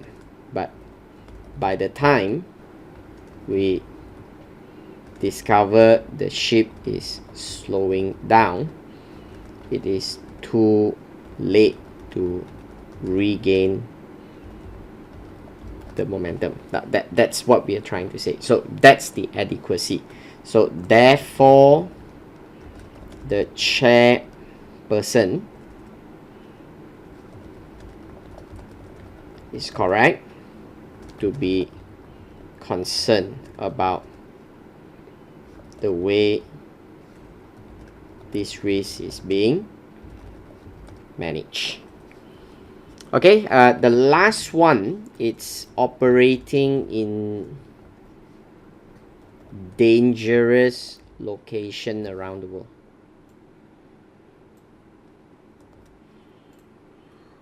Okay, would you agree that again this is a key risk? Now, I think it is, right? Okay, definitely this is a correct thing. Now, okay, I want to show you an example what I mean by when you write answers in a summary point.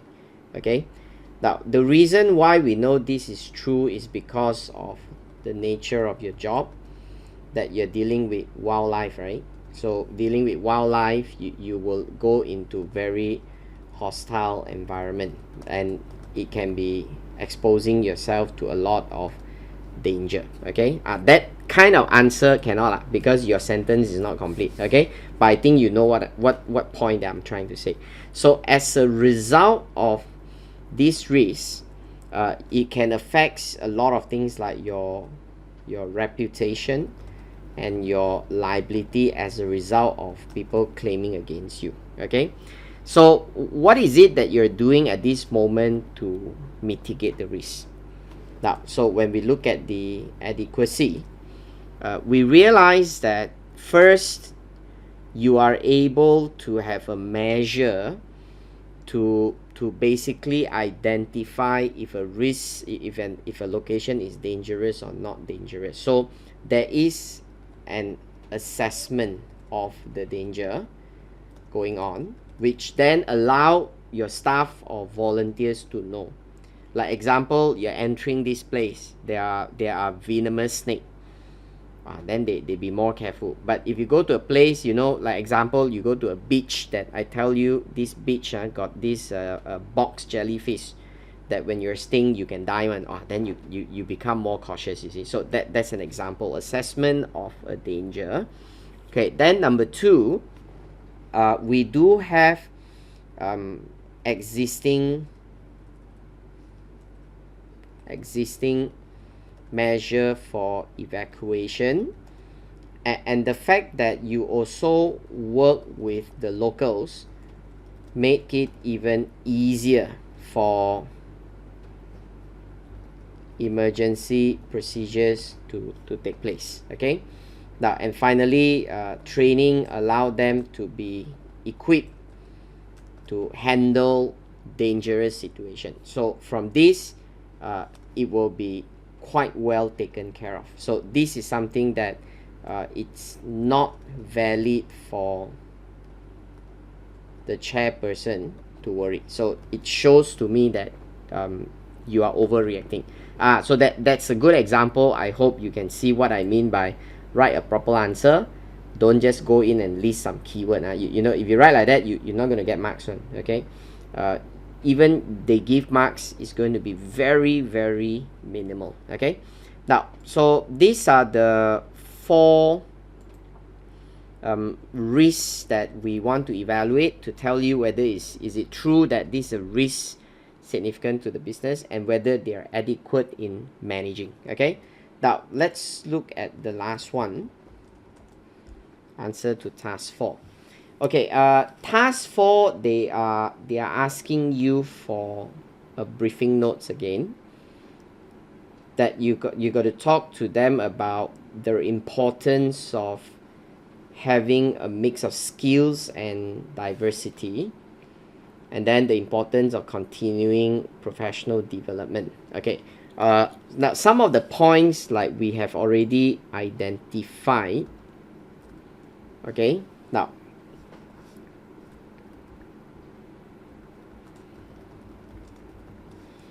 this is a briefing paper. Okay, if they ask for a briefing paper to be prepared, like they say a briefing paper for the CFO, and then here they say a briefing paper for the CEO. If you want to indicate the person, right, normally you can see in the examiner's answer, they just put that for attention of certain person. So that's what they do lah in the briefing paper. All right, rather than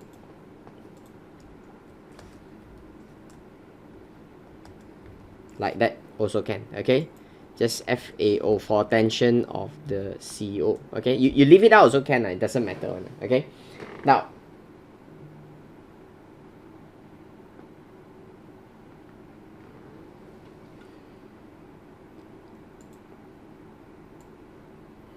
okay, this section of the briefing paper explains the important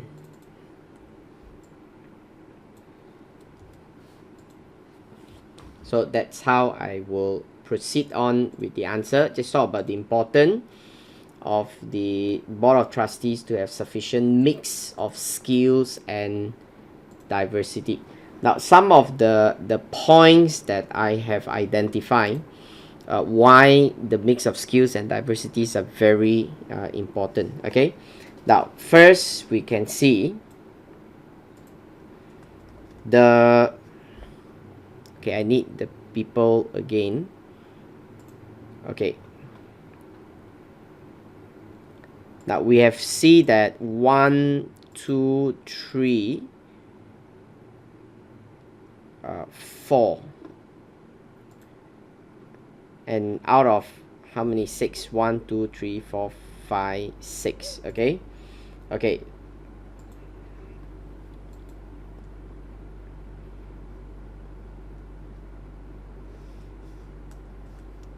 four out of 6 of the BOT members have served the board for a long period of time, ranging from 8 years to 14 years. Okay? Now, this suggests that the same individuals have remained in the board, denying the possibility of members being refreshed. Now, when you don't refresh, that means you're not changing the people, okay? So when you're not changing the people, then obviously you will deny the capability of introducing new skill or diversity, okay? Now, denying the possibility of bringing in new skill, all right, experience or diversity.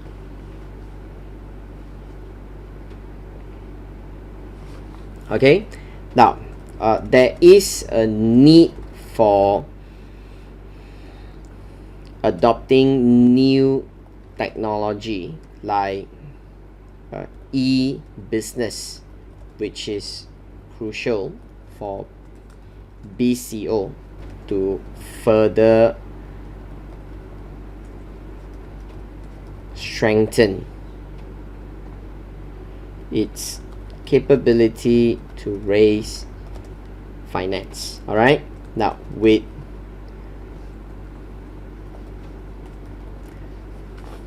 without bringing in this expertise, it can be harder for BCO to realize these purposes.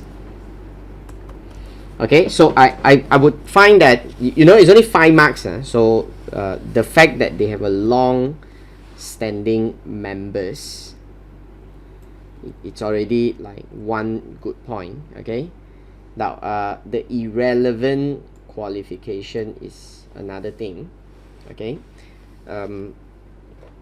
we can see many of the BOT members do not possess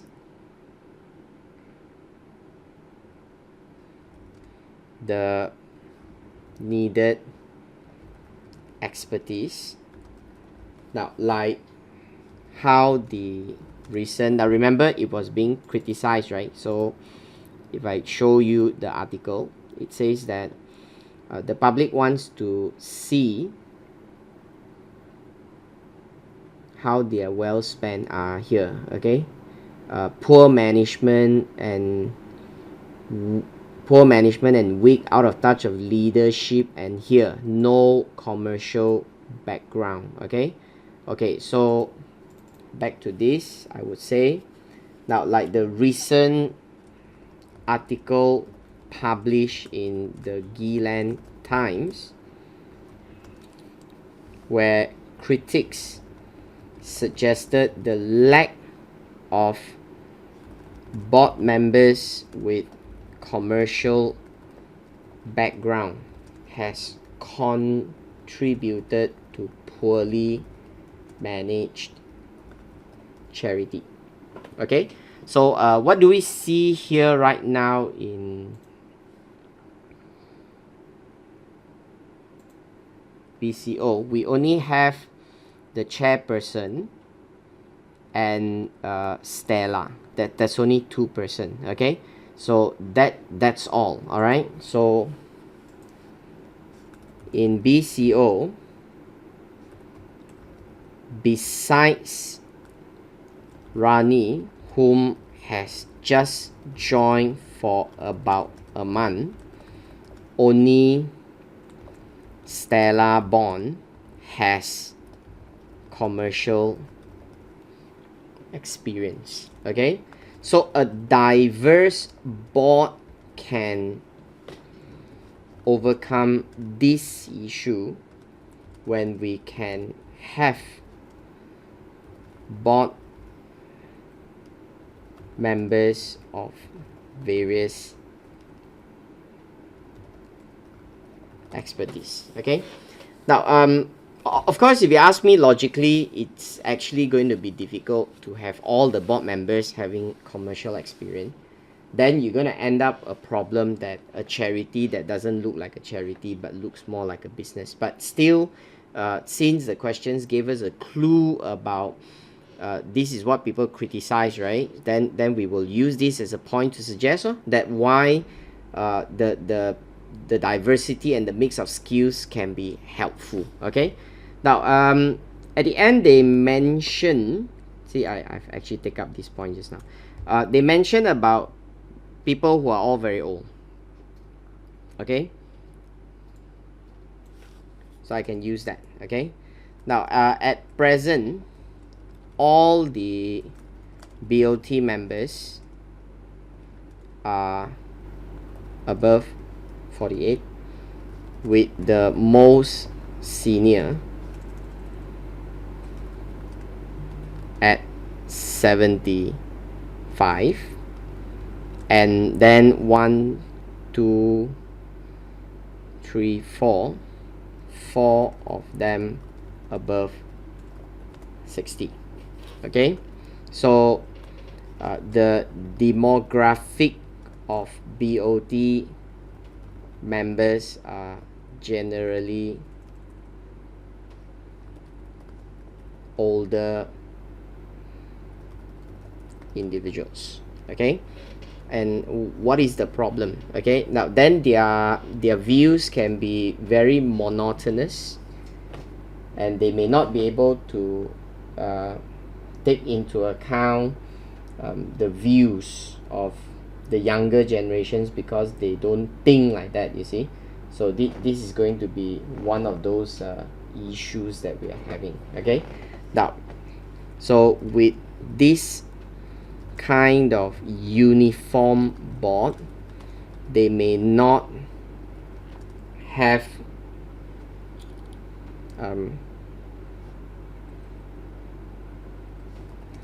the view or perspective of different age group or generation. Now this can make it harder for BCO to appeal to the younger generations.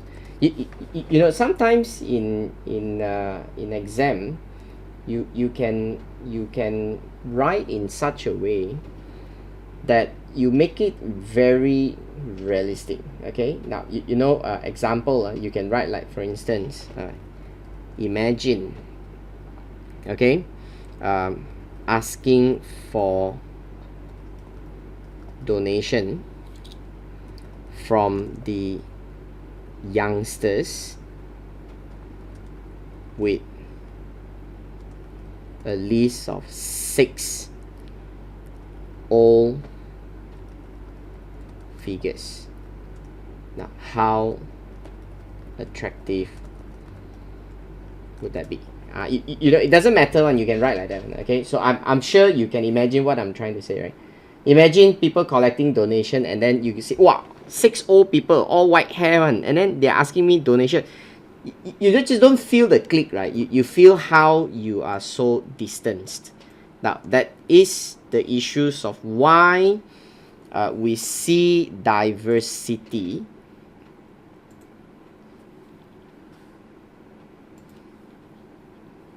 alright as something important.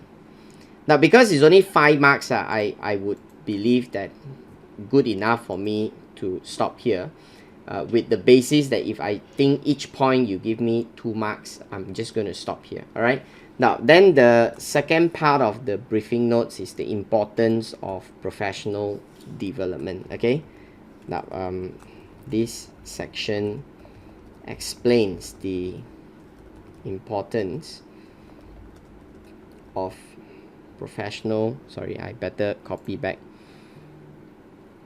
continuing professional for your management board members.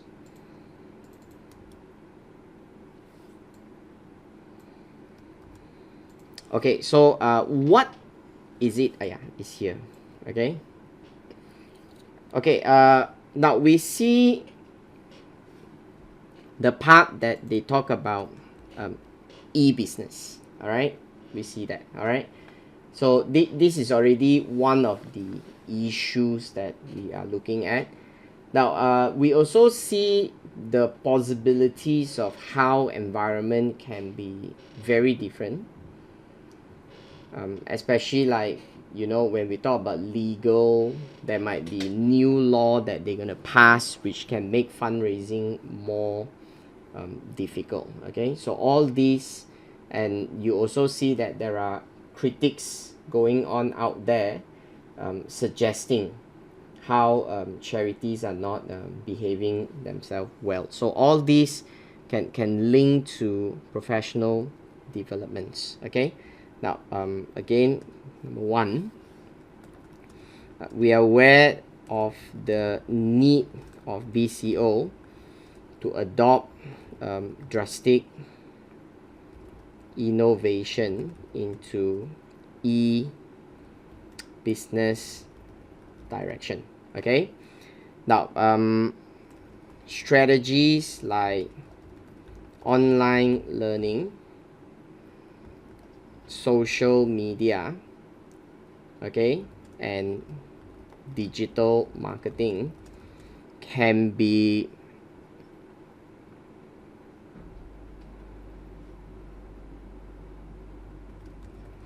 a nightmare to someone who doesn't understand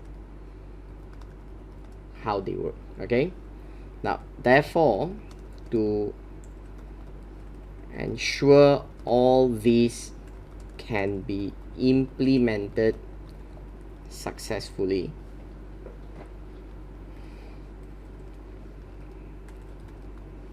management board members need to be equipped with the relevant knowledge and skill. Now, for instance, a wrong post in social media can be damaging BCO reputation. Okay, but you see, people need to understand that. So if the senior management, the board members do not see that, then they will never be able to take this seriously. All right, so only with the right skills and awareness, the management board members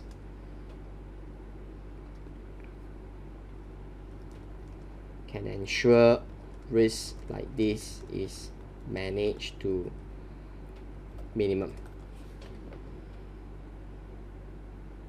Okay, so that's something I can relate to the case study, simply because we see that there is a need for e-business. That's the most obvious one that they have tell us. Okay, now then other things is obviously you can talk about the legal environment. Okay, now we also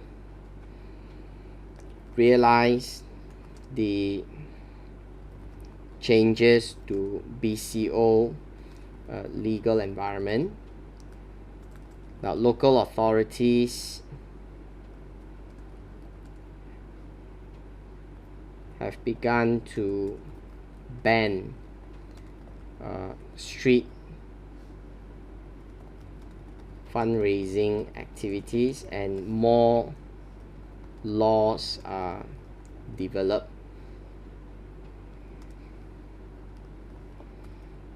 to retaliate aggressive charities in hard selling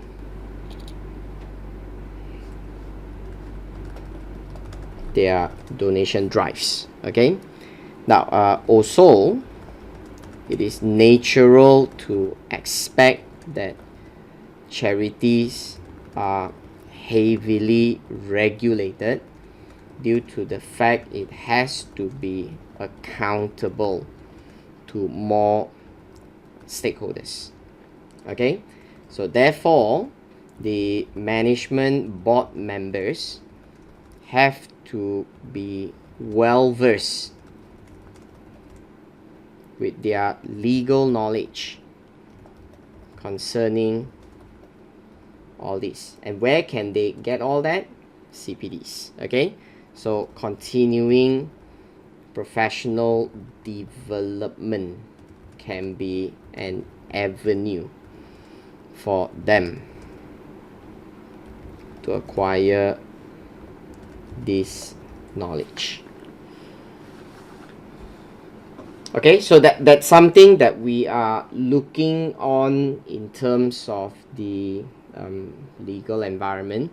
Now you can write a lot of other things that you can see is relevant. For example, continuing professional development is often a way to make directors be more effective in all things that they do. All right, so you know, CPD can just enhance their capabilities in all their functions. Now I can relate to things like their performance, financial performance, how you want to get them to enhance in terms of their cost control, so they can attend CPDs and learn and get better over that. Now you can use that as a point, you know, but elaborate lah. Okay, you can talk about example how you can use this to as part of your development, human capital development, so that directors are more willing to stay on, so that they don't feel that working with this organization like there's no progression. They feel that there is a progression in this entity. Okay, now all that can comes inside your basically reason or importance for the CPD. Okay, now with that, right, I covered sample December 2020 in the practice platform. Okay, now so my last advice again is when you go for the exam, before you go for the exam, please try it out. All right, especially when it comes to navigating spreadsheet, how you want to use it for your own advantage, all that you must try it out yourself. Then you can have the feel, you know. You cannot do it first time in the exam. You take note of that. Okay, that's it on your December 2020.